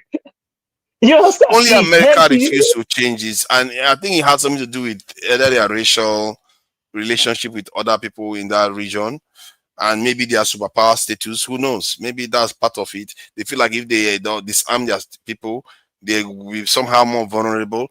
But I think it's more the racial thing. Father, let me make you laugh. Now, let me make you laugh. Let us go back home. My people say na cause where they follow them. When they cause confusion for other people, they swear for them. Say they're going to fight themselves. They're going to fight themselves. I don't know. It's a very, very sad thing. When you watch that school one where the young people, I really thought that was going to change America, where 20 young people were just, murdered like that.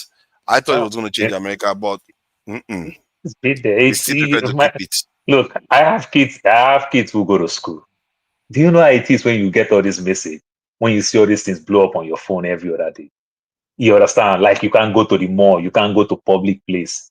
You understand? Whenever there's major events and everything, we are bored. My neighbors are not my friend, and at the same time, they are not my enemy. So if we're tired, we'll just go sit down in mall, go walk around. But these days now, it's just not encouraging. It's not encouraging at all. You understand? Mostly when an event is coming on, because you just get scared. And there's nothing as bad as human when negative becomes the standard. Everything you see them first as negative before positive. It's never a good thing. Did you just say, Jonathan, maybe you can answer this too. Do you think the situation in America now with the Trump presidency, ICE, gun violence, Epstein, Gaza, do you think it's affecting your behavior now in America? Has it altered your behavior from what you were doing last year? Of course. When they realize that you see people running on the street, last week, maybe it's about 2 weeks now, the ICE van that was coming with the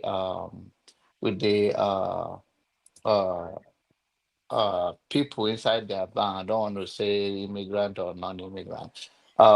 Someone was on top of and shot at the two people who were killed.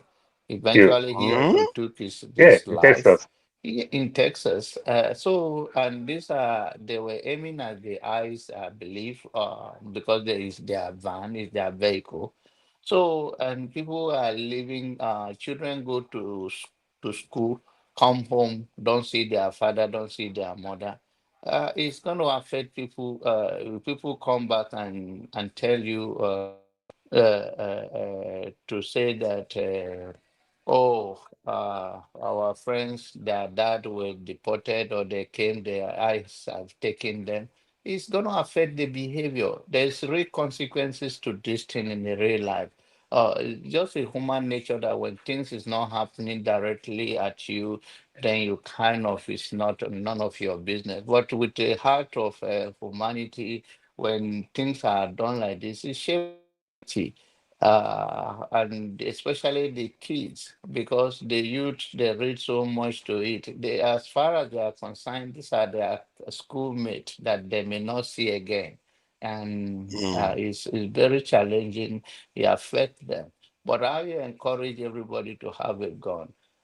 Before you somebody come at you, they should weigh themselves. And I think without this gun, America could have been. The more you are talking, who more death. The only thing is that who is dying. That's the question we have. But for father, So yeah, Jonaba, the these are only people issue who is I'm pride just going to themselves, ask and I now. give it to them. If I call 911 now for emergency, for father, the next 2 to 3 minutes, the cops will be here. If they Yeah, discover we that are it's not going to even take time, talking about you understand? So immediate to the why do I want to release. do We their are job? talking. If they pride themselves that they will come protect me, why do I want to do their job? No, we are talking But when we sorry. Let me just shout out to okay, I don't like to use that term shout out. Let me acknowledge the joining of the YouTube family of Dr. Damages by A Black Beauty. Thank you for joining the channel. And it turns out that this is quite important. People should be joining these channels because this support that we get helps the channel to be able to actually get things done. If you really want things done, this is part of the way it is done historically till today. And it's just realization that we are all beginning to get. And she said, nope, we just refuse to live in fear. I think because she's in New York. So all those New Yorkers, If she I says think she it's should a New bring her York thing. back. If she Pardon? says she should bring her back. Okay, If yeah. she says she should bring her back. Okay, and she's back now. So I think maybe it's because she's in New York. A Black Beauty, you are in New York, I take it, eh? All those New Yorkers, the population is too much for too many foreigners anyway. Father, my sister, they lucky, they enjoy Nigeria, they enjoy life. Oh, look at that. You see that? Look at that. She's in New York. You can predict that. Those New Yorkers, nothing faces them. It's like your country is burdened. It doesn't touch them, at least not yet. If it touches New York, you know America is in trouble. The moment these things really get heavy in New York, America is in real trouble. And maybe California is already hot in California. You don't know why the governor was kind of challenging the president and all. So Yeah. America, I feel bad to hear that to an extent you've all altered your lifestyle because of what has happened. And this trend, I've been warning you guys that in America, maybe even I in the UK, actually, Elon Musk is getting involved in the UK now, and UK is becoming magarized. I don't know how to describe it. Even UK people that we are watching our back when you go out now. So you have to prepare. Seriously, you have to make alternative plans. Plan what is going to happen in the next 2, 3, 4 years, because America could experience some serious upheaval. I've been saying this, people keep thinking it's a joke. And even the right wingers in America, they've been saying it for over a decade. Since Obama became president, they've already been talking about all these things that are happening now. They've got Trump now. They had Trump twice now. So it's a shame they didn't have Trump 2 terms in a row. By that time, you would have seen it happen. It's because now there's a gap. Trump, it took them from the first term, 2015 or so, to 2025. It should have taken less time for them to get here. But they're here now, and we are beginning to see the troubles. Let me see. Let me just send this link. I think they wanted to come in. So, okay. So next year there's going to be an election in America. I think the reason why they are trying to spin all this stuff happening to George Floyd, this in Charlie Kirk, was because they know the gap that they left behind. That the fact that the Democrats are the one that have been fighting for gun control, and Ironically, he was talking about gun violence when he was shot, and that you can't make it up. If they don't go head on to attack Democrats, what is going to happen is that the next election is going to come around, and they're all going to be voted out because of what has just happened. And so, don't you think that is where most of their so-called, it's like gaslighting, isn't it? You cause the problem, but you are gaslighting the other side. They are the ones that cause the problem. When in reality is the guns. And Kennedy, I think Oswald was around 25 years. The guy that wanted to assassinate Trump was around 22 or 20 years. In short, 20 to 25 seems to be deadly years for assassins in America. For some reason, I don't know. It's just because that 20 years is no longer a child and it's not fully a man. He's not started like, he doesn't have the commitments of a family man. In between. They're deadly, especially when they are disillusioned. They are deadly. You have to watch out for them very closely, and they do damage. And unfortunately, it's all white people that seem to be doing all this now. Not but if it was black people, goodness, you guys will not. If you think you're altering your lifestyle right now, you will alter it even more. It would have been total hell if that was the case. And thank goodness it's not this thing. Okay, I don't know what I should be thanking goodness for that. It's a bad thing all around, but it would have been worse for black people if a black person was involved in this type of killing. That said, where do you see this going based on what you are hearing on the ground? Is Trump getting...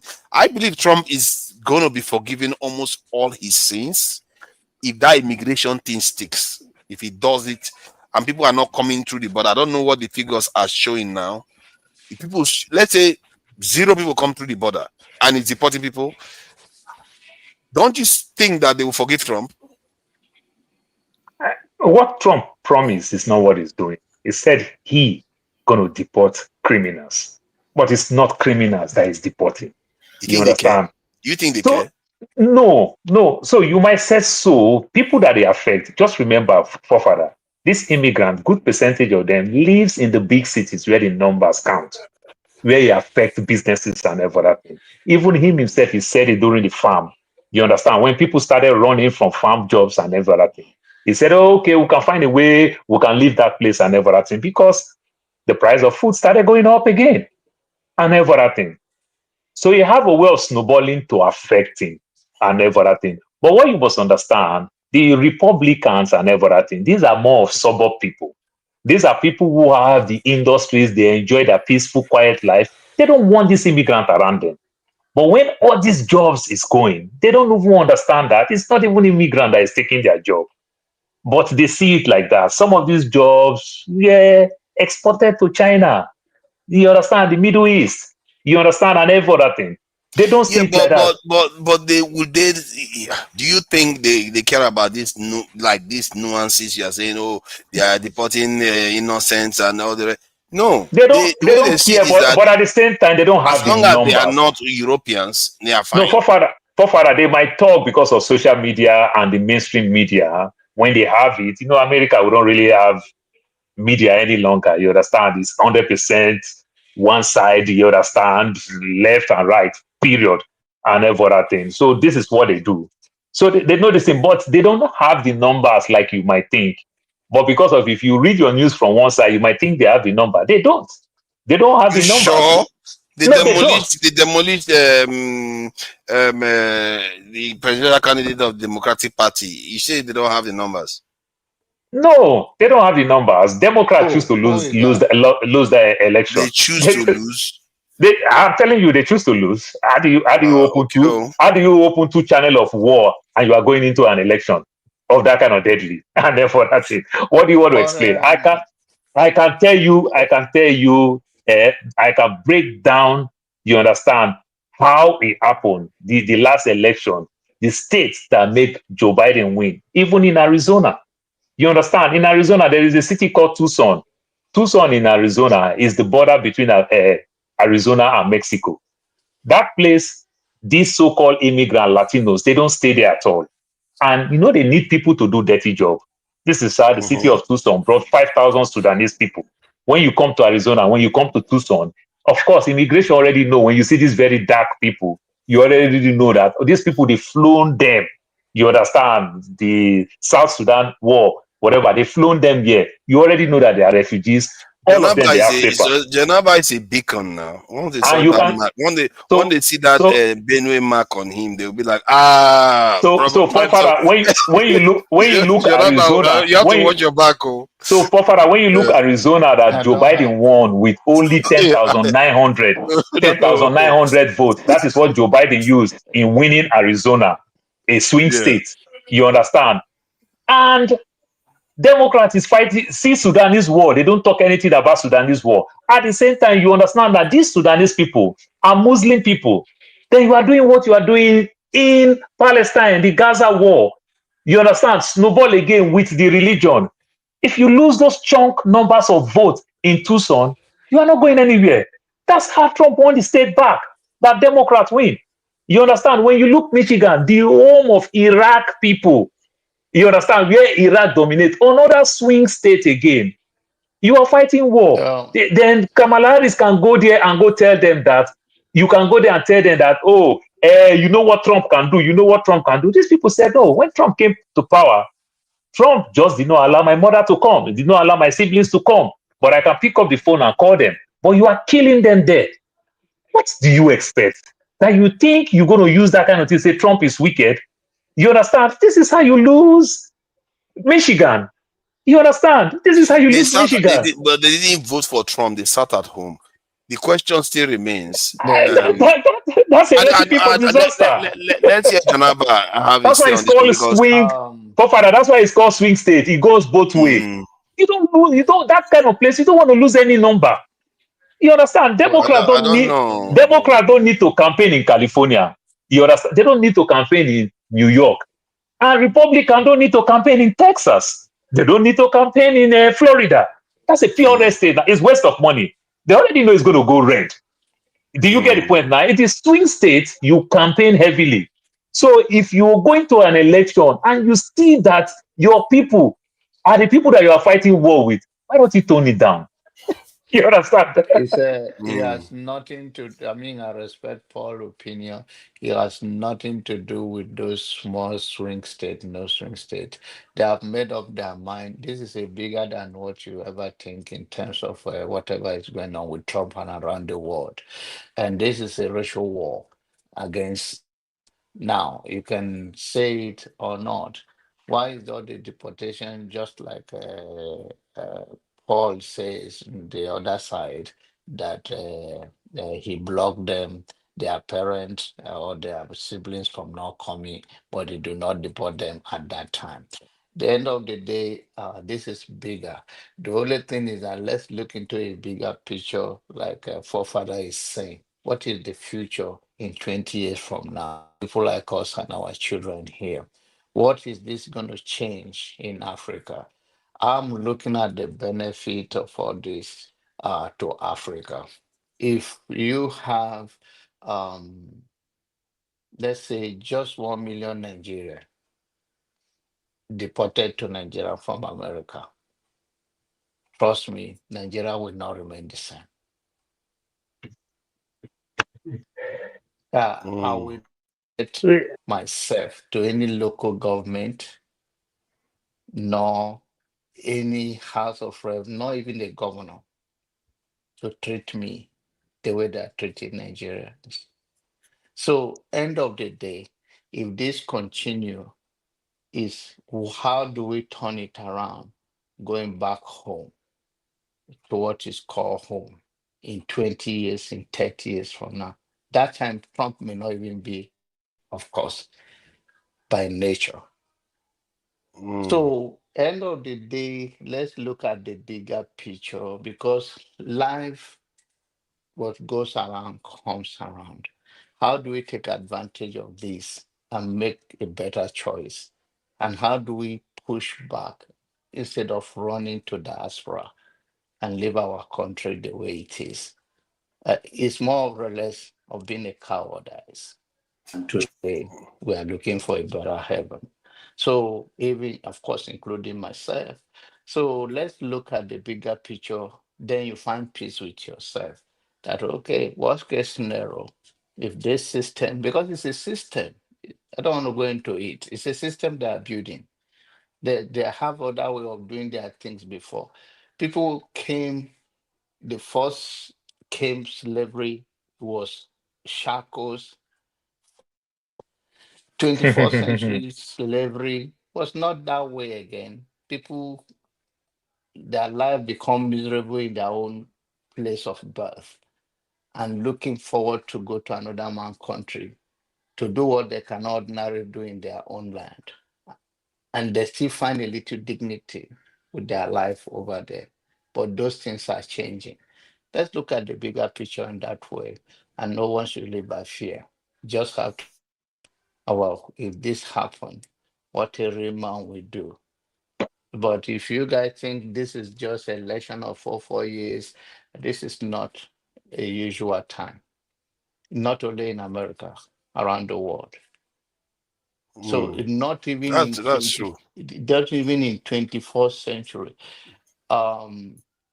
That's why Bernie Sanders and somebody like him who resonate in American history. Recently in Florida, and he called on Trump. Say you are not a man. He's a Jewish guy. Say if you're a man enough, tell Netanyahu to stop the genocide. This is a Jewish guy, a sitting senator. Because they know the system. And he told him that if they want to revenge, why can't they go to Germany? So it's a new way of things getting. You forget Germany is part of NATO. What are you talking about? It's part of NATO, Article 5. Injury for one, injury for 32 nations. It's bigger than what we are thinking. And this is how they give us everything we have. Before we know it, we are working on just a 4 years election, 10 years election, or 8 years cycles election. While they are building a system to sell what you cannot, you will buy tomorrow, and they people that preach what they don't do. So let's take this serious. And the way we are taking it, and we think we are laughing like it's a joke. It's not a joke. It's going to affect. If we don't have an alternative to say, okay, at least have a backup. It's better you have a backup plan that you don't use than not having one at all. True. It will be quite interesting though to see Jonaba walking, towards ICE agents when they are trying, patrolling the streets, and see the kind of look they give to him. It will really be interesting to watch. Trust me, I see them every day. Trust me, I see them every day, and I see them when I go anywhere, even downtown. I see them. I walk. I even see them. People run around like that. I don't have any of eyes approaching me and all of those things, and I don't. My look is different. I don't know, but I don't feel anything. Yeah, you don't give out any vibes, but I just get the feeling that if they walk very close and they see that Bedouin mark on your face, man, they're gonna think, let me take my chances. Then you know my environment. First of all, you know the environment, and then you know the kind of yeah. A lot to just approach me. They did that for me in New York, and that time is like 20 something years ago. I was in a popular place called Park Hill, in Staten Island, New York, and that's many years ago. And what they pulled me over for is the car that I was driving, not because I did anything. It's because I come to that area. It's dominated with a low class area. But if you know that area, if we say Park here, they know, and there's African store around Taji Street. So I just pull over there, and they pull me over, and they ask me for my license. It's not, they just think that why should I drive the car? That's the only reason. And that was, yeah. But this time around, they size you. They'll just know that somehow trouble will come. They will let you go. They know who they are targeting. Yeah, I get the feeling that I just get this feeling. I'm not very certain that either they are reserving black people for last, or they don't want wahala right now. No, They don't want black people right now. Father, they pick black people. They pick black people every day. They pick black people every day. They pick black people every day. Okay. I'm telling you, they do pick black people every day. But only just that. But most of the videos you see tend to be Hispanics. That's why. So for Father, they still, they give $750. If I want to snitch on somebody now, I can get $750. So somebody might do that, and coincidentally, while they are doing it, they find out my address. The way I am now, where I live, I can tell you my neighbor might do it. But for the fact that they can even maybe pick my mail, pick anything, and run my name and discover that, oh, sorry, he's a citizen. So it didn't happen. You understand? But to the next person, it happened. Yeah. You get the point now. So these are the things. Not that it does not happen. The people we tend to see when they are grabbing them is Hispanics, even South Koreans, for crying out loud. South Koreans are like, they were so cross. They came and took their people, are like, enough of this, man. They even before you even see black people, you saw most South Koreans being harassed. It tells you that they are not going after black people. That's why I said that's why I said it called for profiling. So now you see all those funny things. You have to work like the way I'm working now. These things they tell us is our place of work every other day. You understand? But sometimes men will be men will joke. Somebody will say, Paul, I'm going to send you back to Nigeria. You understand? Jokingly and everything. Some people might lose their job. They call immigration. We see these things happen all the time. They call. Oh, they bring in all this illegal and everything. You hear all this funny thing where they say, oh, they bring you here to America. They give you good credit score. Now you can buy a house. You can do all these things. But these are the things these people don't understand. If I come here with already BSc, skill set, and everything, while I'm working on my paper, within another 3 years, I got my paper right. The speed that I will move will be so astronomical to the next man that drop out of school and we're doing the same job. They didn't see it from that angle. So when I got my paper now, I started applying. Oh, I have this skill. I have this certificate. I have this thing. I will go fast. That person will not understand. They'll just think that, oh, they favor all these immigrants. They give them good credit. They allow them to buy a house. They allow them to do this. They don't understand that. No, it's not like that. So sometimes they may be coming from the place of ignorance. You understand? Let me ask Madam Ife about this now. So I take it that you know about all the ICE movements in America right now. Have you had any encounter? Have they looked at you with a side eye thinking? I don't know them. They don't know. You don't know you don't cross paths with them. Do you know anybody that has been taken away by ICE? No. So maybe they are not deporting that many people then.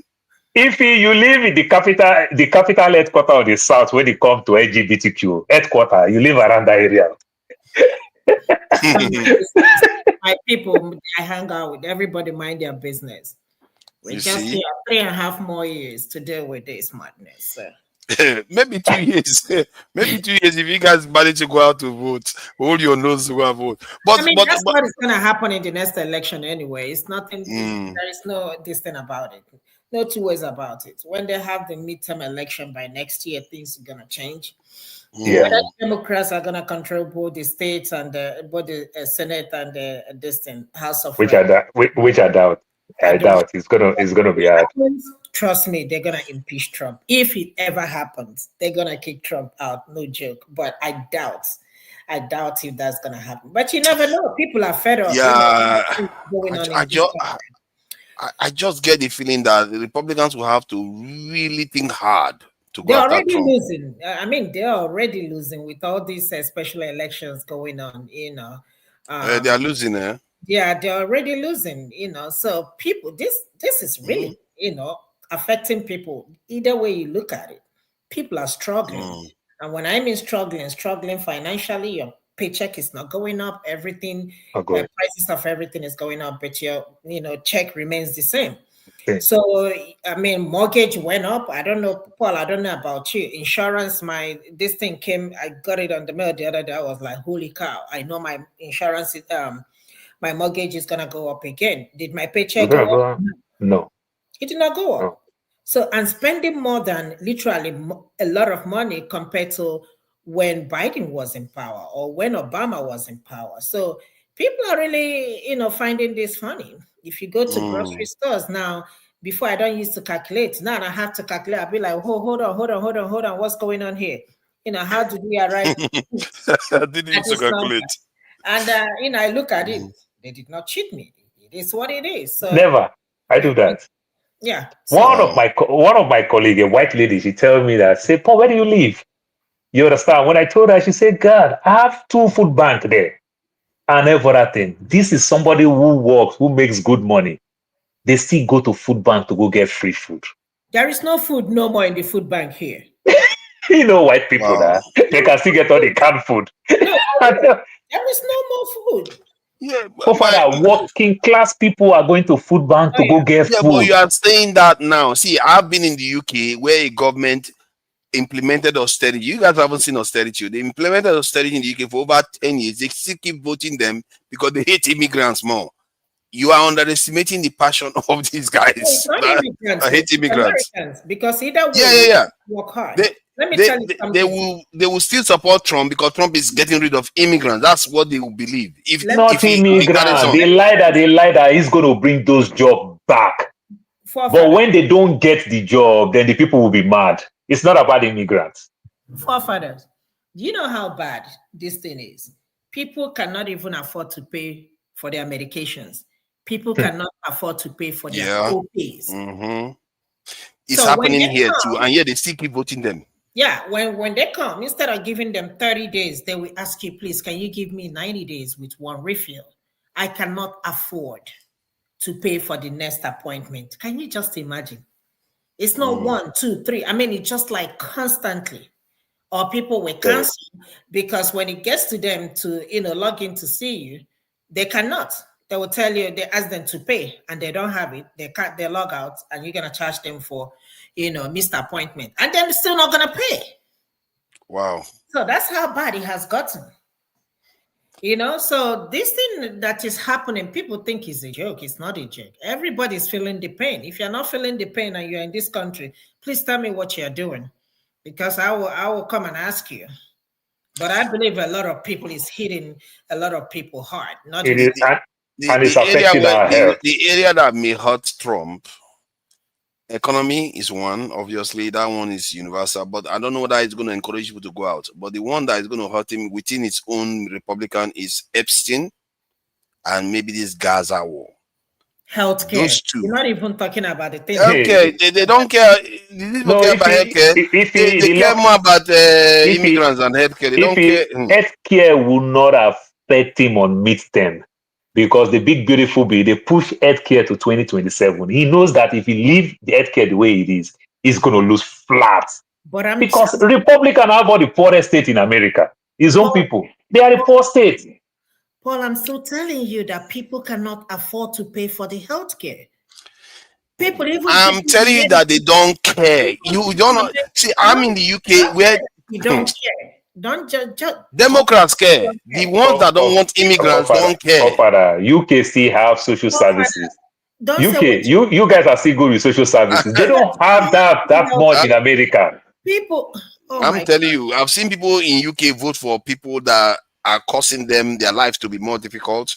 Access to universal healthcare is more difficult. Jide and if you, when was the last time you've been to UK? I don't know when. Okay, if you visit UK, you will be marveled when you see a lot of American cars that you've never seen in America. All those small cars that they drive in UK, made in America, you don't see them in the streets of America. They spoil us. They spoil us in America. We live large. I know, yes. So that is killing us. My friend came and was like, what? Oh my God. Yeah, you got small cars. Like, what do you mean by what? He said, man, you people are living large here in America. I said, what do you mean we're living large? No, we are not. This is just like an average person. She was like, this house in UK. Oh, I'm like, I haven't been to UK. I just see them on television. And she was like, the bedroom is like a twin. What is it called? The other bedside, not the queen size, the other one. Single bed, double bed or single double. Full.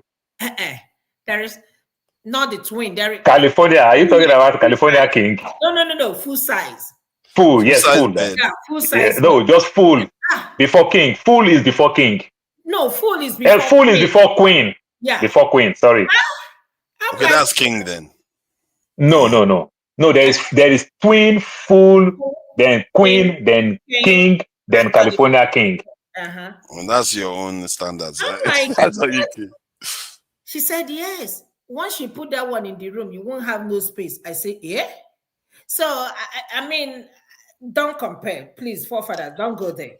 I'm just saying the pattern. I'm describing the pattern of people being deprived of their social benefits, but still vote the same government because they value I disagree. their policies on immigration more. When I was in Manchester 2 years ago, my friend's wife, she was working only 20 hours, 2 days in a week.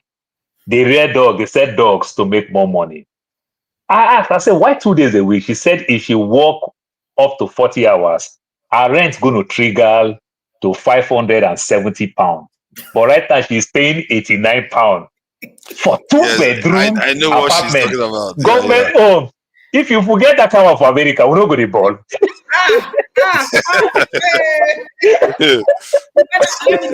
The person go vote.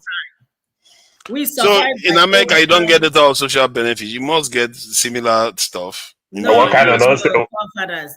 That's why you shouldn't be talking about America, because here, okay? We survive by overtime and working 2 jobs, period. That is the only way we can maintain the lifestyle that we are living. Am I lying, Paul? I don't know about Paul.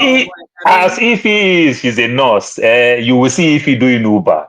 When she tell you that she's an Uber, you that is coming from UK will say, why in the lie? When they worry about our person will be nurse saying they do Uber. It's more than possible. Yeah. Do you know how much bills we pay? Don't go there. And now this job hopping that people are jumping from job to job to job. Oh, Ringo. Everybody now glue to your job. Even we are even looking for alternative because you don't even know when you get that pink sleeve. Exactly. You understand? So plan B, not because of you need extra money now. Yeah. You are saving because you know your job now is not secured. Exactly. Somebody told me something. Somebody told me something. He said something that when he said it, the way I felt, kind of, let me say this. He said, I told him, what is your plan now? What are you looking to do in the coming years? He said, I'm planning to go back to Nigeria. Ghana he's from. He says he's trying to go back to Ghana within the next 5 years. Because he went to Ghana, he came back, and he's trying to go back. And the feeling I got when he said it made me feel like it's like the right thing to do, actually. Because the plans to stay here, the opportunities here are reducing more and more, especially with the advent of automation. They're going to be firing a lot of people. So the places where they actually need people is actually going to be on the continent. So you can see that people that are planning for that, I keep telling them, Americans should be planning on what they are going to do in the coming years. Because Ghana is a good hub. Ghana is a good hub. There's an American hospital in Ghana that accepts our American card. You understand? That is my health insurance. Do you know the funny part of it? The other day I went to I'm complaining about my knee and everything. They sent me to go do X-ray plus MRI and everything. When they told me, I was dozing because I was coming from work. I was dozing. When they gave, it looked like from my dream. She said the money is going to be $858. I said, you said $58. I heard $858 clearly from my own pocket, even when I have insurance. Do you think if I don't even have that job to have insurance? Yeah. My brother, I'll start taking Tylenol up and down. Yeah. That pain, you go tire the pain. Yeah. You understand? Now, I'm not talking the outcome of it when I will see my doctor, what they will prescribe for me to go buy you, just to run all these tests first. Yeah. It's tough. And, let me tell you something, forefathers, like I was talking with my friend the other day, sometimes we are stuck in a job because we don't have no choice. If you leave the job because of the benefits, that's the only thing that are keeping some of us be like, okay, if I leave this job to go somewhere else, they don't have as good benefit as this job. So you're forced to work there. You don't have no choice. Like Paul said, let me tell you something. About 2 years ago, I went to ED. I didn't have insurance then. I lost my contract. Our contract ended. So in between that, I got the job, but it's not going to start till January. But I was forced to go to ED in December. Do you know the bill they got for me? 4,000 plus, right? Yeah, 4,000 plus. So I called the hospital and I said, okay, let's make a deal. Okay, so that I can pay for it. God bear me witness. Wow. This is, I'm telling you a true life story. They said, okay, they're going to give me a slash, 2,000 something, but I have to pay it at once. I said, no, I cannot pay it at once. Give me a payment plan. They refused. And guess what? They took me to, what is it called? Collection. Wow. I wanted to pay, but I cannot pay it all at once. 2000, Yeah. I think about 2007, up to 2006 something. Okay, from almost 5,000. They asked me if I can pay right now, if I can pay it at once. I said, no, I cannot pay it at once. I gotta make a payment plan to pay. They refused. Yeah. They said that's the only way they can give me a slash if I'm gonna pay the whole amount today. I got upset. I said, you know what? Take me to collection, which they did. Collection, call me tired. In my head, Collection and mental health. They go call you. If you go F-fire, they go call you. If you go F-1, they'll call you. Collection. When I'm in tired, what I did, I blocked them. So when they call me, they go straight to voicemail. They call me, go straight to voicemail.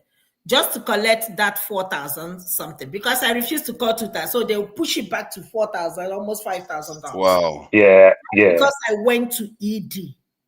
And what did they give me? Nothing. They only did nothing. That's it. They didn't give me nothing. Nothing.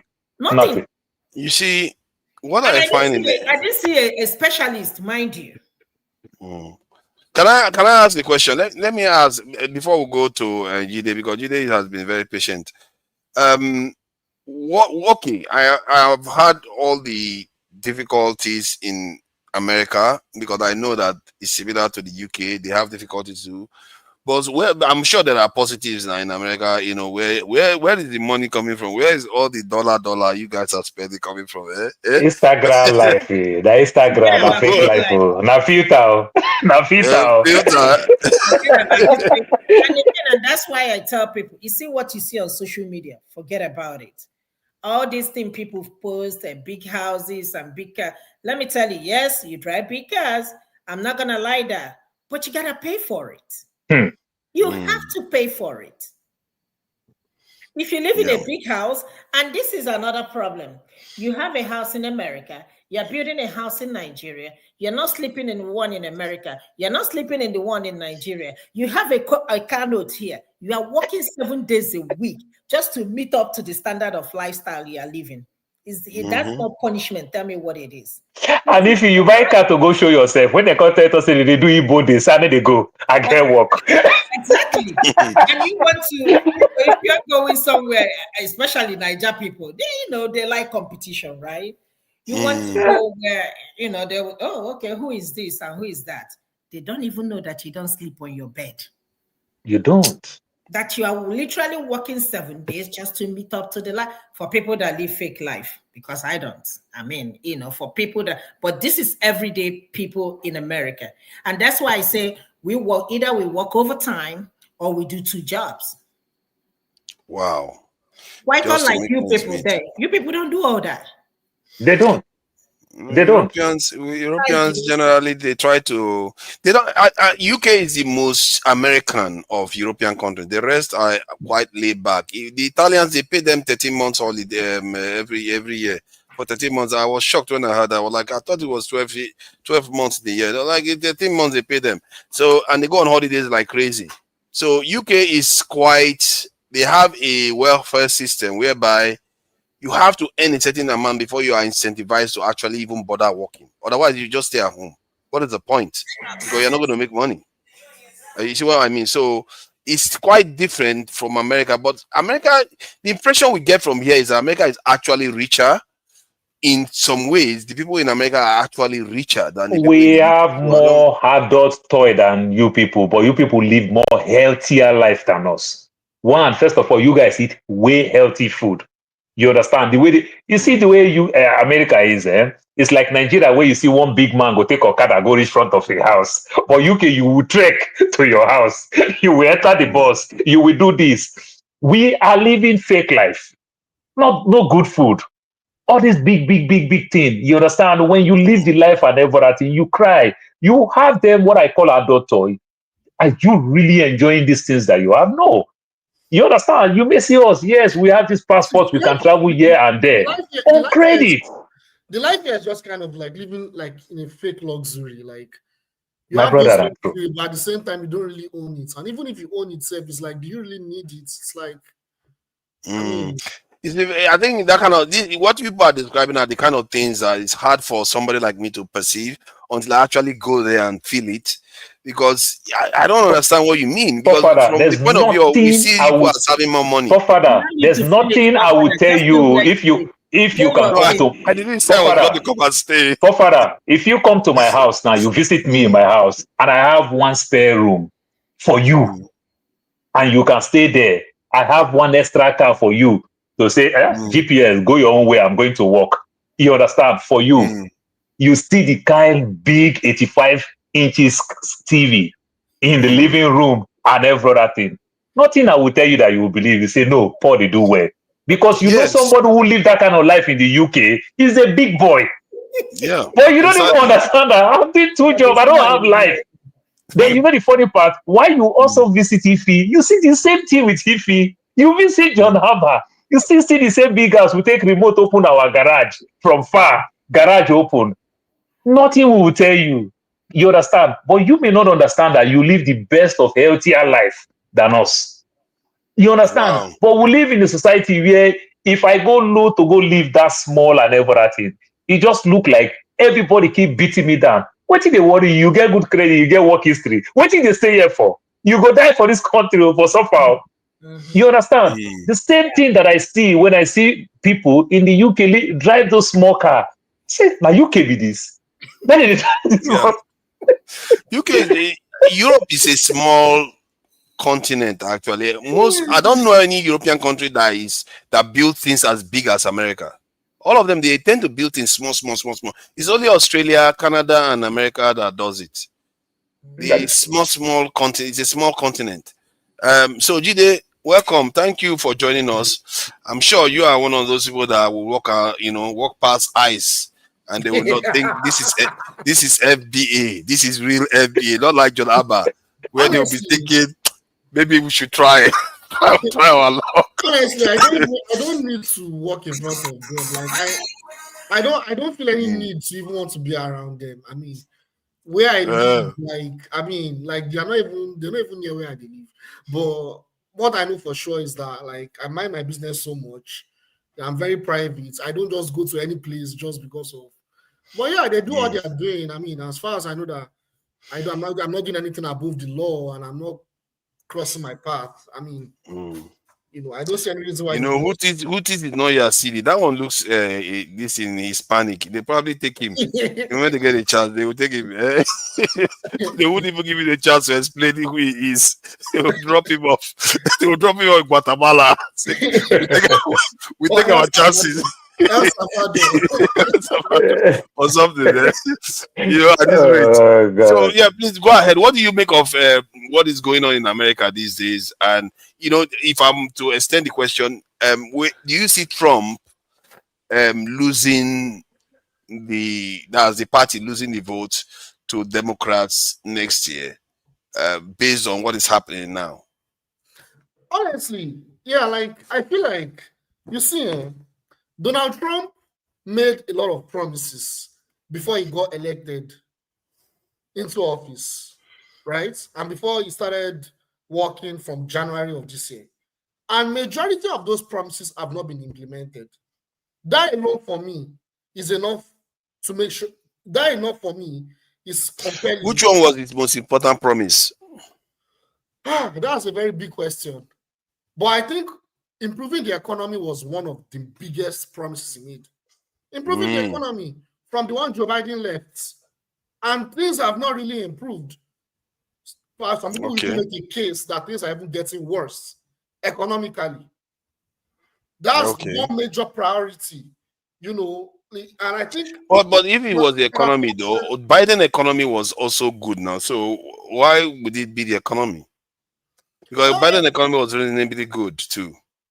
Well, it depends on if you put this into context. It was not so good from 2000. No, it was not so good. There was inflation from 2002 to 2022, 2023. There was high inflation. I know before he left office, the inflation kind of went down a little bit, but when Trump came to power and up to now, there have not been any significant improvements. So, but do you not think that his most passionate support is not necessarily on economy, but on immigration? Well, it depends on the bloc that we are talking about. There were many reasons why Trump was voted in. Some people voted in Donald Trump because of their their sentiment on social issues. Some people voted in Donald Trump because they felt, oh, if he comes to power, he will stop the major wars going on that were effected and started by the Democrats. And I said it on this show so many times that it's not going to happen. And I'm saying it again, right? But people believe that voting in Donald Trump, those wars will stop. The genocide in Gaza will stop. You know, you see all those like Pennsylvania, Michigan, all those swing states, those were the priorities. Economy, right? Economy, the wars going on. Because those places are where you win your presidential election. Those places are very key, right? Now we're talking about immigration. So those red states already they already have their block already to vote in Donald Trump and vote, like you said, vote against bringing in people of color, right? Moving into the border into the US, right? Without papers. So he already has that block already. The other places where he's going to win them is letting them know that, hey, things are going to improve for you. Life is going to get better. You know, healthcare is going to get better, right? Things like, you know, we'll stop the wars, we'll bring more jobs. You understand? We are going to, you know, like, you know, remember the story with China, right? We are going to increase tariffs and bring in some of the jobs that we have exported outside of the country. We'll bring them back in. That was one of the reasons. Yeah, but let me say this though. But are you not worried?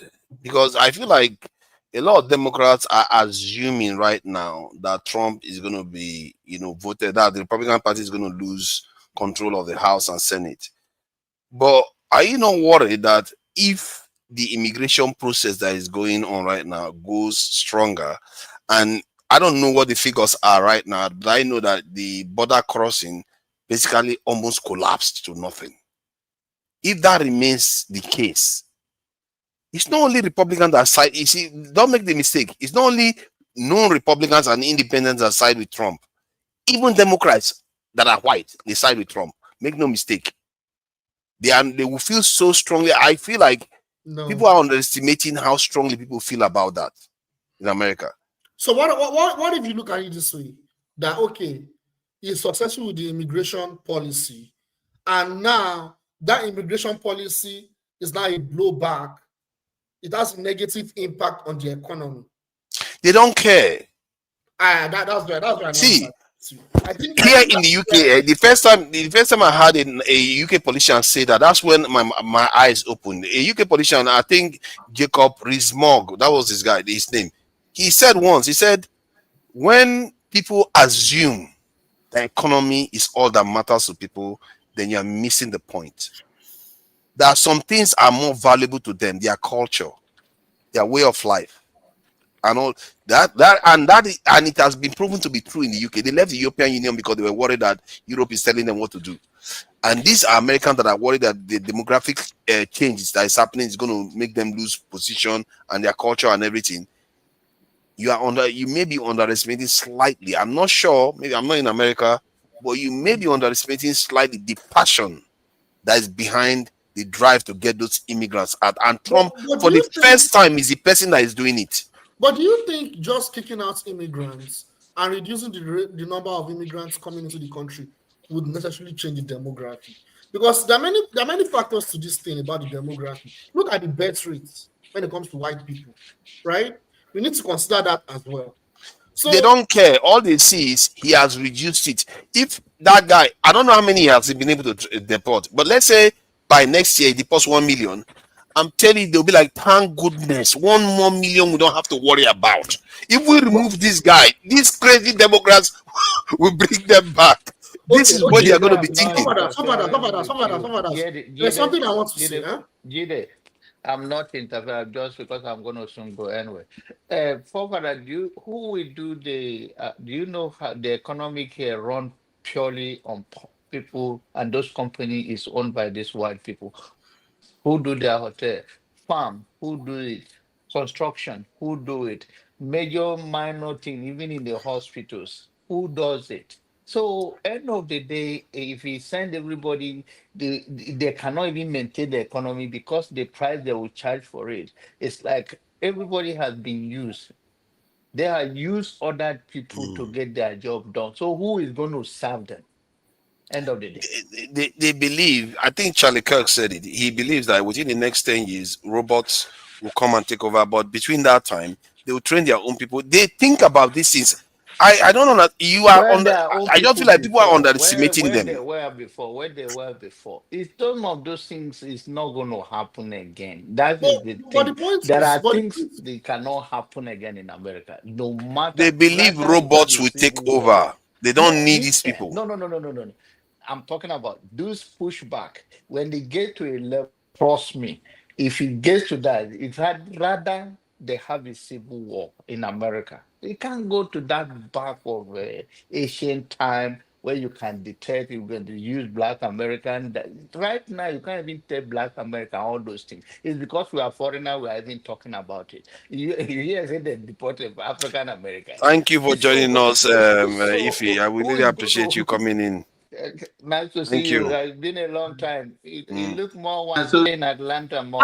Uncle John, long time. Good evening. Long time. Good night, guys. You see, I gotta go to work tomorrow. She's enjoying herself doing her 2 jobs. Exactly. That's what I keep telling you. Suffering and smiling. All the way from Nigeria, go to America. Suffering and smiling again.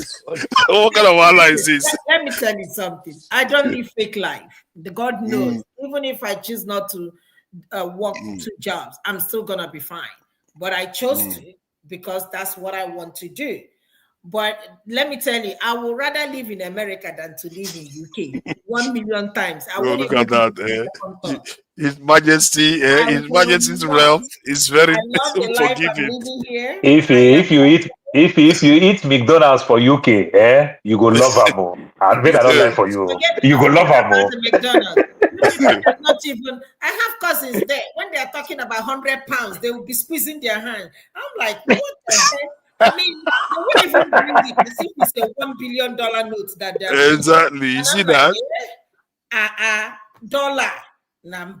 You see that? You guys are living the lifestyle. You say you're not. No. Stay with day your day. Let me day my day. Exactly. Good night, exactly. Guys. Thank you for joining us. I appreciate you. Thank you. All right. Who was? So I wanted to say something about. We're talking about immigration. It still doesn't make any sense if they close the border and they're going to invade Venezuela. It doesn't make any sense. It's foolishness. So how would that fix the issue if right now they are containing Venezuela and we're going to invade Venezuela? In fact, more millions of Venezuelans will run. They will find another border. I find it hard to see America invading Venezuela. I really find it hard. Look at what's going on. It would be like shooting themselves in the foot. They will leave a gaping hole in the Asian continent. I don't see Pofara, there's a land that Venezuela and Guyana are dragging that have a lot of oil deposits. You know, if you check Venezuela oil, it's even more than the one of Saudi Arabia. Yeah, you understand? So they are doing that more for Guyana. You understand? And they might do something stupid. Not go to war, but try to take the president down. Yeah. If they try to assassinate him, whatever, but if they try to go to war, then that would be strategically stupid. The most stupid thing. Because they would have left themselves so vulnerable in so many other parts. It's still going to have a negative impact. Even if you look if you look at what's going on right now with the war in Gaza and stuff, they are building up to fight. I don't know if, and I'm surprised we didn't talk about it today. They are building to fight another war with Iran.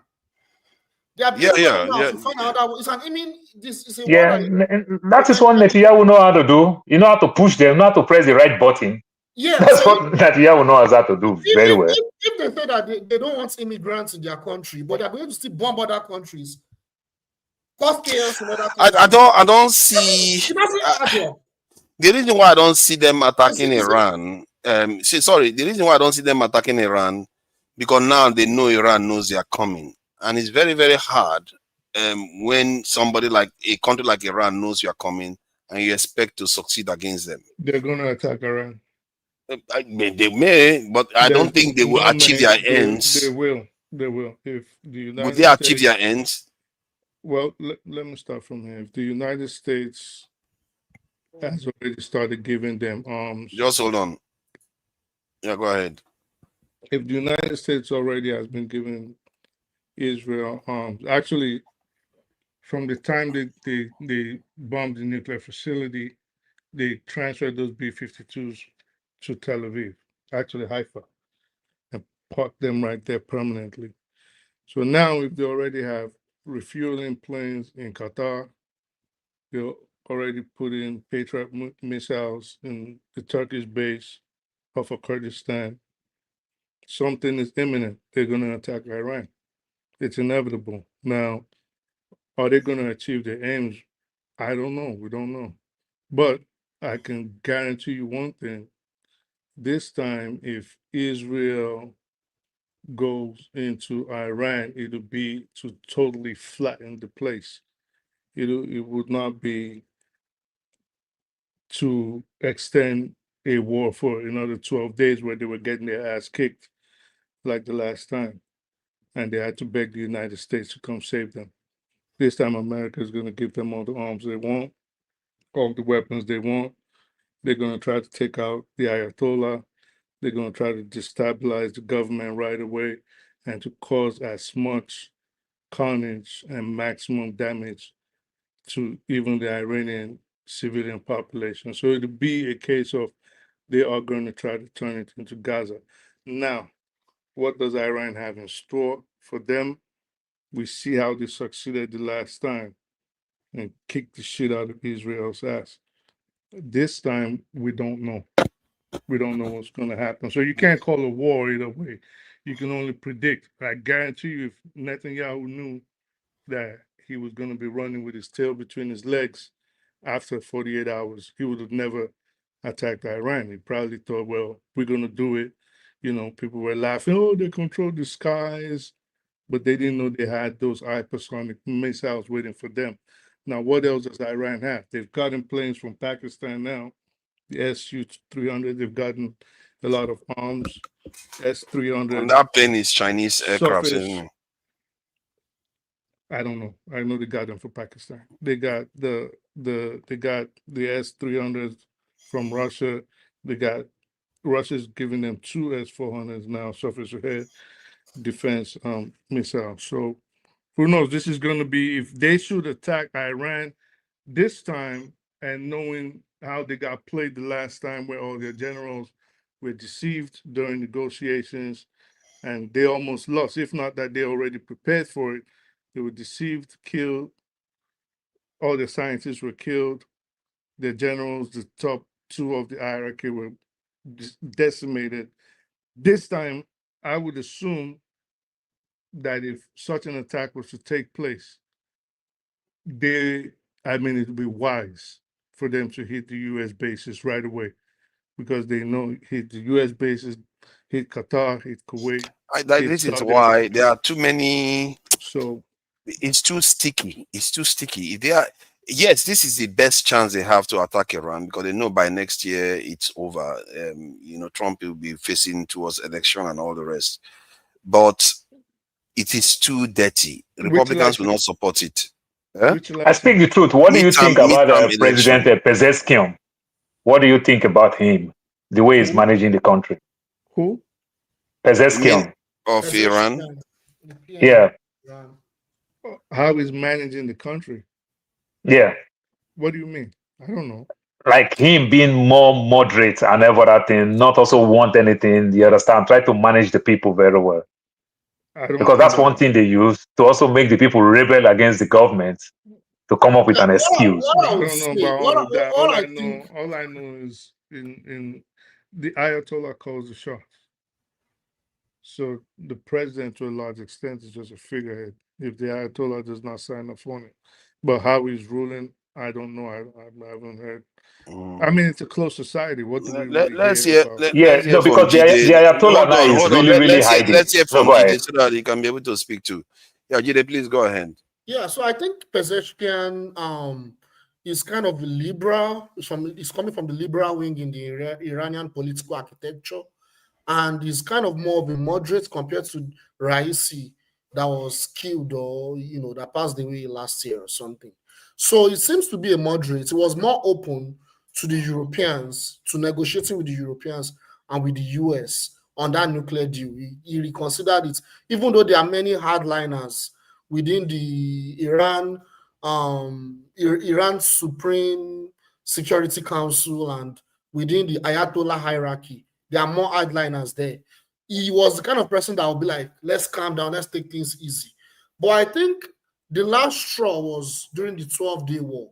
When Israel, in fact, because of his soft lining approach of let's keep negotiating, that was what led Israel to attack first, unaware, unprepared, because the leader himself, he kept saying that let's take it easy, let's take it slow, let's endure. His priority was more economic prosperity for Iran. That when there's economic prosperity and we are good with the West, our people back home would appreciate our leadership, because Iran was very split before the 12-day war.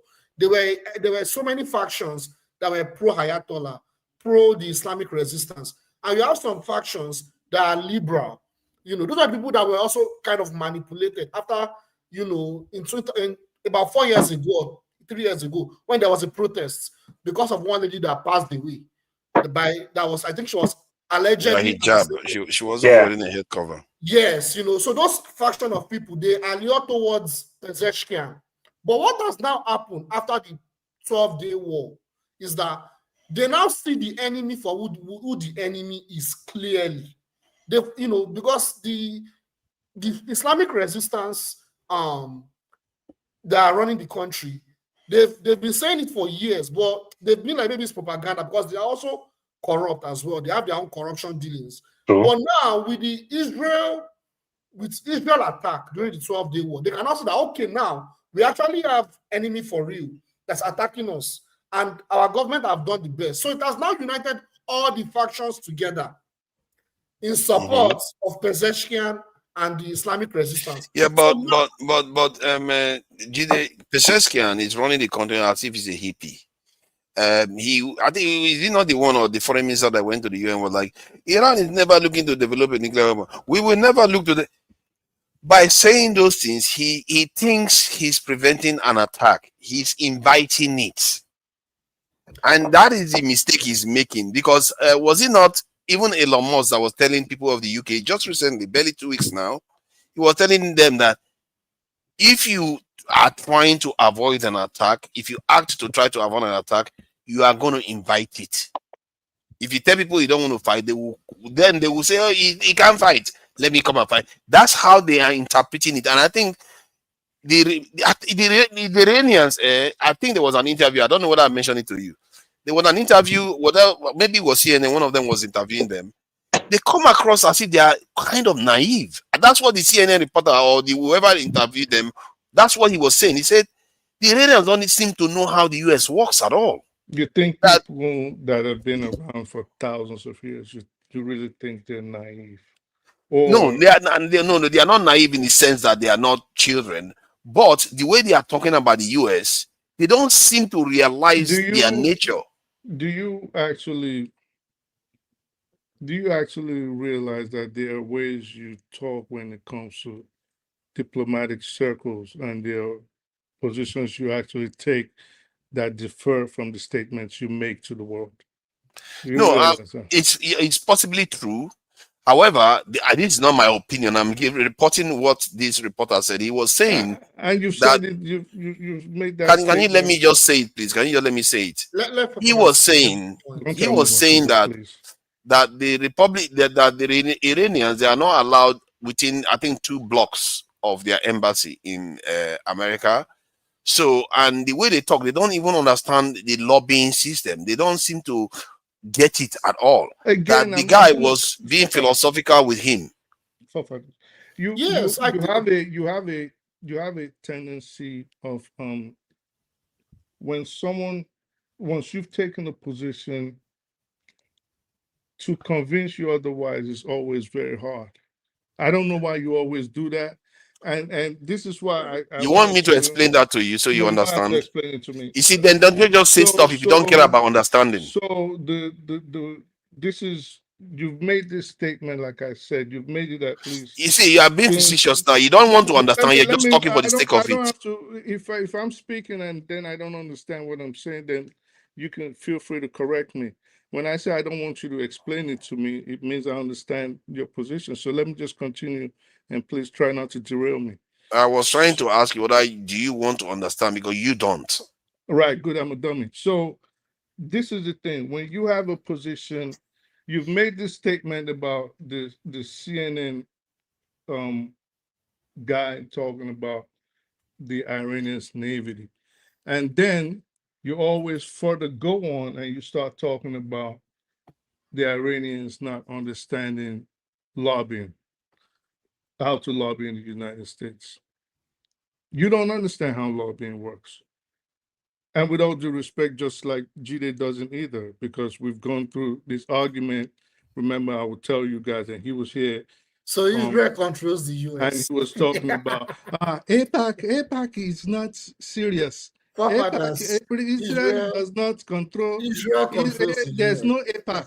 AIPAC is AIPAC. There's no AIPAC. So you guys don't understand how it works, okay? Who says there's no AIPAC? But your little brother over here. So, and you supported them that they over time. I supported him with the statement. My statement I made still stands. Right. So anyway, let me continue. So you don't understand how lobbying works. I don't understand how you think Iran, for all intents and purposes, will have any kind of foothold in America with regards to lobbying. It's not going to work. Number one, they've been adversaries forever. Number two, there are certain groups, it's like a boys' club. There's, certain groups that they're just not going to let come in. So it doesn't matter. It doesn't mean the Iranians themselves are naive or they don't understand how lobbying works. It's just America is not going to let them flourish. Just like America is not going to let an African group flourish in trying to influence U.S. government policies, be it in economics, healthcare, defense, and things of that nature. So the Iranians are not dumb. It's just they have this card stacked against them, and this is a door America is not going to just let everybody in. So you need to, in essence, I'll just say, you need to broaden and enlighten yourselves on certain things. And when someone explains a position to you, just don't be hard-headed and keep going back to it and say, oh yeah, I'm just going to make this stance. I mean, at some point it just stops making sense and we start having this disagreement. Can I say something? So you see, because we don't understand America's foreign policy, right? I'm not like pointing fingers, but I'm just generalizing. We tend to mistake. Man, I hate when I talk about this. We tend to mistake influence and control. We mix it together. See, a particular bloc or lobbying group can have influence in a political system. It does not mean it has control over the entire decision-making, policies, implementation of policies, laws. Are you teaching forefathers, or you're trying to teach everybody? I'm teaching everybody. No, you're teaching yourself. It is actually a myth that you didn't even know what AIPAC was. No. Let me talk. It's just interrupting. Don't allow me to talk. Oh my God. Let me talk. I get pissed off when you spoke. I didn't interrupt you. I'm sorry. Can I talk? I think why are you interrupting me? I get pissed off when people just it's okay if you disagree, but it's my turn to talk. Oh my disagree. God. You can't just talk to talk. Why can't I talk? Why can't I talk? All right, go ahead and teach forefathers. I don't know. Go ahead, teach them. Me, I'm saying confidently that it's a myth to make a case and say, oh, AIPAC controls the US. AIPAC, the lobbying group of Israel controls US foreign policy, controls, US adventure abroad. No, that's not true. That's not true. That's not true at all. There are many powerful lobbying groups in the US. Which one is more powerful than one AIPAC? of them. I cannot say AIPAC is the most powerful. No. Listen. Don't try to switch now. All those months when I would come on here and try to explain it to you guys, you especially will come here and say, no, AIPAC is number 8. AIPAC is this. AIPAC is number 8. AIPAC is even more than defense. Does it matter? Google whatever. Listen. You don't understand how it works, all right? And that's sure interrupted. You know me to talk. Of course. So let's talk because about something else. And let's stop. All this talk can they so Israel, there's some Jewish people. So you know more than them. You know more than Tucker Carlson. You know more than people. I'm not saying I know more than them. 30 years, 40 years. I'm not saying I know more than them. So what are you? What I'm telling you is I say myth. What you're telling you're telling us that it's a myth that AIPAC or the Israeli lobby basically controls the American government. You, Jide, from Africa, from Nigeria, are coming here telling everybody. Where I am from. Hold on, just go. You're telling everybody else that the world is finally seeing. So you know better than everybody. Okay. Let's get this thing under control. See. Just hold on. I've let you speak now. Come on. Let me address Yasidi here. See, you said that I didn't know what I was saying and you didn't care to know why. My reasoning, whenever I had in a position, is not because of one point. You need to understand that. I don't understand one issue. I've told you before, the way I learn stuff is more fluid. It's based on other points of a reference.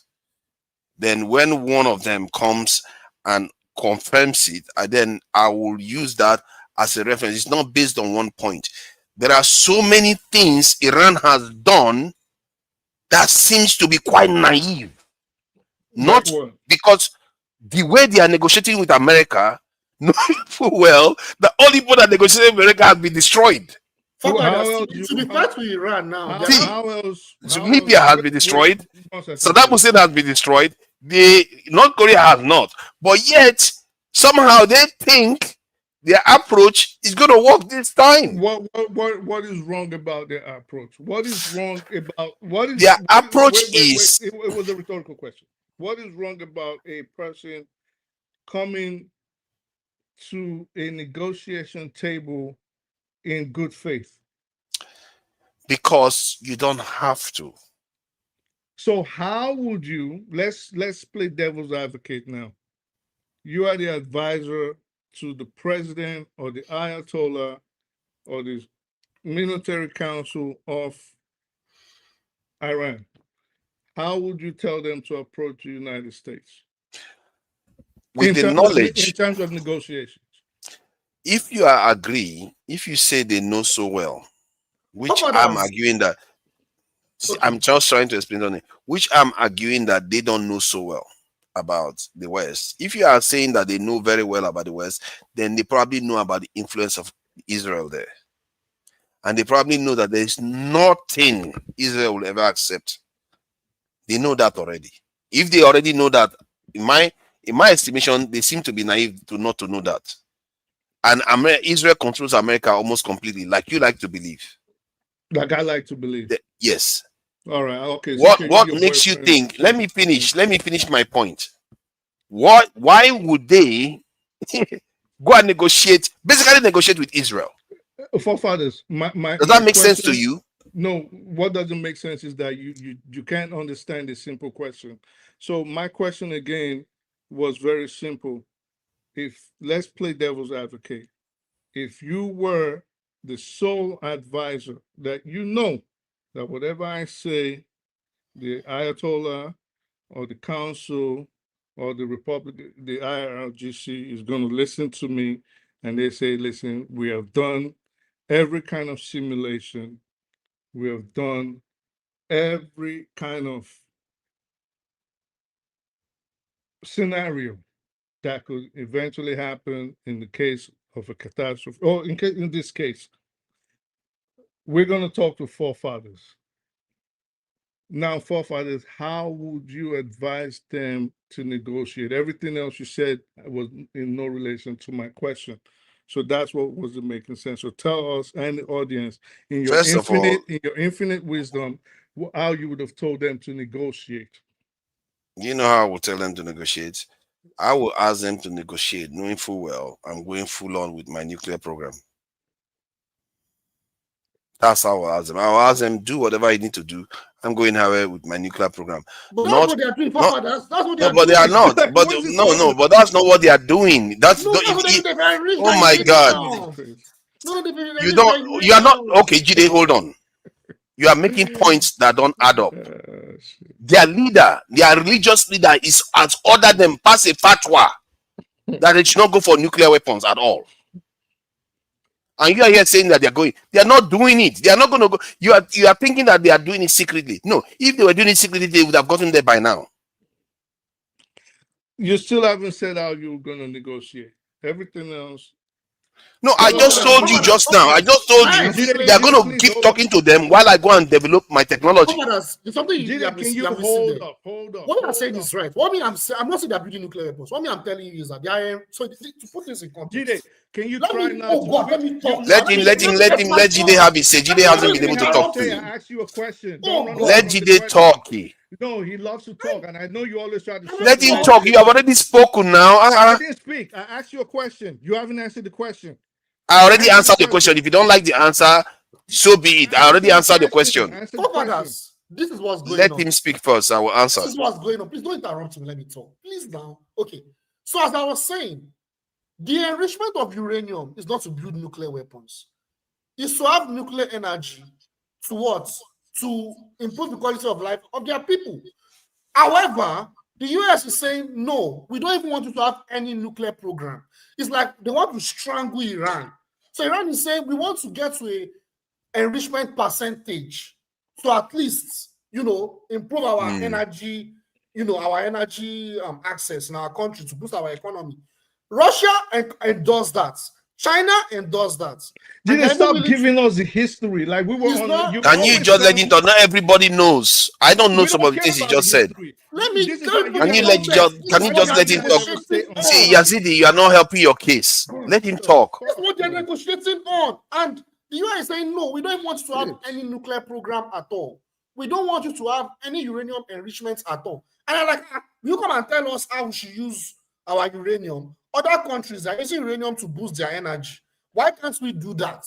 That is the disagreement. Now, JCPOA now messed everything up. JCPOA messed a lot of things up.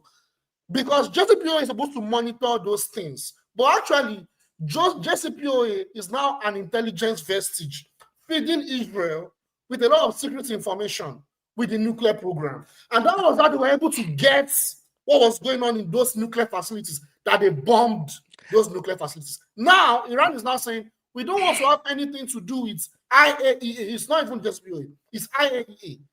We don't want to have anything to do with IAEA. In fact, now they're now contemplating that they will now withdraw completely from the JCPOA agreement.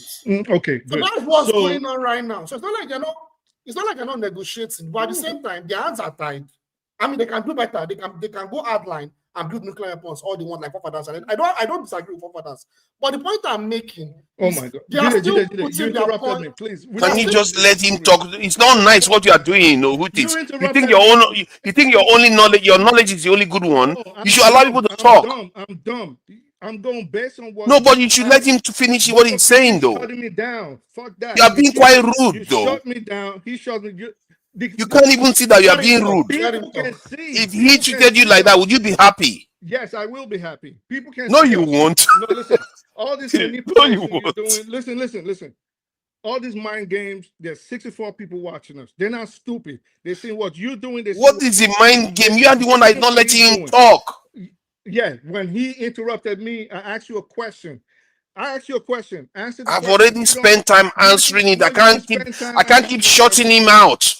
Listen, we don't need the history, okay? People are not coming here. I've already answered your question. So Move on. I've said is history. Everything I've said is history. We don't care. Everybody knows it. Like coming here. Not everybody knows it. Show people. You just assuming everybody knows it. Regurgitating things that everybody knows. We don't give a shit. It's a very simple thing. You ask. You said the Iranians are not negotiating properly. Tell us how you would have done it different. You can't even. I didn't say that they are not negotiating properly. I said their policy is not the right one. That's why I said the Ayatollah is saying that they should not even go nuclear. It is a wrong policy approach. When you have seen a situation whereby they cancelled, the first time they cancelled the agreement, that's when you should have even gone crazy. They cancelled the agreement years ago, more than 7 years now. You should have gone nuclear then. You shouldn't, because that's a warning sign already that these people will come for you. They are not interested in talks. So you literally have an agreement with them, they broke it themselves. So you really think that the Iranians don't want to enrich the nuclear fossils to a stage where it'll be able to become a bomb? There are two things. For me, the one I believe them now, which I didn't believe before, that they don't want to go nuclear.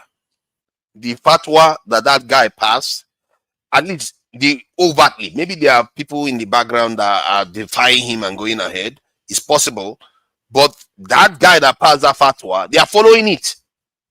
So they're passing a fatwa.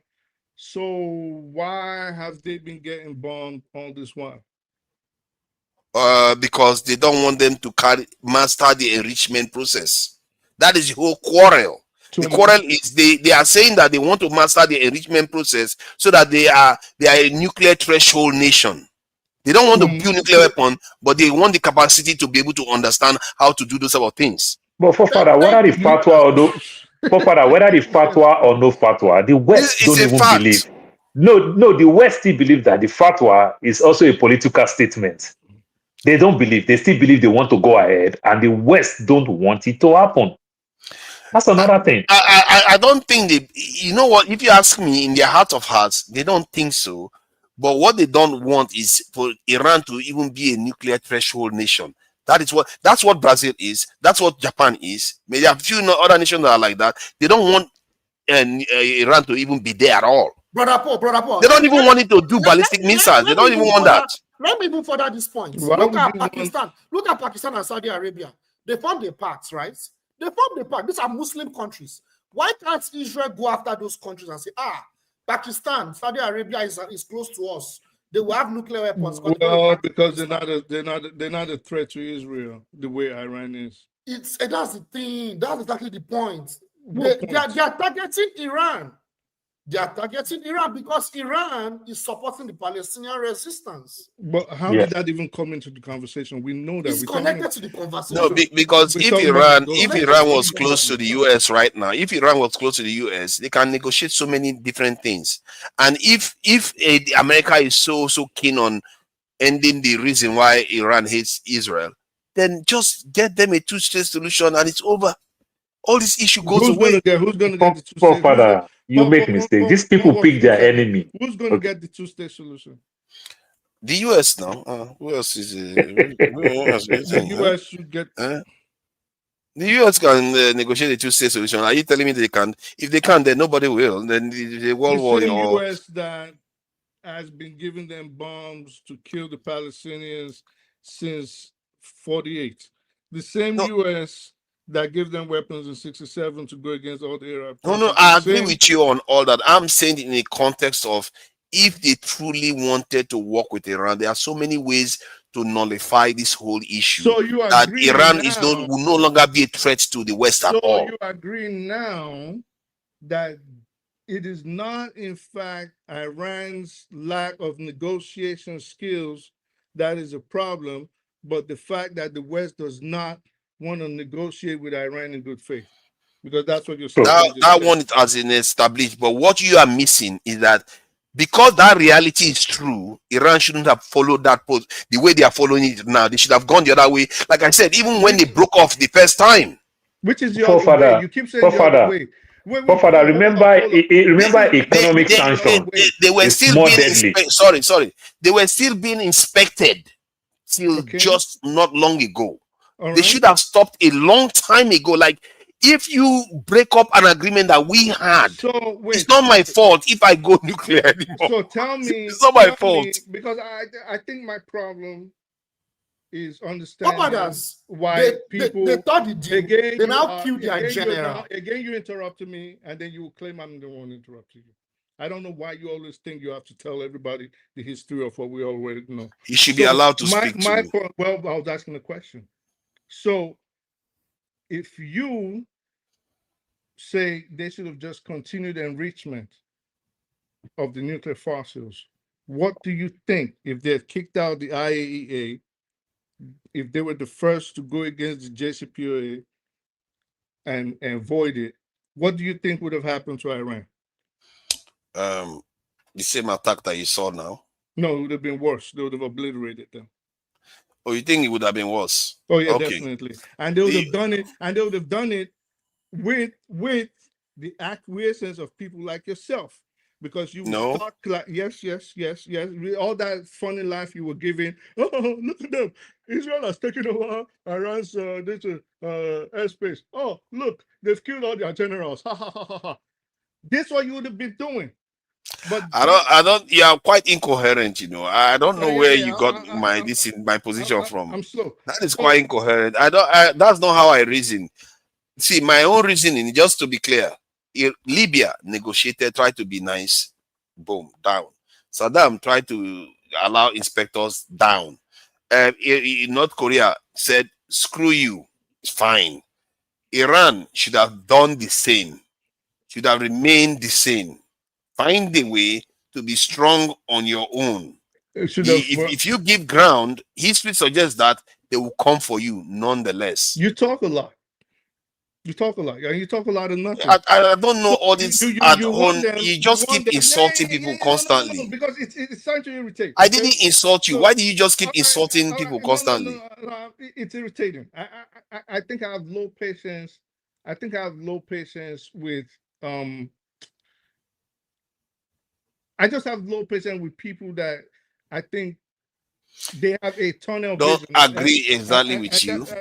No, you don't have to agree with me, all right? And I actually love divergent opinions. I love that. Of course, you will laugh. You didn't even know what APAC was. So, man, Israel controls the US. He thinks Israel does. So you know more than wait. Jide, you take it or you leave it. Israel control the US. No, that's not true. That's not true, man. It's not true. Listen to this kid. This kid does not even know. He's the same one that will come on here, tell us about Mamdam is not a socialist. To say that, all right? He'll say he doesn't even know the difference between capitalism. I hope you know APAC is not among every other lobbyer. APAC is not registered as a foreign lobbyer. You understand? But exactly what they are doing is foreign lobby. They don't understand. What are you talking about? Instead of them to go study, you're right. They have to go study. But they don't have control over the US government. You see, no. Jide, go watch Thomas. You're not being reasonable. You are just talking in very. Jide, go watch Thomas Massey interview. All right. Go watch Thomas Massey interview with Tucker Carlson. You understand?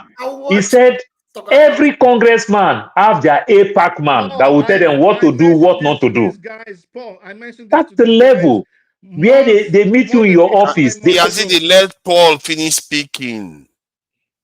More than 8 you understand? Ago, I mentioned Thomas Massey to these two that are trying to shut me down now. And I always did. No, it's only when they allow only you to talk. What do you mean they're trying to shut you down? You have to let some other people talk. I'm telling Paul that what he's trying to say, Thomas Massey, I know you're getting agitated because I'm pulling your cards. That Thomas Massey, go back and look at prior videos. And I would come week after week after week after week and mention him. Yeah, he said it. He said in Congress, they call it my APAC guy. Every member have an APAC guy that will tell them what to say and what not to say. But you don't have opinion. That's influence. That's influence. That's called control. Where every one of them must go to Tel Aviv. Everyone, no. Do you know what you talk? You go to Tel Aviv, you go put your stuff in your head, you go hit the wall. What are you talking about? I know what you're saying, and I don't disagree. But what I'm saying is, each Congress they also have huge shareholding and huge executive connections with a lot of multinational oil companies. Would you say that oil companies are controlling them? No, not like sorry. Let me just add to this. I hear what you are saying. People say this all the time. It's a long time ago I reached a conclusion. You see, the Rothschilds are supposed to be Jewish. You know, they are very, very powerful. They control most finances in most Western nations. Let's put it that way. They were very powerful, but Hitler happened. That should tell you something. That yes, they are powerful, but it doesn't mean when the people that they live within decide to take control, they don't. They can take control, and that's what you are beginning to see happen now. So it's a duality. It's not like it's absolute. Oh, Israel is just controlling them. Jews are controlling the West. That's not how it works. Sometimes they have influence in certain areas, but other times they reign their power back in again. Tell me anything that is bipartisan in America apart from Israel.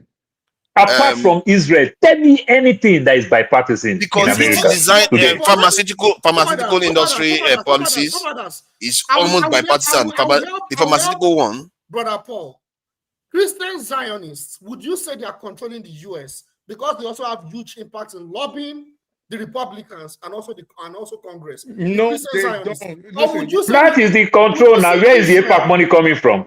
What are you talking about? So where is the APAC money coming from? No, that's the point. That's the point. These groups. Don't worry, they will find out. No, I said where is the APAC money coming from? Don't worry, let time teach them. They will find out in the coming years who is truly in charge. With all due respect, you need to learn this country more. I know you guys don't like me to say this. You guys just talk. All right? When you have a Congress that has handlers, and this is what I've been trying to tell you guys for almost 10 months. You have a Congress, no other group, all right? No other group. Yeah. No other lobbying group. Every office. You have to call your APAC guy. You have to call your handler. This is not Jide is there cackling. Nobody is saying that is false. Hold up. I know you when it's me. You are saying stuff nobody is denying. I don't know. You're quick. It's okay. Let me just learn. So, what do you call that when you have a foreign body? I don't think you guys understand what this means. We have a foreign body controlling all our Congress members. Remember. Every time they have to take a decision, they have to call their handler. First. A foreign lobbyist has to register under FARA. You have to register. And APAC is not one of them. A foreign agent. APAC went, before it became APAC, it went from AZM, Anti-Zionist Movement, became the Anti-Defamation League. These are some of the things. So are you saying that let me ask, are you saying that when they want to pass forefather, another one again, you will go to Tel Aviv again. They will bug an American Congress hotel. They will bug your room. And you cannot punish the people for that. Come on now. I've seen cases if it is not control. They bug everything. Yeah, even if it's control. See, my point is that the control is not permanent and it's not in all areas. The question is, when they want to pass gun legislation, are you telling me that they have to consult Israel before they vote on that gun legislation too? If it's not gonna, it's a silly question, but I'll indulge you. So basically, yeah, it's an extremely silly question. Oh my God, man. Like, is there nothing you don't throw insult at? The only way I can agree. Let me finish, Jide, please. I didn't ask you. Oh my God. So, if it does not impact Israel, if that gun legislation in any way is going to affect the Jewish nation or the interests of Israel, you best believe your handler is going to call in on it. Of course. But now you've acknowledged that it's not everything they consult Israel on. Nobody said it's everything. Anything that impacts Israel. Of course. That's not Okay, even good. true. So in other words, some minority Congress people that still disagree with. Do you know? No, it's true. Of course, but he's talking about majority. He's talking about majority. Because you like to argue and talk and pretend you know what you're talking about. Who is Thomas Massey? Why do I have to talk about Thomas Massey? Of course, I won't talk about him. But why? He doesn't have to know him. Why do I have to? I know him, but He doesn't. He knows APAC exists. I know him, but why do you think Paul is laughing? He has I to know know the him. But of influence. course, he's gonna come here, pretend, interrupt people. Okay, I can admit I did not watch the interview with Dr. Carlson. I'm not talking about the interview. I don't I care. Not the interview. I've seen the interview. I don't watch the interview. Yeah. I watch it. But as you Go watch his primaries. I've seen that interview with that guy when he said they have APAC handlers. That is not new. I haven't even watched it. I've watched it. I've seen it. I've seen it. These are things that have been going on. Israel controls Okay, the US. so APAC lobby. I listen to all this. Yeah, of it's course all it is. bullshit. Yeah, listen to. Of course, it's bullshit. Stick it up your ass. So, even back in the 80s. Man, calm down now. No, Jeez. you interrupted me. I don't care. I don't care. If you're rude to me, I'm gonna be rude to you. Why are you so? It's not. It's being rude to you. All right. Good. So even it didn't start now. It didn't start with Tucker Carlson. It didn't start with Marjorie Taylor Greene. It didn't start with Thomas Massey. It didn't start with Juma Boma. It didn't start with all these people. Okay, as far back as the 60s, the 50s, especially when Israel was known as, because they were the original terrorists. Okay, they were with the Ergon groups. They were the original terrorists, and people like JFK had been warning about them. They've been warning America and the world, and some people speculate that this is why JFK himself died or was assassinated, and why RFK himself was also assassinated. You know, let me say something about what you said just now. You know, there was this video of that Chinese guy that was doing lectures that I played the other day, and you were like, "Oh, now you're going to be talking about this again and all the rest of it." But based on his postulation in that lecture, what Israel is doing now shouldn't be unexpected. The power they will now should not be unexpected. He said it, that this type of stuff forges extremely powerful people. The event that occurred in the Second World War forges people like that. Have gone through very difficult circumstances that they become extremely powerful people. So you and that's agree what now you see. that they control the U.S. government, or you're going to go back to saying? No. I didn't say they don't control. I say that the control is dual. You always like to choose one part. You forget the part that. See, okay, what I mean by dual, imagine history. History is telling you what it looks like. The Rothschild control almost all financing in Western economies. And yet Hitler happened. Why? Forget Hitler. Stick to the topic No, at hand. because you should be. You see, that's somebody that don't want to listen to history. No. I am listening. I just don't like straying off topic, and I see you guys have a tendency of doing that. This is why I usually get irritated. So no, stick to the topic. And the topic is that okay. Now let me explain this in more, literal terms. They have control to an extent when the actual people that are in charge of that the people that are in charge of the dominant culture, if they want it back, they will get it back because they've done it before, and they are looking to do it now, and you're going to watch it happen whether you like it or not. And this is why I fear you guys should be watching your back in America. They will do it. This is not in any to some extent, I agree with you. That is what Charlie Kirk, when they tried to use him, they were scared of, because the youth does not support this Israel thing. You understand? And these are good percentage of MAGAs and everything, but still will not support this Israel thing and everything. Because they are seeing that it Yes. is turning. The other people, the white But people are turning forefather, now. it's also different when it comes to politicians. Politicians may see these things, but they still do what they know how to do. You Well, of understand? course, It takes they will time. still behave the same way. It takes time, yes. And that's what they are afraid of. They are afraid of, because Charlie Kirk was, okay, we don't know what happened to Charlie Kirk. Let's not try to implicate anybody. But they No, were I'm afraid not that saying Charlie that. Kirk, I'm not going there. if Charlie Kirk turned against them, it's going to be very, very problematic, because Candace Owens is already on the outside. They are afraid that if Charlie Kirk goes with them, Tucker Carlson goes there, that And part Megan, of the Republican Party will just even dominate. Megan, who is a Zionist, Yes, again. and their power is gone if that had happened. And already the momentum is in that direction already. Anyway, this is why they are asking. This is why they insist on the Epstein files. Because they feel like that's where they're going to have evidence that they're going to use. That will never come out anyway. That one will never come out. Don't waste your time about that. Israel does not control the United States government, even with what everybody else has shown you, at least with regard, at least when I say everybody else, I mean influential people, people in the know, congressmen, Marjorie Taylor Greene, Thomas Macy, all these people, analysts are telling you this, intelligence officers are telling you this, senators, representatives, people like Paul, on him, myself, we're telling you all this. Neo-nationalists are telling you this. Do you know?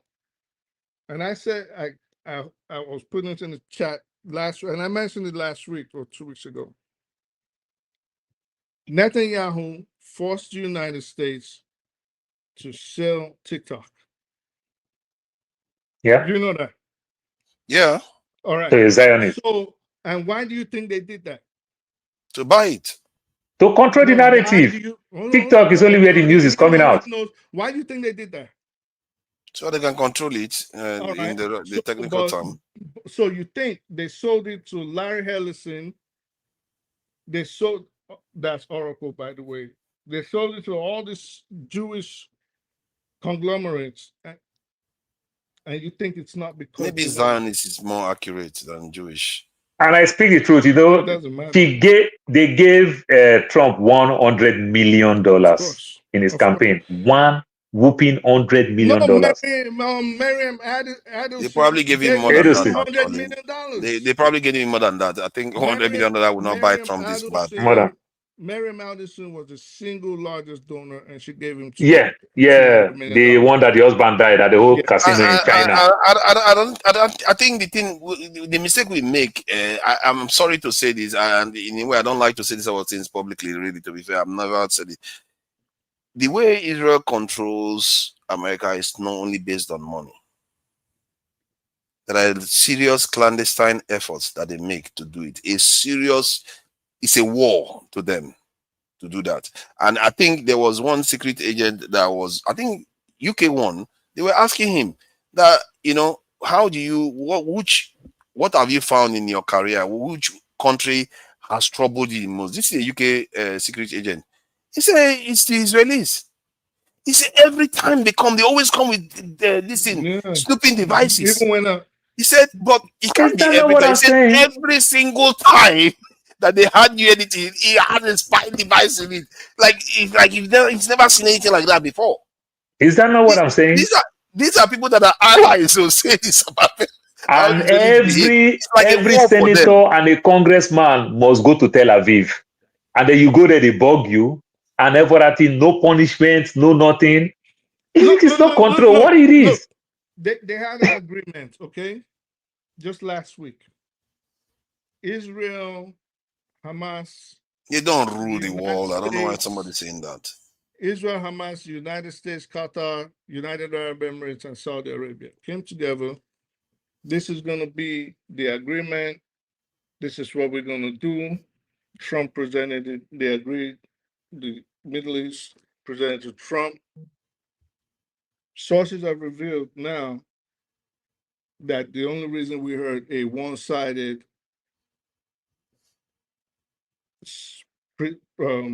presentation from Netanyahu was because he changed it. He got there, he said, basically told Trump, like, what's this nonsense? Change it. He told the world one thing. He's on video. I can look for it and show He it. went to his people and speak Hebrew and say another thing. He spoke Hebrew and told the world, told his people, listen, I'm not Isn't that what they accused Arafat of doing all the time? But that's what he always does. So you come to the White House and you want to tell us, you, Jide, want to come tell us, and you're still insisting on it, that this guy does not What control. I'm saying, I don't disagree with your point. I don't disagree with Brother Paul's point. What I'm saying is, Israel as a state, as a country, as an ideology, they don't solely control the entire US government. Who said it was the state ideology of the government? Isn't it the government? What are you talking about? What I'm talking about is Israel as an entity does not control the entire does not control the entire US government. Who said Israel as an entity controlled the US government? When did anybody make that statement? What are you talking about? Papa, that's not what they were saying. In a way, that's what you were saying. No, I mean, if you don't listen, I'm going to say something real. What precisely are you something saying? real slick, and then all of a sudden I'm rude again. So if we say Israel, if we say America controls the world, do we mean Tata living on 186 in Jefferson also controls the world? Is that what the hell we're talking about? Or do we mean the people in charge of the United States government? It could be both. Oh, it could be both. Okay. But that's why it's good to be specific about these things. What are you even talking about, bro? I'm just saying it should be more specific. Maybe that's why it's confused. You think if they say England controls the world, you think they're talking about you? You think you count? Yeah, I don't know. It depends on the context. You think you control the world when they say England controls? What do you guys do? See why I get irritated easily? No, I think it depends on the context. Some people will look at me as somebody in England. They will attribute it to me. This is how it works. Why do you think people go and attack innocent Jewish people? What are you talking about? You just watched somebody in the, I don't know, you didn't, in the UK, somebody went and attacked Jewish people in the UK. Are they the ones controlling America? Are they the ones bombing Israel? No, they are not. This is my context I'm talking about. So if someone, are you really serious now, or are you just trolling? So if you are saying that if someone says England gave the Middle East away with the Balfour Declaration, you think they're talking about you? They're not talking about me. They're talking about the nation. They're talking about the people that were in charge of the government. They are talking about the nation. All right, you and Jide talk, man. I'll listen. They literally you literally use the word the nation. And they also mean, see, you have to understand when people say something, there's a reason why when some people are against a country, they attack the innocent people. Why do you think they do that? Is it because those people are the government officials? No. I don't know why you understand things in such a narrow way. Let me tell you something. And you speak really good English. You have a serious. Oh, thank you. Is that even a compliment? I'm not sure it's a compliment. No, it actually is not a compliment. You speak really good English for your understanding to be. It's not even nuance. It's just, I don't know. Sometimes I think you try to insult the person's intelligence because you're very crafty. I'll give you that. You're very crafty. Like things are turning against you. You try to turn. You hope you say certain things to turn perception of people against the person. Or maybe because I'm seeing things more clearly. But how can you really think? Paul, let me ask you a question that I just asked your best friend up there. If someone says, because these two are freaking, I'm trying not to lose my freaking temper right now. If someone says, is it hot in wherever you are in New York? What's going on? Why are you too hot tempered today? Because I think I don't like. Yeah, behaving like G did 3 weeks ago. No, I'm not behaving like him. I don't like unnecessary mind games. Like we can have a conversation. We're not playing mind games. If Paul, tell me, if someone says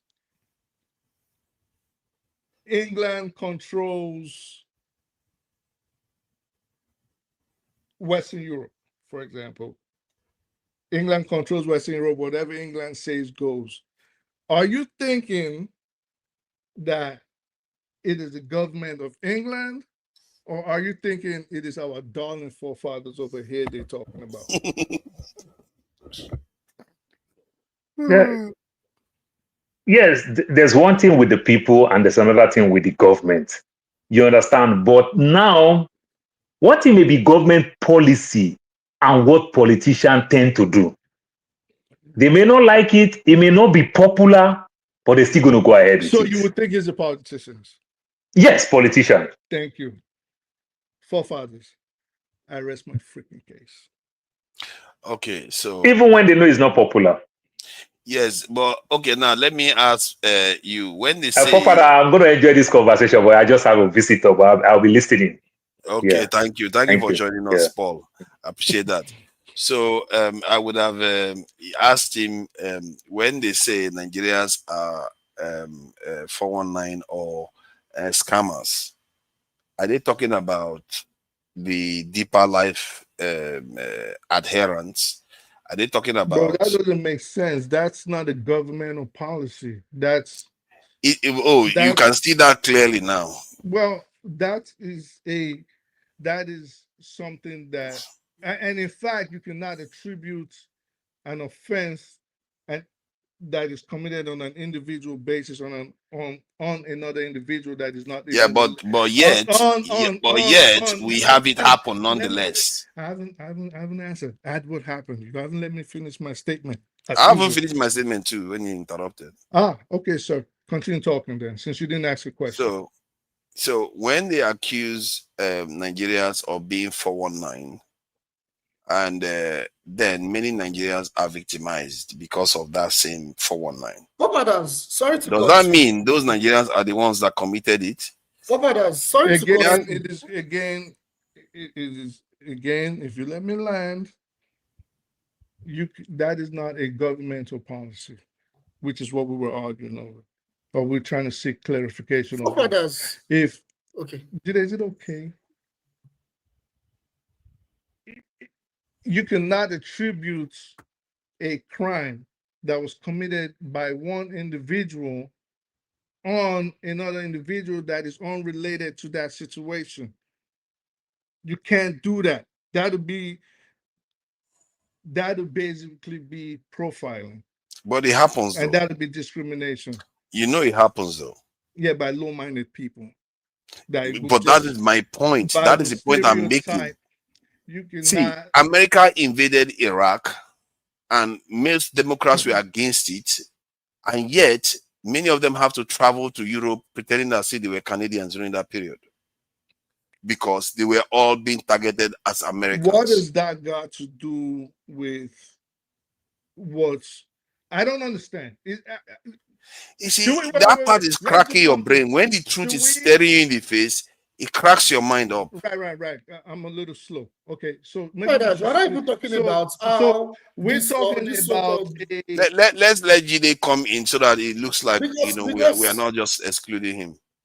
Because we need to connect these dots, man. How is it impacting Nigeria? Last week, recently, one of the U.S. senators, or I think it was one of the U.S. congressmen, talked about Nigeria, how there are persecution of Christians in Nigeria. After our vice president went to United Nations to condemn the genocide in Gaza. Mm-hmm. And they want to start increasing the volume or against Nigeria now. Yes, they don't start increasing the volume against Nigeria. This same group that we're talking about, they are beginning to start using one group against another group. Now they are saying that maybe it is Muslim, the Muslim terrorists in Nigeria that are killing Christians, committing genocide on the Christians. So now the plan now is maybe at some point, I think the guy, I can't remember his name now. I'm not sure about this, but the point is passing across. They need to now start scrutinizing Nigeria, and if possible, impose sanctions on Nigeria that may even lead to even potential military intervention. That may be the end goal overall. But I hope they try to militarily intervene in Nigeria. Let them try Nigeria for size. I'm surprised the only thing that's it's a very serious issue. Nah, it's not serious. The only thing that's happening is very simple. They're trying to do everything to divert attention from what's going on in Gaza. They just got They got Netanyahu got almost 100 of US's top influencers. The video is online. We met them on different days. Flew some to Israel. He met the last day he came. I think he met like Was it 25 not or something 100,000 like they that. gave them each? Yeah, so they pay them all this ginormous amount of money to not to change the narrative of what is going on, especially with the youths. Change the narrative with the youths because they see the tide has turned and public opinion is against Israel. So they started talking about Christians being killed in Pakistan, Christians being killed in Nigeria, Christian. But the good thing about it was when Bill Maher said it, Nigerians, both Christians, Muslims, and whatever religion, turned against them. They saw the trick right away. They saw it Bill from where Maher it said was. that. Yes, Bill Maher said it. He was the one that actually put it out there. Bill Maher, who is an ultra Zionist, a Yeah. supposed atheist, decided all of a sudden, I'm going to be defender of Christ in Nigeria. And Nigerians, thankfully, because Nigerians are not as stupid as people think they are, they're wise, especially the young ones. They're wise, they're well read, they're exposed, and they caught on to it quick and they shut him down. Of course, there were elements, the usual elements that wanted to back him up and say, oh, Yeah. they're killing us, they're killing us. But most people were like, I'm a Christian, mind your business, we don't need you in our business. It's completely, it's one of those things that if they try to insinuate it about Nigeria, it's not going to fly because more Muslims have died from Boko Haram and the Muslim attacks anyway. So it's just ridiculous. And if there's anything we should be really concerned about, personally, I really think that maybe we as sub-Saharan Africans should be watching Sudan very closely because that is an omen of things to come. And we just seem to be asleep. The sooner we start getting our act together, the less the chances of what happened there is going to come down to us. I think, gentlemen, I think we've gone to 6 hours now. That is respectable time for the day. And I thank you all for coming in. You know, I speak the truth. Take it easy now. All this ruffle thing you are doing, this, I don't understand it. Like, eh? I don't know. Maybe, you know what I think I need to start doing? I need to start taking myself out of my professional mentality and understand that, you know, I need to start dumbing things down. I need to start dumb it down. Dumb it down. You know, try to be more patient and understanding. No, you can't be. You listen. You can't be patient. It's hard to be patient with someone that will see the truth or will refuse to go seek, but pretend like they know. It gets irritating. After a while, it gets irritating. You start getting pissed off. You know, and I know it's a Nigerian thing of trying to. Oh yeah, I know. Give us all this history, and then oh no, APAC is fine. Like you, after a while, you start getting irritated. Like, what are you even talking about? You're trying. Sorry, do you know why sometimes I feel like there are different types of people? Some people are specialists in their areas, while others are generalists. And yes, specialists generally are more accurate when they predict stuff in their own areas, generally. But the generalists tend to make better intuitive judgments because they tend to understand how things connect together. You know, they call some people polymaths and different because they know so many different things. People don't understand how important that is. I think that's how human beings are supposed to be. Oh, goodness. When something is right, it's right. When something is wrong, it's wrong. That is true, but I'm trying to let you understand that when you are discussing many issues, there are areas you are specialists and you'll be better at those areas, but don't underestimate the skill set of people that can see between the lines. Listen, again, that's not the point. That's not the point. Like I always, that's not the point. If something is right, it is right. If something is wrong, it is wrong. That is true. Nobody's arguing with that point. So you can't come on here and just say because I want to pretend, and I use pretend, I want to pretend like I know what I'm talking about. I will argue with the fact. I understand you're all the way in England, and I understand, you know, maybe you might be getting your news source from a certain you might be getting your information from a certain source. So in a way, I guess that's where I'm less irritated with you, because I can say, okay, well, it's forefathers. He really doesn't know, right? As opposed to someone that will come on here and try to convince us wrongly.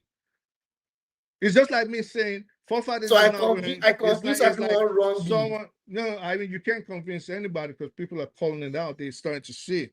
So I can't convince people wrongly because whatever I say, I don't just come and say anything. I'm confident whatever I say. Yes, you do. And whatever I say is validated. Yes, you do. Listen, this is let me tell you. If you go online and go and read, if you go and read books, if you think, right. I just didn't teach, and you don't just disagree blindly. And I just didn't. You won't come on here. I'm going to be disapproving people's point of view. All right. Okay, hold on. I've had students like you, and this is what they do. Yeah. Even when I work with government, and this is what they do. Even in school, they regard. This is why you. Let me tell you. Let's talk like boys. This is why you always usually off topic, and I'm glad people are listening to us. Let me tell you what you always do. And forefathers used to do the same thing. This is why you usually off topic. You regurgitate. You go crime something, and then when we're talking about a certain subject. When we talk about this, all this time that I've been talking, let me finish. Don't try. I know you're trying to shut me down. So my God! All right, so this is what you do: you go crime things, right? Then why is my name Houthis and not Yazidis? It's because of you. It's because of you. Why is my name Yazidis and not Muslims? It's because of you. This guy has my time to hold on. Let me shed some light. Let me shed some light. I think you are making a mistake the way you are approaching these things, because you are acting, and I see Nigerians do this a lot. When you are discussing a point with them, then they will ask you one specific about that area. Just because you don't know that thing, they will say you don't know anything about it. Subject okay, so let me discussed. Let me learn. And I don't think that is accurate. All right, but when did that happen? What happened? Based on what you are saying about that, it reminds me of what people do within the Nigerian context. When you say Houthis are not Yazidis, maybe there's a conversation we are having with him. You know why? You were there. Listen, let me finish. Why I did that, and I didn't say anything. Why I did that? It was the usual thing. Stop trying to bamboozle people. All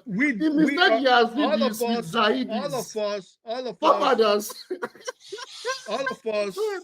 He mistakenly answered this to Zaidis. No, you said you were supposed to say Zaidis. Look at you laughing. I can show you your tape. I cannot make this up. Okay, now let me ask you one short question. Do you think sometimes people can be cross-talking each other and misunderstand the points that they are making? Very, very true. But listen, forefathers, that's not my point. That's not my point. Maybe that's what is mostly going on here. No. Listen. You have time. It's not. Listen, we cannot keep coming on here, and this is why sometimes I get irritated. We cannot keep coming on here to bamboozle people. People are listening. People are trying to learn. All right, we can't keep coming on here, and so I have to win this thing. I'm just going to try to bamboozle people. Who bamboozles people? You get what I'm saying? So we had a whole talk all night today about AIPAC. And where was my irritation? Because he tried to do the same thing again. Even when Paul was trying to correct him, instead of him to go read up on it. There's nothing wrong. Go read up on it. But you are saying that we are disagreeing with you. We are not disagreeing with what you are saying. You know what you are doing in the opposite side? You are not seeing that we are adding extra caveats to what you are saying. And I don't understand it. You're like, nobody is saying what you are saying is wrong, and you are still keep fighting us. We are just trying to say that there is more to what you are saying. No, you probably didn't say it was wrong. He has always held on to the position. My position remains that I will say it again. Wait, notice he does Israel something. does not control the entirety of America. Notice he does something when I'm speaking, right? This is exactly what he does. This is why I get upset. So he does something. When I'm speaking, he's quick to interrupt, he's quick to good all this, he's doing all this. And then you're asking him like, okay, so what part are you disagreeing with? And then he starts talking about something unrelated just to show us that, oh yeah, I know this. He's like, what was that? What are you doing? You get what I'm saying? So it's irritating for me. Yeah, but you have to be patient because you don't know. Sometimes you have to listen to what they are saying so that you can be able to rebut more completely. Maybe they will understand you and come to your side. I don't have to listen. I don't have to rebut if, for example, I'm making a statement and you're there in the background shaking your head, wagging your finger, and I say, or interrupting as usual, and I say, okay, so what are you? I'm hoping to hear something that'll educate me. And then you just go off topic and start talking about something else. And it's like, what are you always doing? You see, now let me give you an example to try to highlight. I hope you see it. You asked me, how would I have approached the Iranian negotiation? Listen, the first time I said, if I was Iranians, I wouldn't be behaving the way they were behaving. Then you said, no, I didn't answer the question. And I took on board that I didn't answer the question directly. Then the next time you insisted that I answered the question, then I went on to say, you know what? I will carry on talking to them the way I'm talking to them right now, but I will go on to develop my nuclear technology without any listen. When I gave you that answer, you still said I did not answer the question. So it means that you were not listening to what I was saying. No, it means that you didn't answer the question. That's what it means. But I did though. I answered it directly. I said I will be negotiating the way I'm negotiating now, but my approach is that stupid fatwa will not be there because I'll be going to develop my nuclear technology. That was probably like the third time. You can always go back. No. You can always go back. See, that was when I answered it. And when you insisted I didn't answer it, I kept telling you I've already answered it. The first few times, listen, I'm not a water bottle, okay? I have a brain. The first few times you did something, you went off on a tangent. And I had to say, get back on topic. And I took it on board and I said, get back on topic. And you did it again. And then of course, I didn't do it again. It was when you get into, you see, remember, whenever people get into their feelings, they don't tend to hear people, even when the person answered them. You kept saying I didn't answer you. I kept saying I have answered you now. You can, I mean, we're not going to agree on it. You can easily go back. I'm going to rewatch it as usual. You can go back and rewatch it.